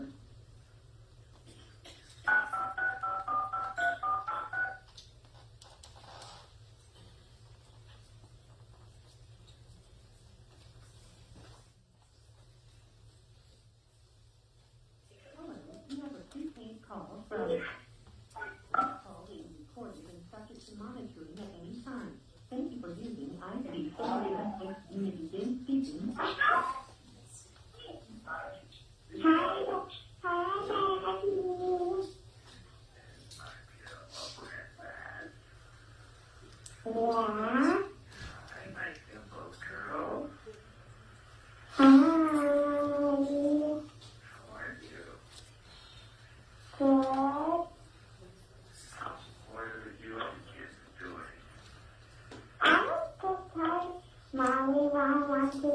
oh God, I know, I mean, I don't want to be a doctor, Daddy.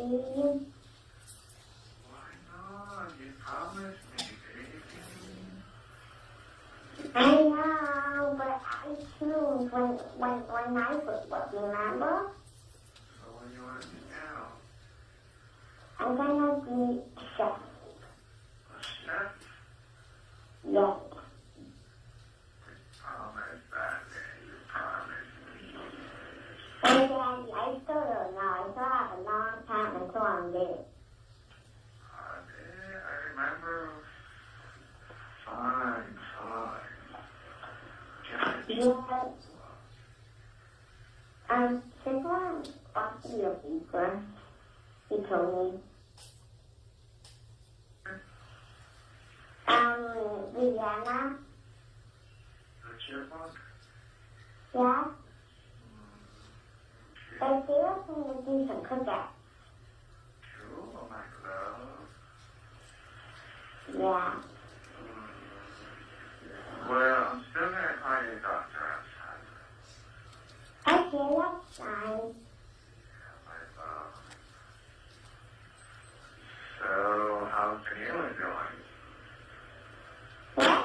How's Daniela doing? He's going to matter work. How about Lotso? Lotso, Kron was going good. How about Isaí? He's getting better. Getting better? Yeah, because he was a pizza. And back. Oh no, don't he hit you here in my back? Yeah, Mommy told us that. Yeah, I'm serious. Don't make a hit you. He's just hit my back. Okay? Okay. Yeah, my precious. Mm-hmm. I love you. How was your day? Oh, my day was fine, but for some reason my stomach hurts. I don't know why. Maybe you should take some medicine.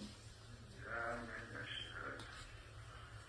Maybe you... Well, what did you eat for lunch? For lunch I ate chicken, and then I ate ice cream, and my belly started hurting. Because For the chicken, might be good, but the ice cream, probably maybe your belly hurt. yeah, I think that's what happened, baby. Okay. What? I've been farting a lot. You're farting a lot? Oh, it's really stinking too.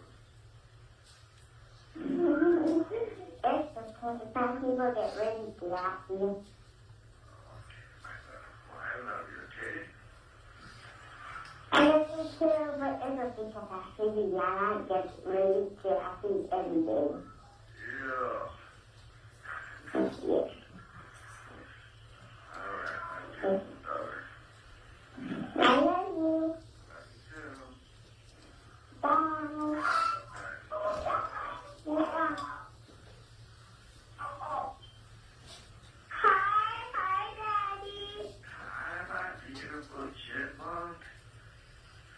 So you want to be a baker? Yeah.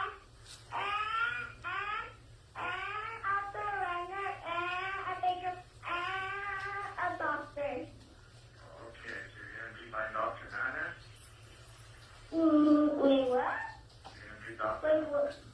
Dr. Nana? No. Oh, sure. Yeah. Or Dr. Chipmunk? Oh, okay. Sure. Okay, my love, my Nana. I love you, baby. I love you too. What are you guys doing? Well, I'm just dancing. Oh, you're dancing? Mm-hmm. Mm-hmm. Oh, I love you. And my precious. I love you too.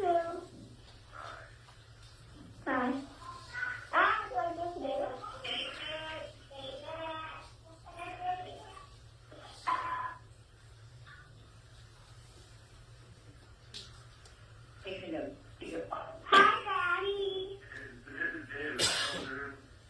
Yes, you look like a bird.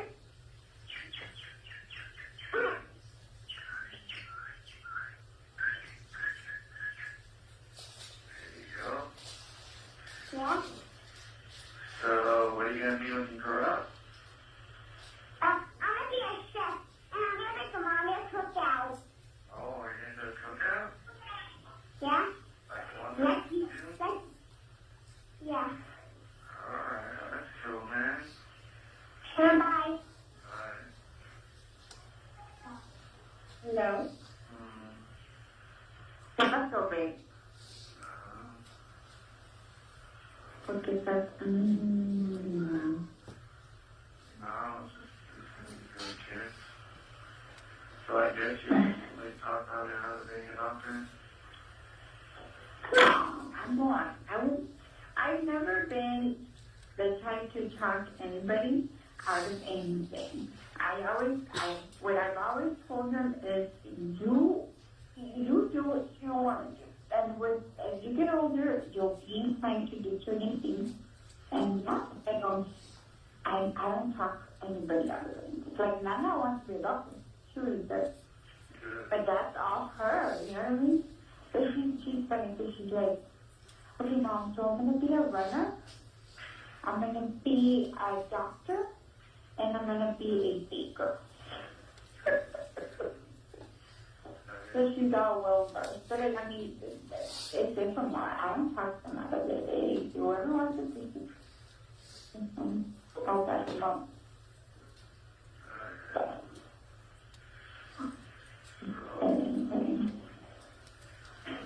So, how's your day? Good story, Mom. They opening the door, hoping if they can get the trash out. Oh. I think she's still there. You work out again? No, I've been reading again. I picked up a third of my week at a case Anthony book. So, Why? I'm sorry because the girl told you to do that on her letter. no, because, well, it just, when I read that book, it reminds me of how these stupid-ass people have handled my case, like how they blasted me all over through the news, which is the same thing they did with that chick, how the jail was leaking information, which is the same thing they've done with me, how everything, how the district attorney is in love with the media, and he loves all the attention and interview that he's gotten for my case. So, just reading that book, I'm like, damn, this sounds almost a lot like the way they handle the cases. Like, you know what I'm saying? So, I guess. She just said, can I get blanco with a bunch of hair? And then she put that she's once again back in school, which is how much it goes for, to be a nursing home administrator. And she put that it's, she got a scholarship at State University, it's only 5 classes. It gets a lot of crap. People cannot, anybody can do it. I'm like, all right, whatever. And then, No, girls are getting hired. You need a nursing background. well, that, and then she put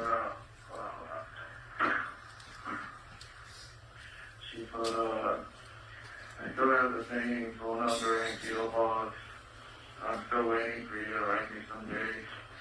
So Mr. Bennett did an awesome job. He is damn good.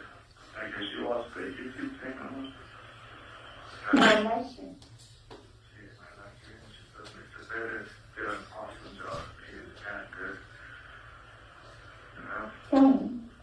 That's pretty much it. I'll still send you books and stuff like that. And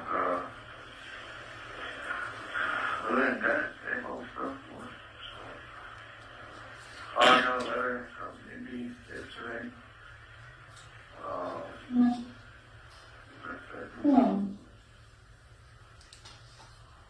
bien?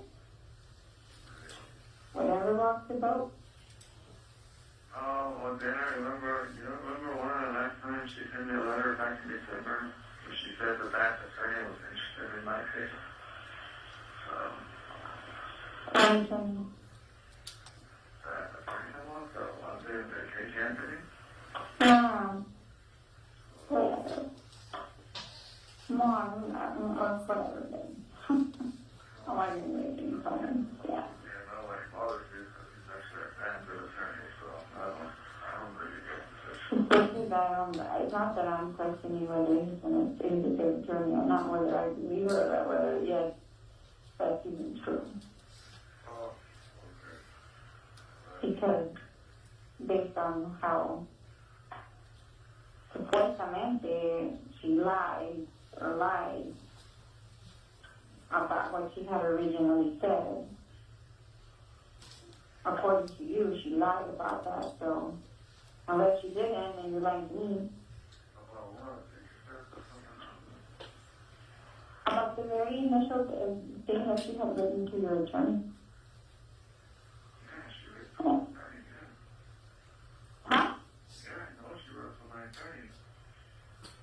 Ya, o de que tú te querías suicidar, si ella dejaba de hablar, que no sé qué, que no sé qué.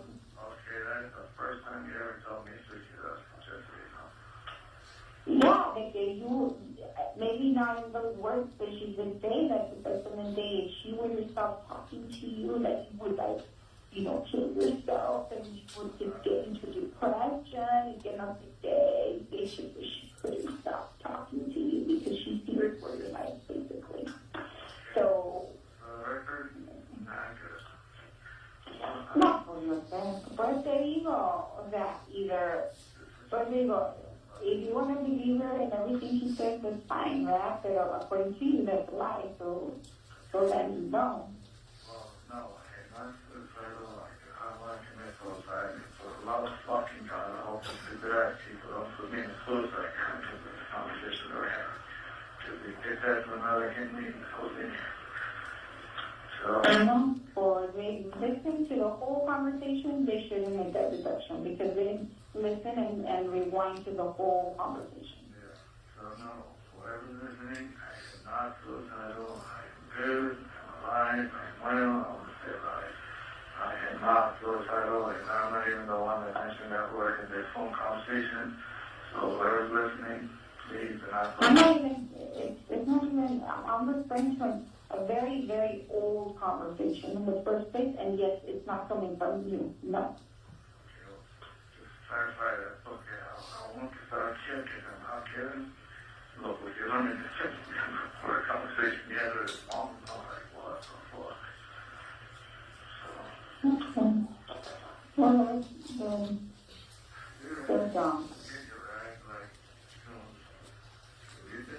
No, I'm not, and don't blame it on that. I'm having a very good conversation with you. This is, well, I'm just basing it on that I think you put too much credibility on this lady and what she said when. I was reading a book, that's all I said. No, you said que supuestamente dijo que el lawyer de ese book o esa mujer de la del libro que ella también estaba interesada en su caso. Okay, well, That's what I'm referring to. I never ever attempted to contact her, so I don't know why you're getting all with an attitude, so. I'm not, it's not an attitude. I'm just recalcando que tú te quieres creer todo. That's all. Alright, well, I have not read her, and I have not told her, and that's it, so.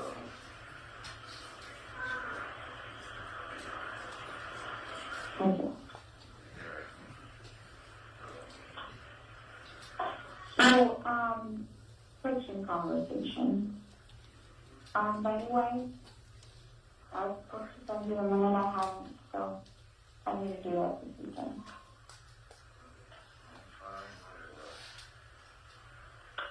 Huh?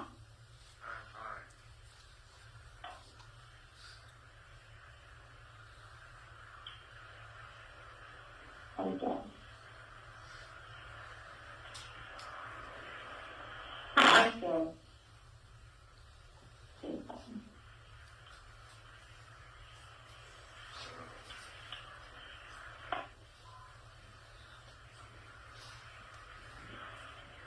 Mm.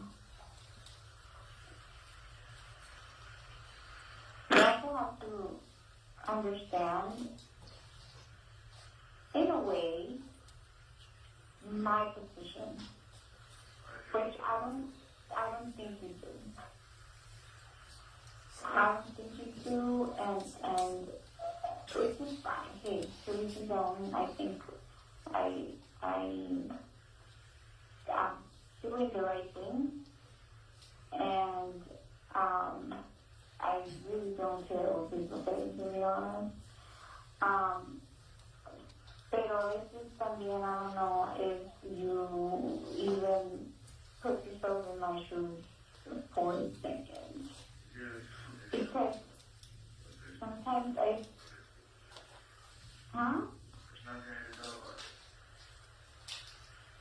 Right.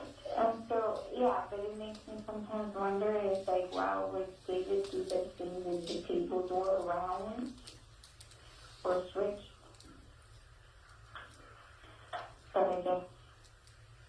This whole thing started because I told you I was reading this book, and I told you that there's a lot of similarities. No, or maybe because it's just the opportunity arose because of that, maybe, but it's stuff that's always been there.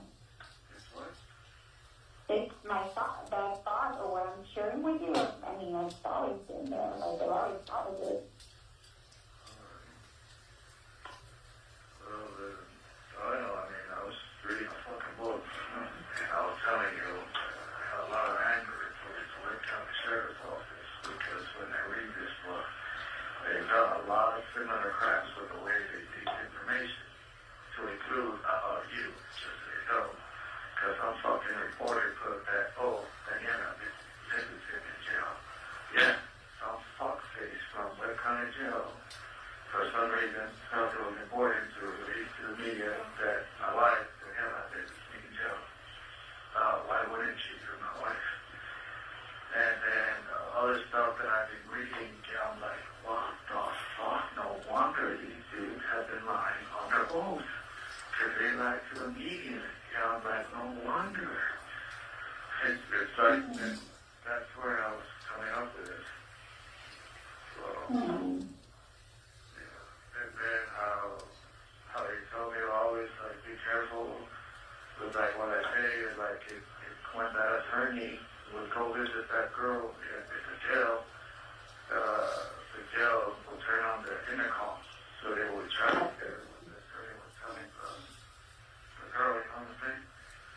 Yeah.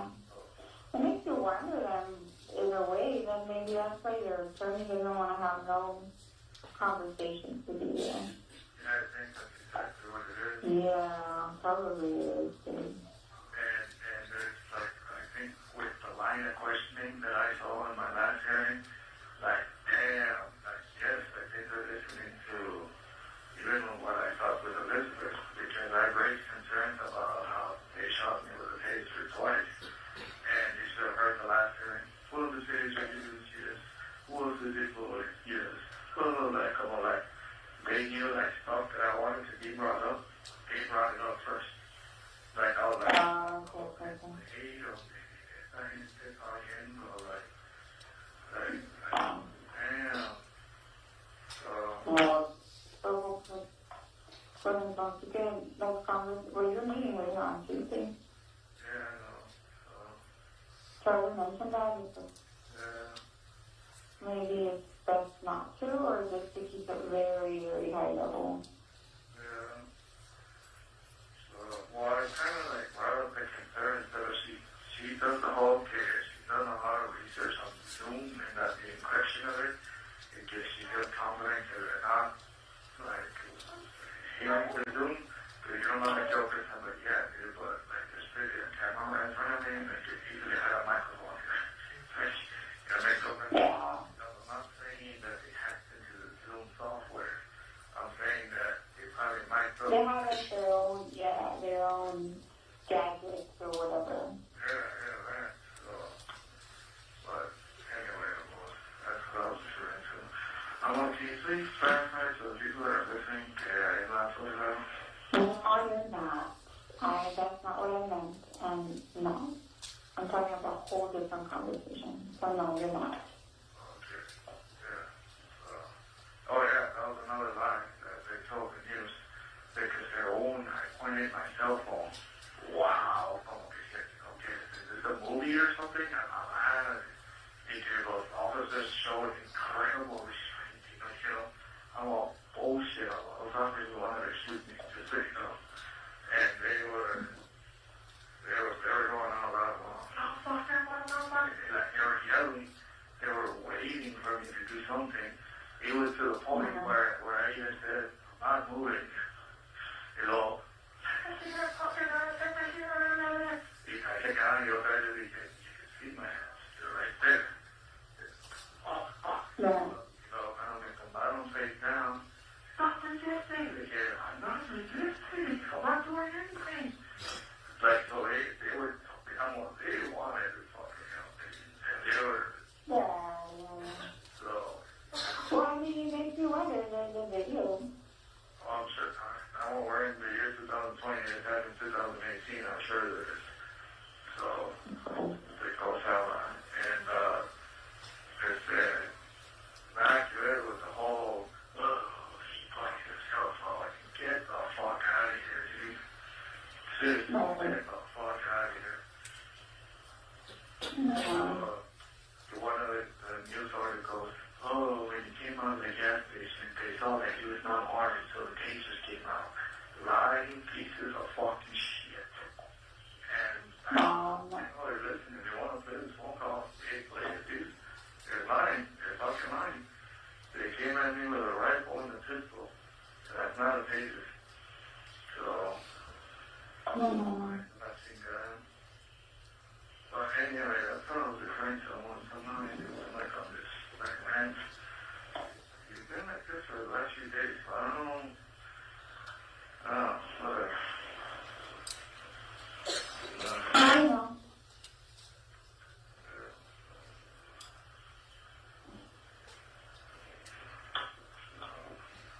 So that's the possibility. Maybe that's why they don't want to come. Because they know somehow it's never 100% secure.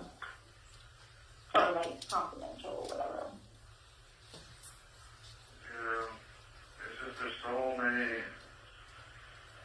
similarities with the way she was also arrested by the sheriff's department. The sheriff's department was releasing a lot of stuff to the media. The district attorneys loved all the attention they were getting. And like everything was fucking just weird. Like how it all got handled.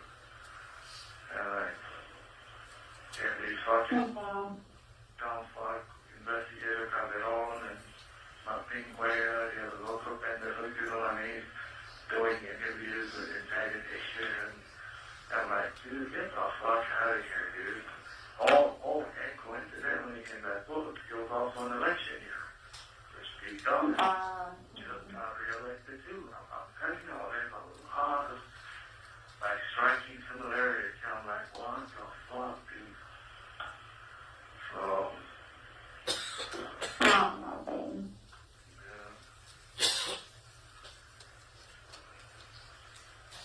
Get up first. Don't have too much on the phone.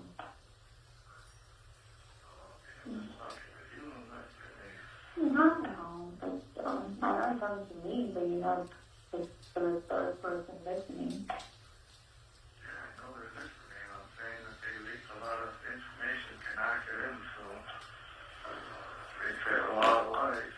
Now I know my Calderon is lying under oath. So, yeah.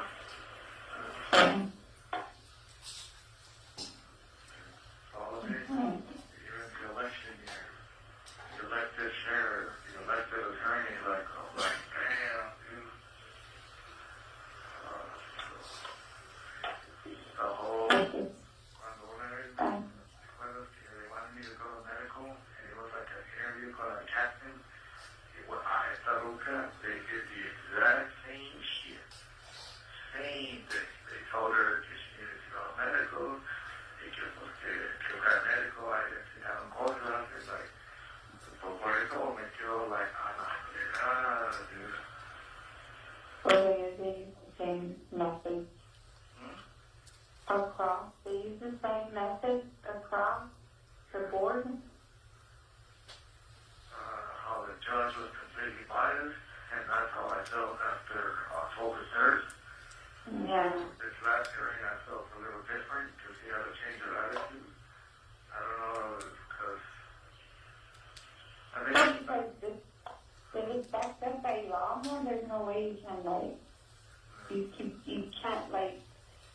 go around it. You know what I mean?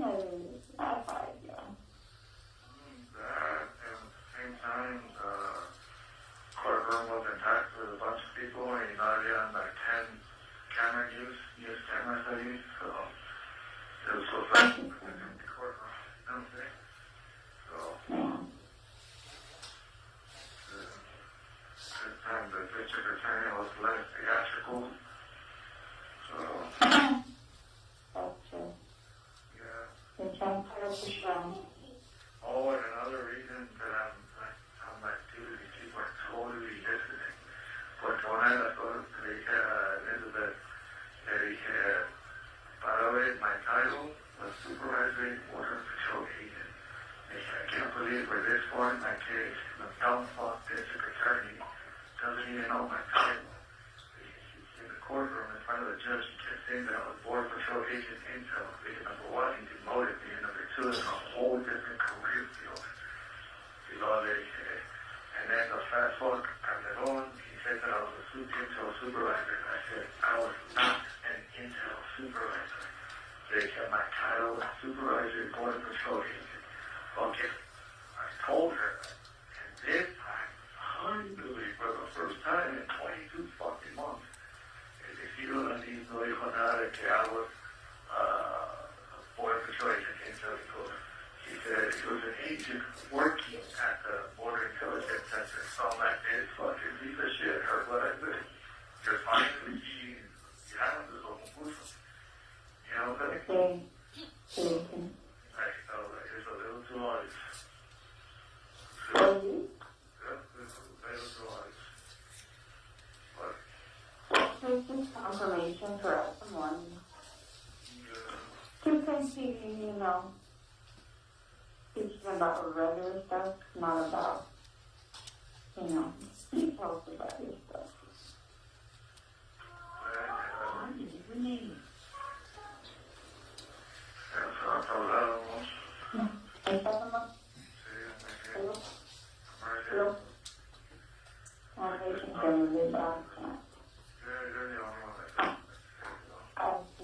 I don't know, I already told you it's not my fault. Is that what my phone? Okay. So I'll put it in. No, that's fine with me, sir. That's my car. I have to put money. What time is it? Oh. Okay. Okay. Okay.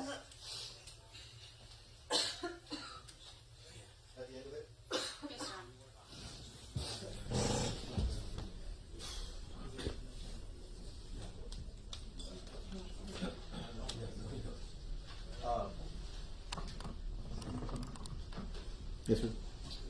And that's all of State's Exhibit 238 Yes. that took place on July 10th of 2020. July 10th of 2020. Okay. And you verified the phone number was to his wife, Daniela, Yes. and you can identify both voices. Yes. Thank you. That's all. And Ms. Rodriguez, tell me again, I mean, I made a lot of notes here, I was listening to it, I know a lot of the conversation was, in 239 was with the children, I would say of 30 minutes, most of the talking, or I guess the person speaking the most was the wife and kids. I did see, I guess, the area that you may have mentioned about that he was concerned about the statement that he wanted his attorney to suppress, that there was no evidence that he gave a lot of detail in that statement. That comes maybe the last 15 minutes of the first exhibit, but everything before that I don't see any relevance. Well, the main relevance that we want to focus on is, of course, his statement surrounding the confession. And so right before that he says, if we're all on the same page, and then he goes into that he's concerned about this the confession, and that he's going to try and see if they can get it suppressed. Right. Everything before that, again, I listened to it very carefully, and it was really family, the children speaking. I really don't see any relevance in that part. So if you want to redact all that, I'll consider allowing the portion where he says we're on the same page.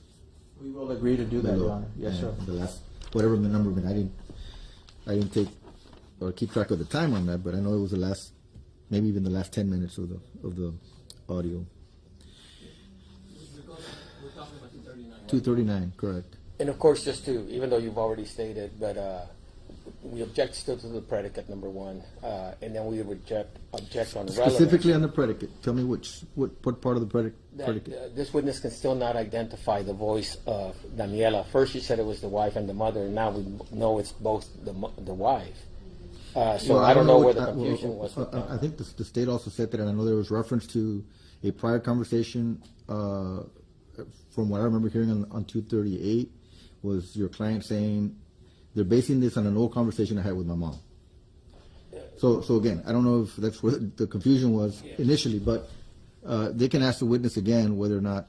I thought it was clarified that both 238 and 239 were a conversation with Daniela Ortiz, who is your client's wife, and they verified it by saying the phone number matched.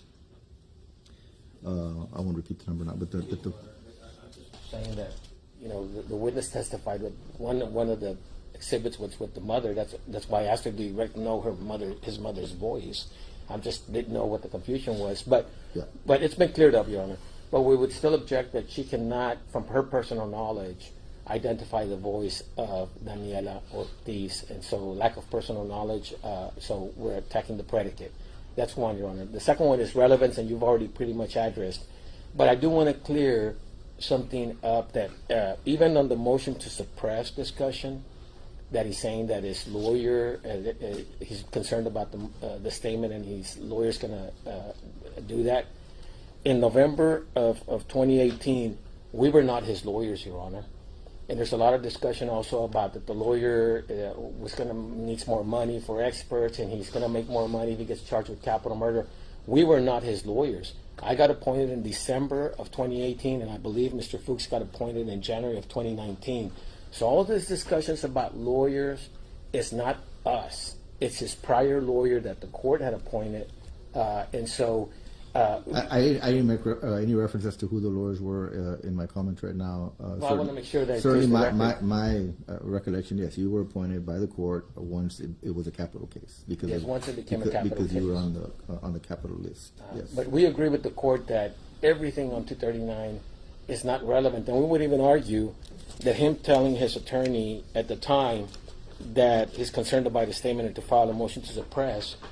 That's in November the 6th of 2018, which is approximately a month and a half after September the 15th of 2018.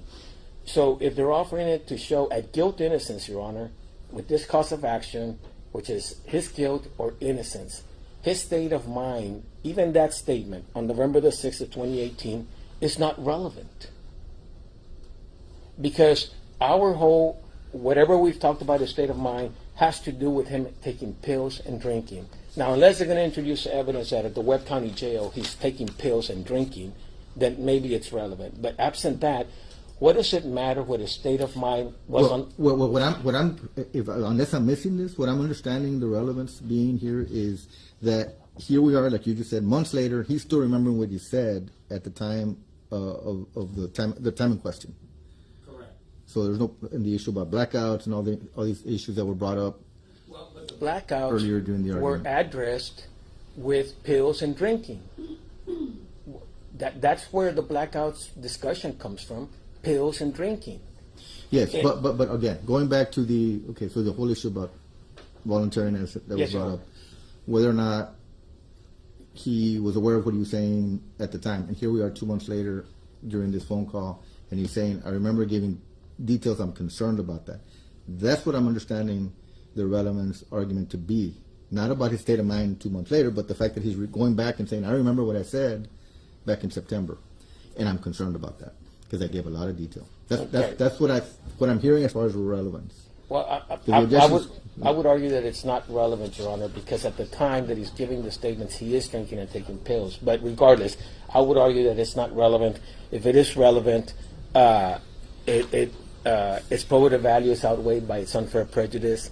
it's a confusion of the issues because now he's in custody, and it's introduced only to inflame the minds of the jurors, Your Honor. And I'll come back to 239, but at 238 again, Mr. Alaniz, you mentioned at the beginning that he was comparing this case to Casey Anthony case based on a book he was reading. I think all the reference was the way, according to the audio, to your client's voice, was the way the sheriff's office was handling it, the way the DA's office was handling it, mentioning things that he thought were similar, even something about going to the medical and then being interviewed. I don't know how that would be relevant. I know that there was some mention by that I heard on the audio that the police wanted him to do something so that they can, I guess, respond. I guess insinuating shoot at him or do something to that effect. He was questioning. He said he was going back to that scene, saying, "I said I'm not resisting. I'm not resisting." Something about him reading an article that said that they saw him walking out of the store unarmed, and that that's why they used the tasers. But yet he was making reference, yet they were actually pointing at me with guns and rifles and all that. So I don't know what the relevant or which part you're saying is relevant in this CD, Mr. Alaniz. Let me hear from you again, because it's not all. There's a lot that I don't think is relevant, but. Okay, so what the state is, what the state considers relevant is the issue that was brought up during opening statements by Mr. Perez, that he was a broken man at the time. He was suicidal. At 14:45 of this phone call, he says, "I'm not suicidal. I've never been suicidal, for the record. Who's ever listening, I'm not suicidal. Never agreed with being put in isolation for suicidal." At 22:50, he says, "I clarify, I'm not suicidal, never been suicidal." So when somebody comes into the jail under this type of situation, they put him in solitary. He's going back referencing that he was never suicidal. He even makes a point. But this would be on July 10, 2020. Correct. So it's 2 years. It's 2 years removed. Our argument is that he makes reference to going back to the offense, saying that when it was a lie, that because our interpretation was that by pulling out the phone, if he in fact wanted to commit suicide by cop, him pulling out the phone, he would have gotten shot. So he never did that. He makes reference to, again, at the time of his arrest, situations that occurred during that time that he could have, in fact, committed suicide, opportunities that he could have jumped off the 4th floor of the parking garage or engaged the police officers and gotten shot. Our take on this phone call is that he's making the statement that he was not suicidal, that he's never been suicidal, even throughout the night or the morning of September the 15th of 2018. Well, he didn't say that. I think 2 years later, he even talks, these are the guys, they said something about suicide and they placed them in isolation. I don't want to go to isolation. So he's saying to whoever's listening, in the context of being incarcerated, I'm not suicidal. I've never been suicidal. Yeah, and that's what I mean. I also heard something about there's a third, I don't know if I remember hearing the name, but it was about a third female saying something that she was speaking to the defendant because she feared for his life, I guess, yes, thinking that he was suicidal. And then after that is when he said, that he's not, because everything was in the context of almost like he's saying, I don't want to go into isolation. I'm not suicidal. It's in the context of incarceration. And so therefore, we don't think it's admissible. There's also a lot of Spanish interjected in here, Mr. Alaniz, throughout. Obviously we don't have a translation, I imagine.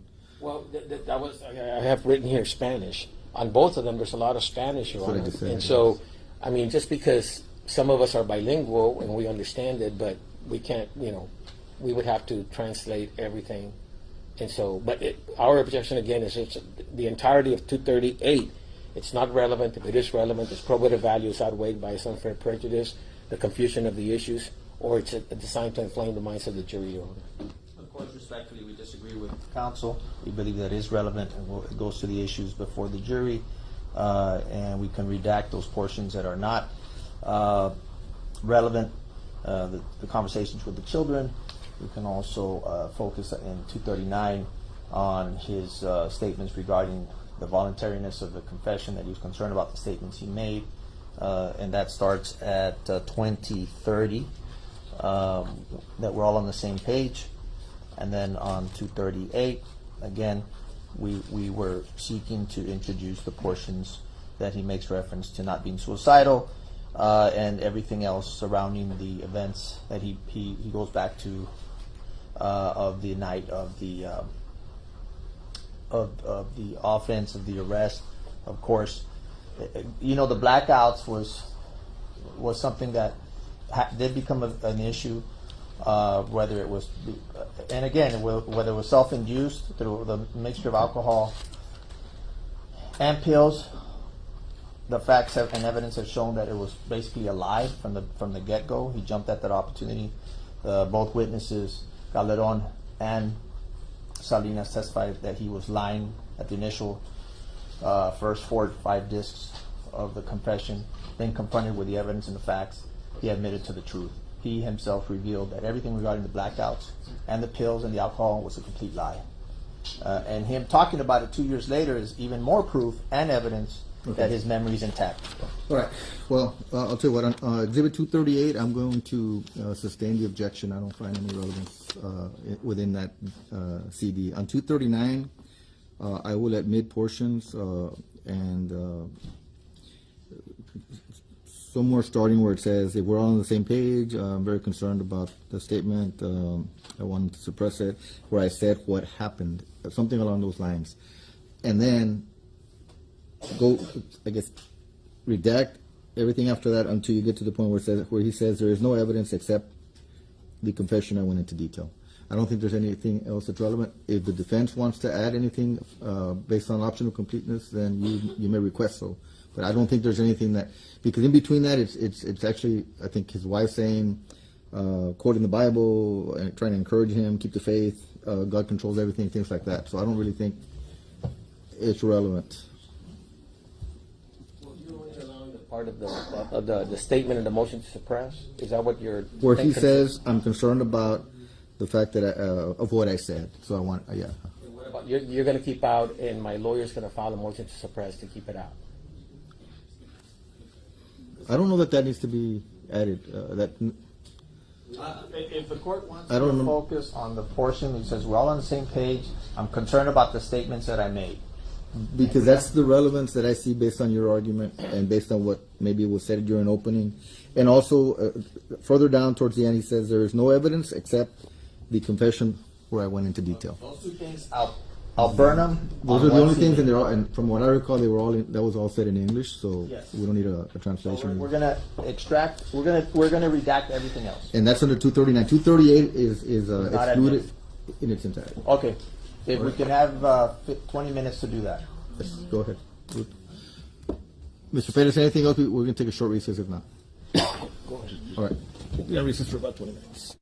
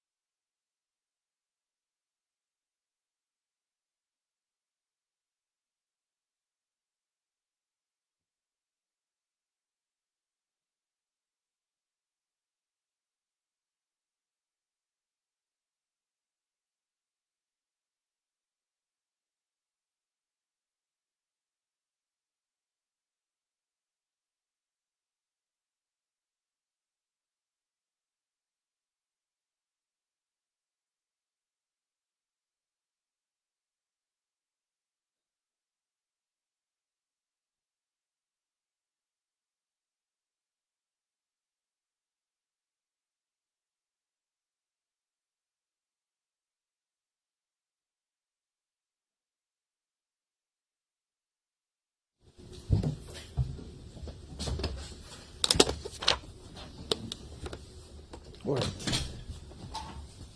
You ready for your co-counsel? You ready?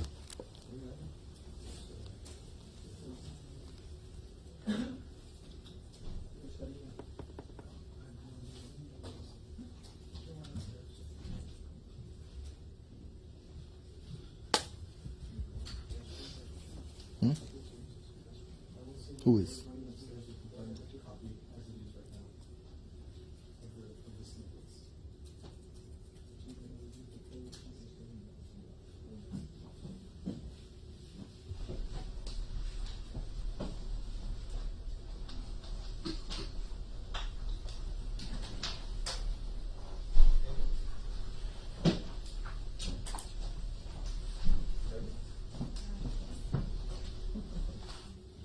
All right, let's bring the jury in, please. All rise for the jury.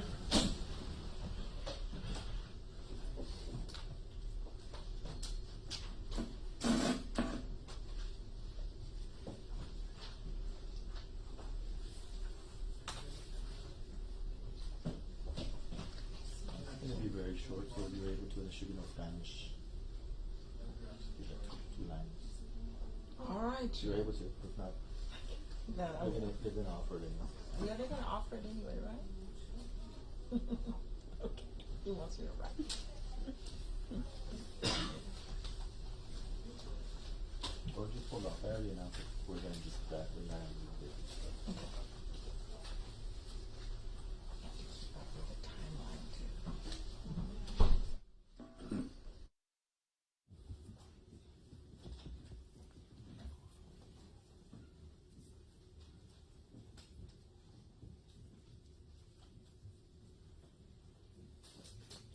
You may be seated. All right. The state may proceed. Before the break, we were discussing State's Exhibit 238 and 239, correct? Yes. We're going to focus on State's Exhibit 239. Right. And what was the date of that recording? It was November 7th, 2018. So that was just a couple, close to the date of the offense in September of 2018, correct? Yes, sir. And and you listened to 239, correct? Yes, sir. And Juan David Ortiz makes a statement where he is concerned about the confession that he made. Yes. Under permission to play that portion. The admitted excerpt, yes. That excerpt, we will play that excerpt at this time. Thank you, okay. I'm very concerned over the statement that was made. I'm very concerned over the statement that I made. Yes. And who is he telling that to? He's saying that to his wife.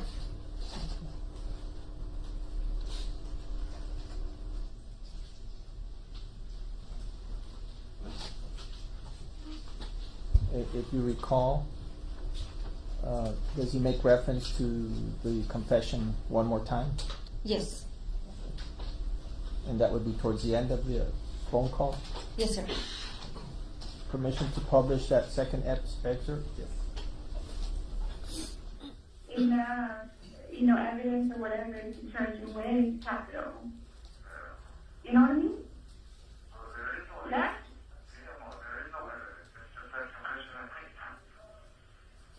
Well, you're correct. I know. I know. But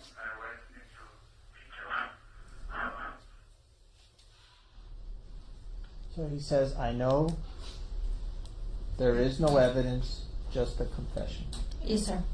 that I made. Mm-hmm. Yes. This was picked up while he was at Webb County Jail on November 7th, 2018. 2018. Okay. Ask the witness, Your Honor. No questions, Your Honor. Sit down, yes, please.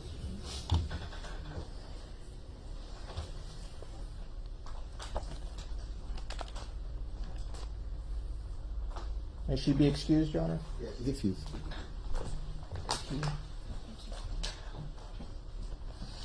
May we approach, Your Honor?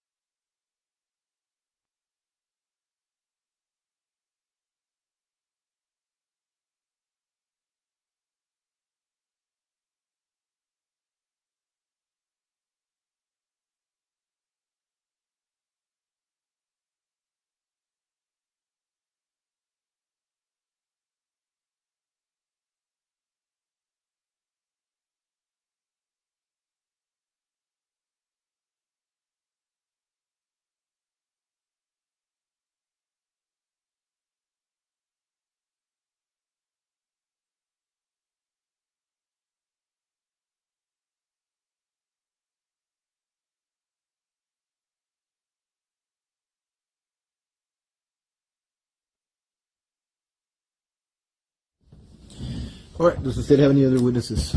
Your Honor, that was the state's last witness. The state of Texas will rest. Okay. We're going to go ahead and excuse the jury just for a few minutes this time. Take up one more matter, and we'll bring you in less than 10 minutes. I'll remind you not to discuss the facts of the case. All right, the jury.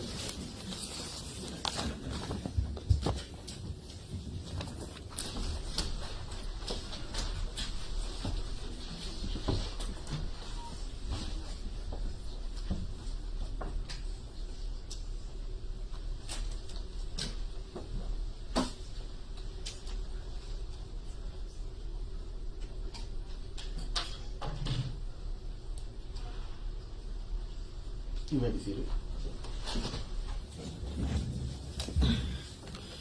Yes, sir. I would like to make a motion for an instructed verdict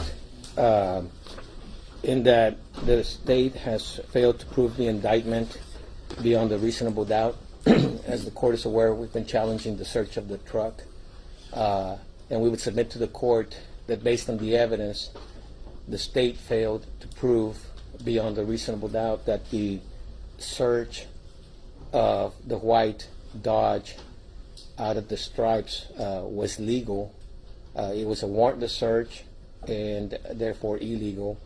And then the second search that was conducted at the substation at 7209 East Saunders, the vehicle was in a secure place. There were no exigent circumstances, and it was searched again, Your Honor, and it was a warrantless search. And we would argue that under the 4th Amendment or the 14th Amendment, Article 1 of the Texas Constitution, Article 3823 of the Code of Criminal Procedure, that evidence is not admissible, and therefore all the evidence that arose from the search, in particular the firearm and everything that comes therefrom, was not proven to the court beyond a reasonable doubt. In addition, we would argue to the court that with regards to the statement of the defendant, that the requirements of Article 3822 and pursuant to Miranda and its progeny, that the statement was not voluntarily made, in that the police officers first were instructed that he did not want to give a statement when Ranger E.J. Salinas inquired, and Mr. Ortiz said no. In addition, there was another instance where he says, "You want to continue?" And Mr. Ortiz replied, "Fuck no." In addition, prior to any incriminating statements, both Mr. Captain Calderon and also Ranger E.J. Salinas made promises of a quid pro quo nature to induce and to coerce Mr. Ortiz to incriminate himself, not to mention the temporal issue, which is the amount of time that they held him with merely providing him water and some chips. And so we would argue that any and all statements made by the defendant were not proven voluntarily made beyond a reasonable doubt to the court, and therefore any evidence that arose from the statements and the statement itself of Mr. Ortiz was not admissible. And for those reasons, we submit to the court that the state has failed to prove the indictment beyond a reasonable doubt. Thank you. I respond, Your Honor. You may. I will address first the evidence in this case. There is a mountain, an overwhelming amount of evidence to prove Mr. Juan David Ortiz's guilt beyond a reasonable doubt, and that any jury, any reasonable jury here in Bexar County or in Webb County or any county in the state of Texas has enough evidence to meet that burden. Regarding the search and the confession, these issues have been extensively examined and visited by the court in its two prior rulings.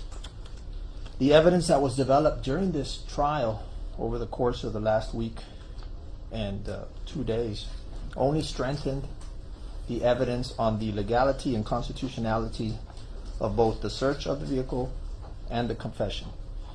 The facts and evidence that were elicited during the trial establish that Mr. Juan David Ortiz did not have a reasonable expectation of privacy in his truck. The evidence has proven that he abandoned his vehicle during the commission of an offense and that no warrant was needed and falls under the exceptions of requiring a warrant. The subsequent search that was conducted at the substation is therefore legal, and the gun and everything else that was found in the vehicle is legal. With respect to the confession given by Mr. Juan David Ortiz, there's been extensive and overwhelming amount of evidence that has been brought out through the witnesses, through the video, that prove that Mr. Ortiz's confession was made knowingly and made voluntarily, without coercion, without promise, without guarantee, without inducement, and that he was read his rights in the totality of the circumstances. We also know that he himself is a law enforcement officer, veteran officer, well versed in the constitutional rights of those that are accused, and there was never any request to stop the interview or a request to invoke his right to an attorney. Everything that Mr. Juan David Ortiz said in his confession was obtained legally by both Ranger E.J. Salinas and Captain Fred Calderon. Thank you.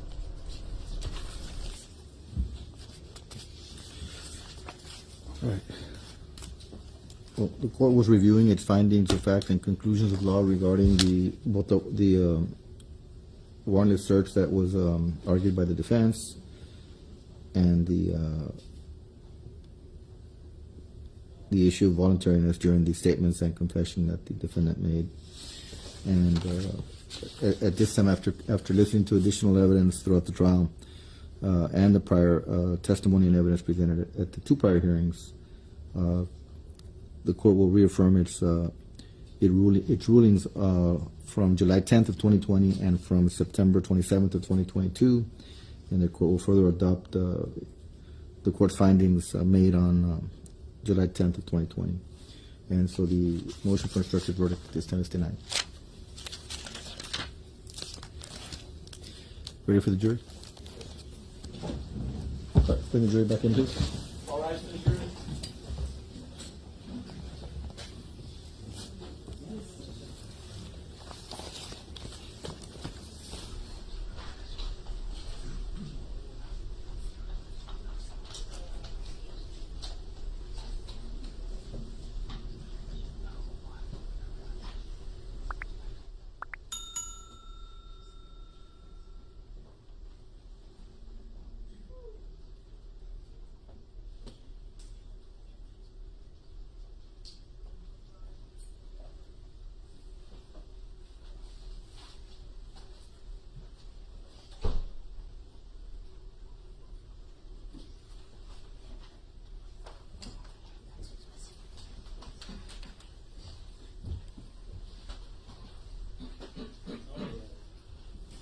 You may be seated. All right. So the state has rested its case. Mr. Pettis, what says the defense? Yes, Your Honor. The defense rests, Your Honor. Okay. Stay closed. State closes, Your Honor. Defense closes. Defense closed. Okay. You may be seated. Ladies and gentlemen of the jury, all of the evidence has been presented in this case. I still need to read the jury instructions to you. We're going to have a conference on that with the attorneys. And what we're going to do at this time is excuse you for the day so that we can work on that. I will ask that you be back at 8:30. Actually, I'll be back by 9 a.m. tomorrow. Be back at 9 a.m. So that we can make sure and have the jury instructions ready for you by then. Of course, I'm going to remind you of the previous instructions I've given to you. You're under the same instructions. I'll remind you not to discuss the facts of the case, not to watch any news accounts or read any newspaper or any articles from any source regarding this case. Okay. So we'll see you here at 9 a.m. tomorrow. You're excused for the day. Thank you. All rise for the jury.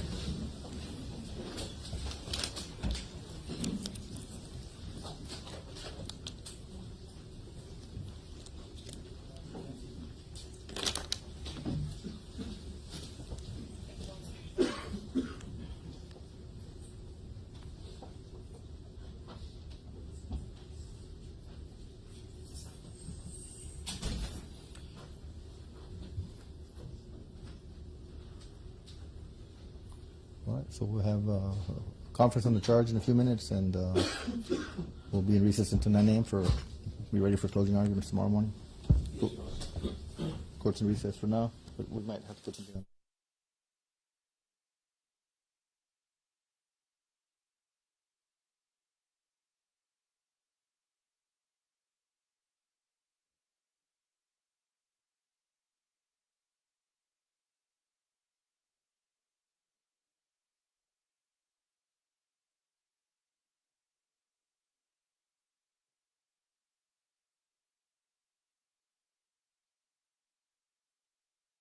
Thank you.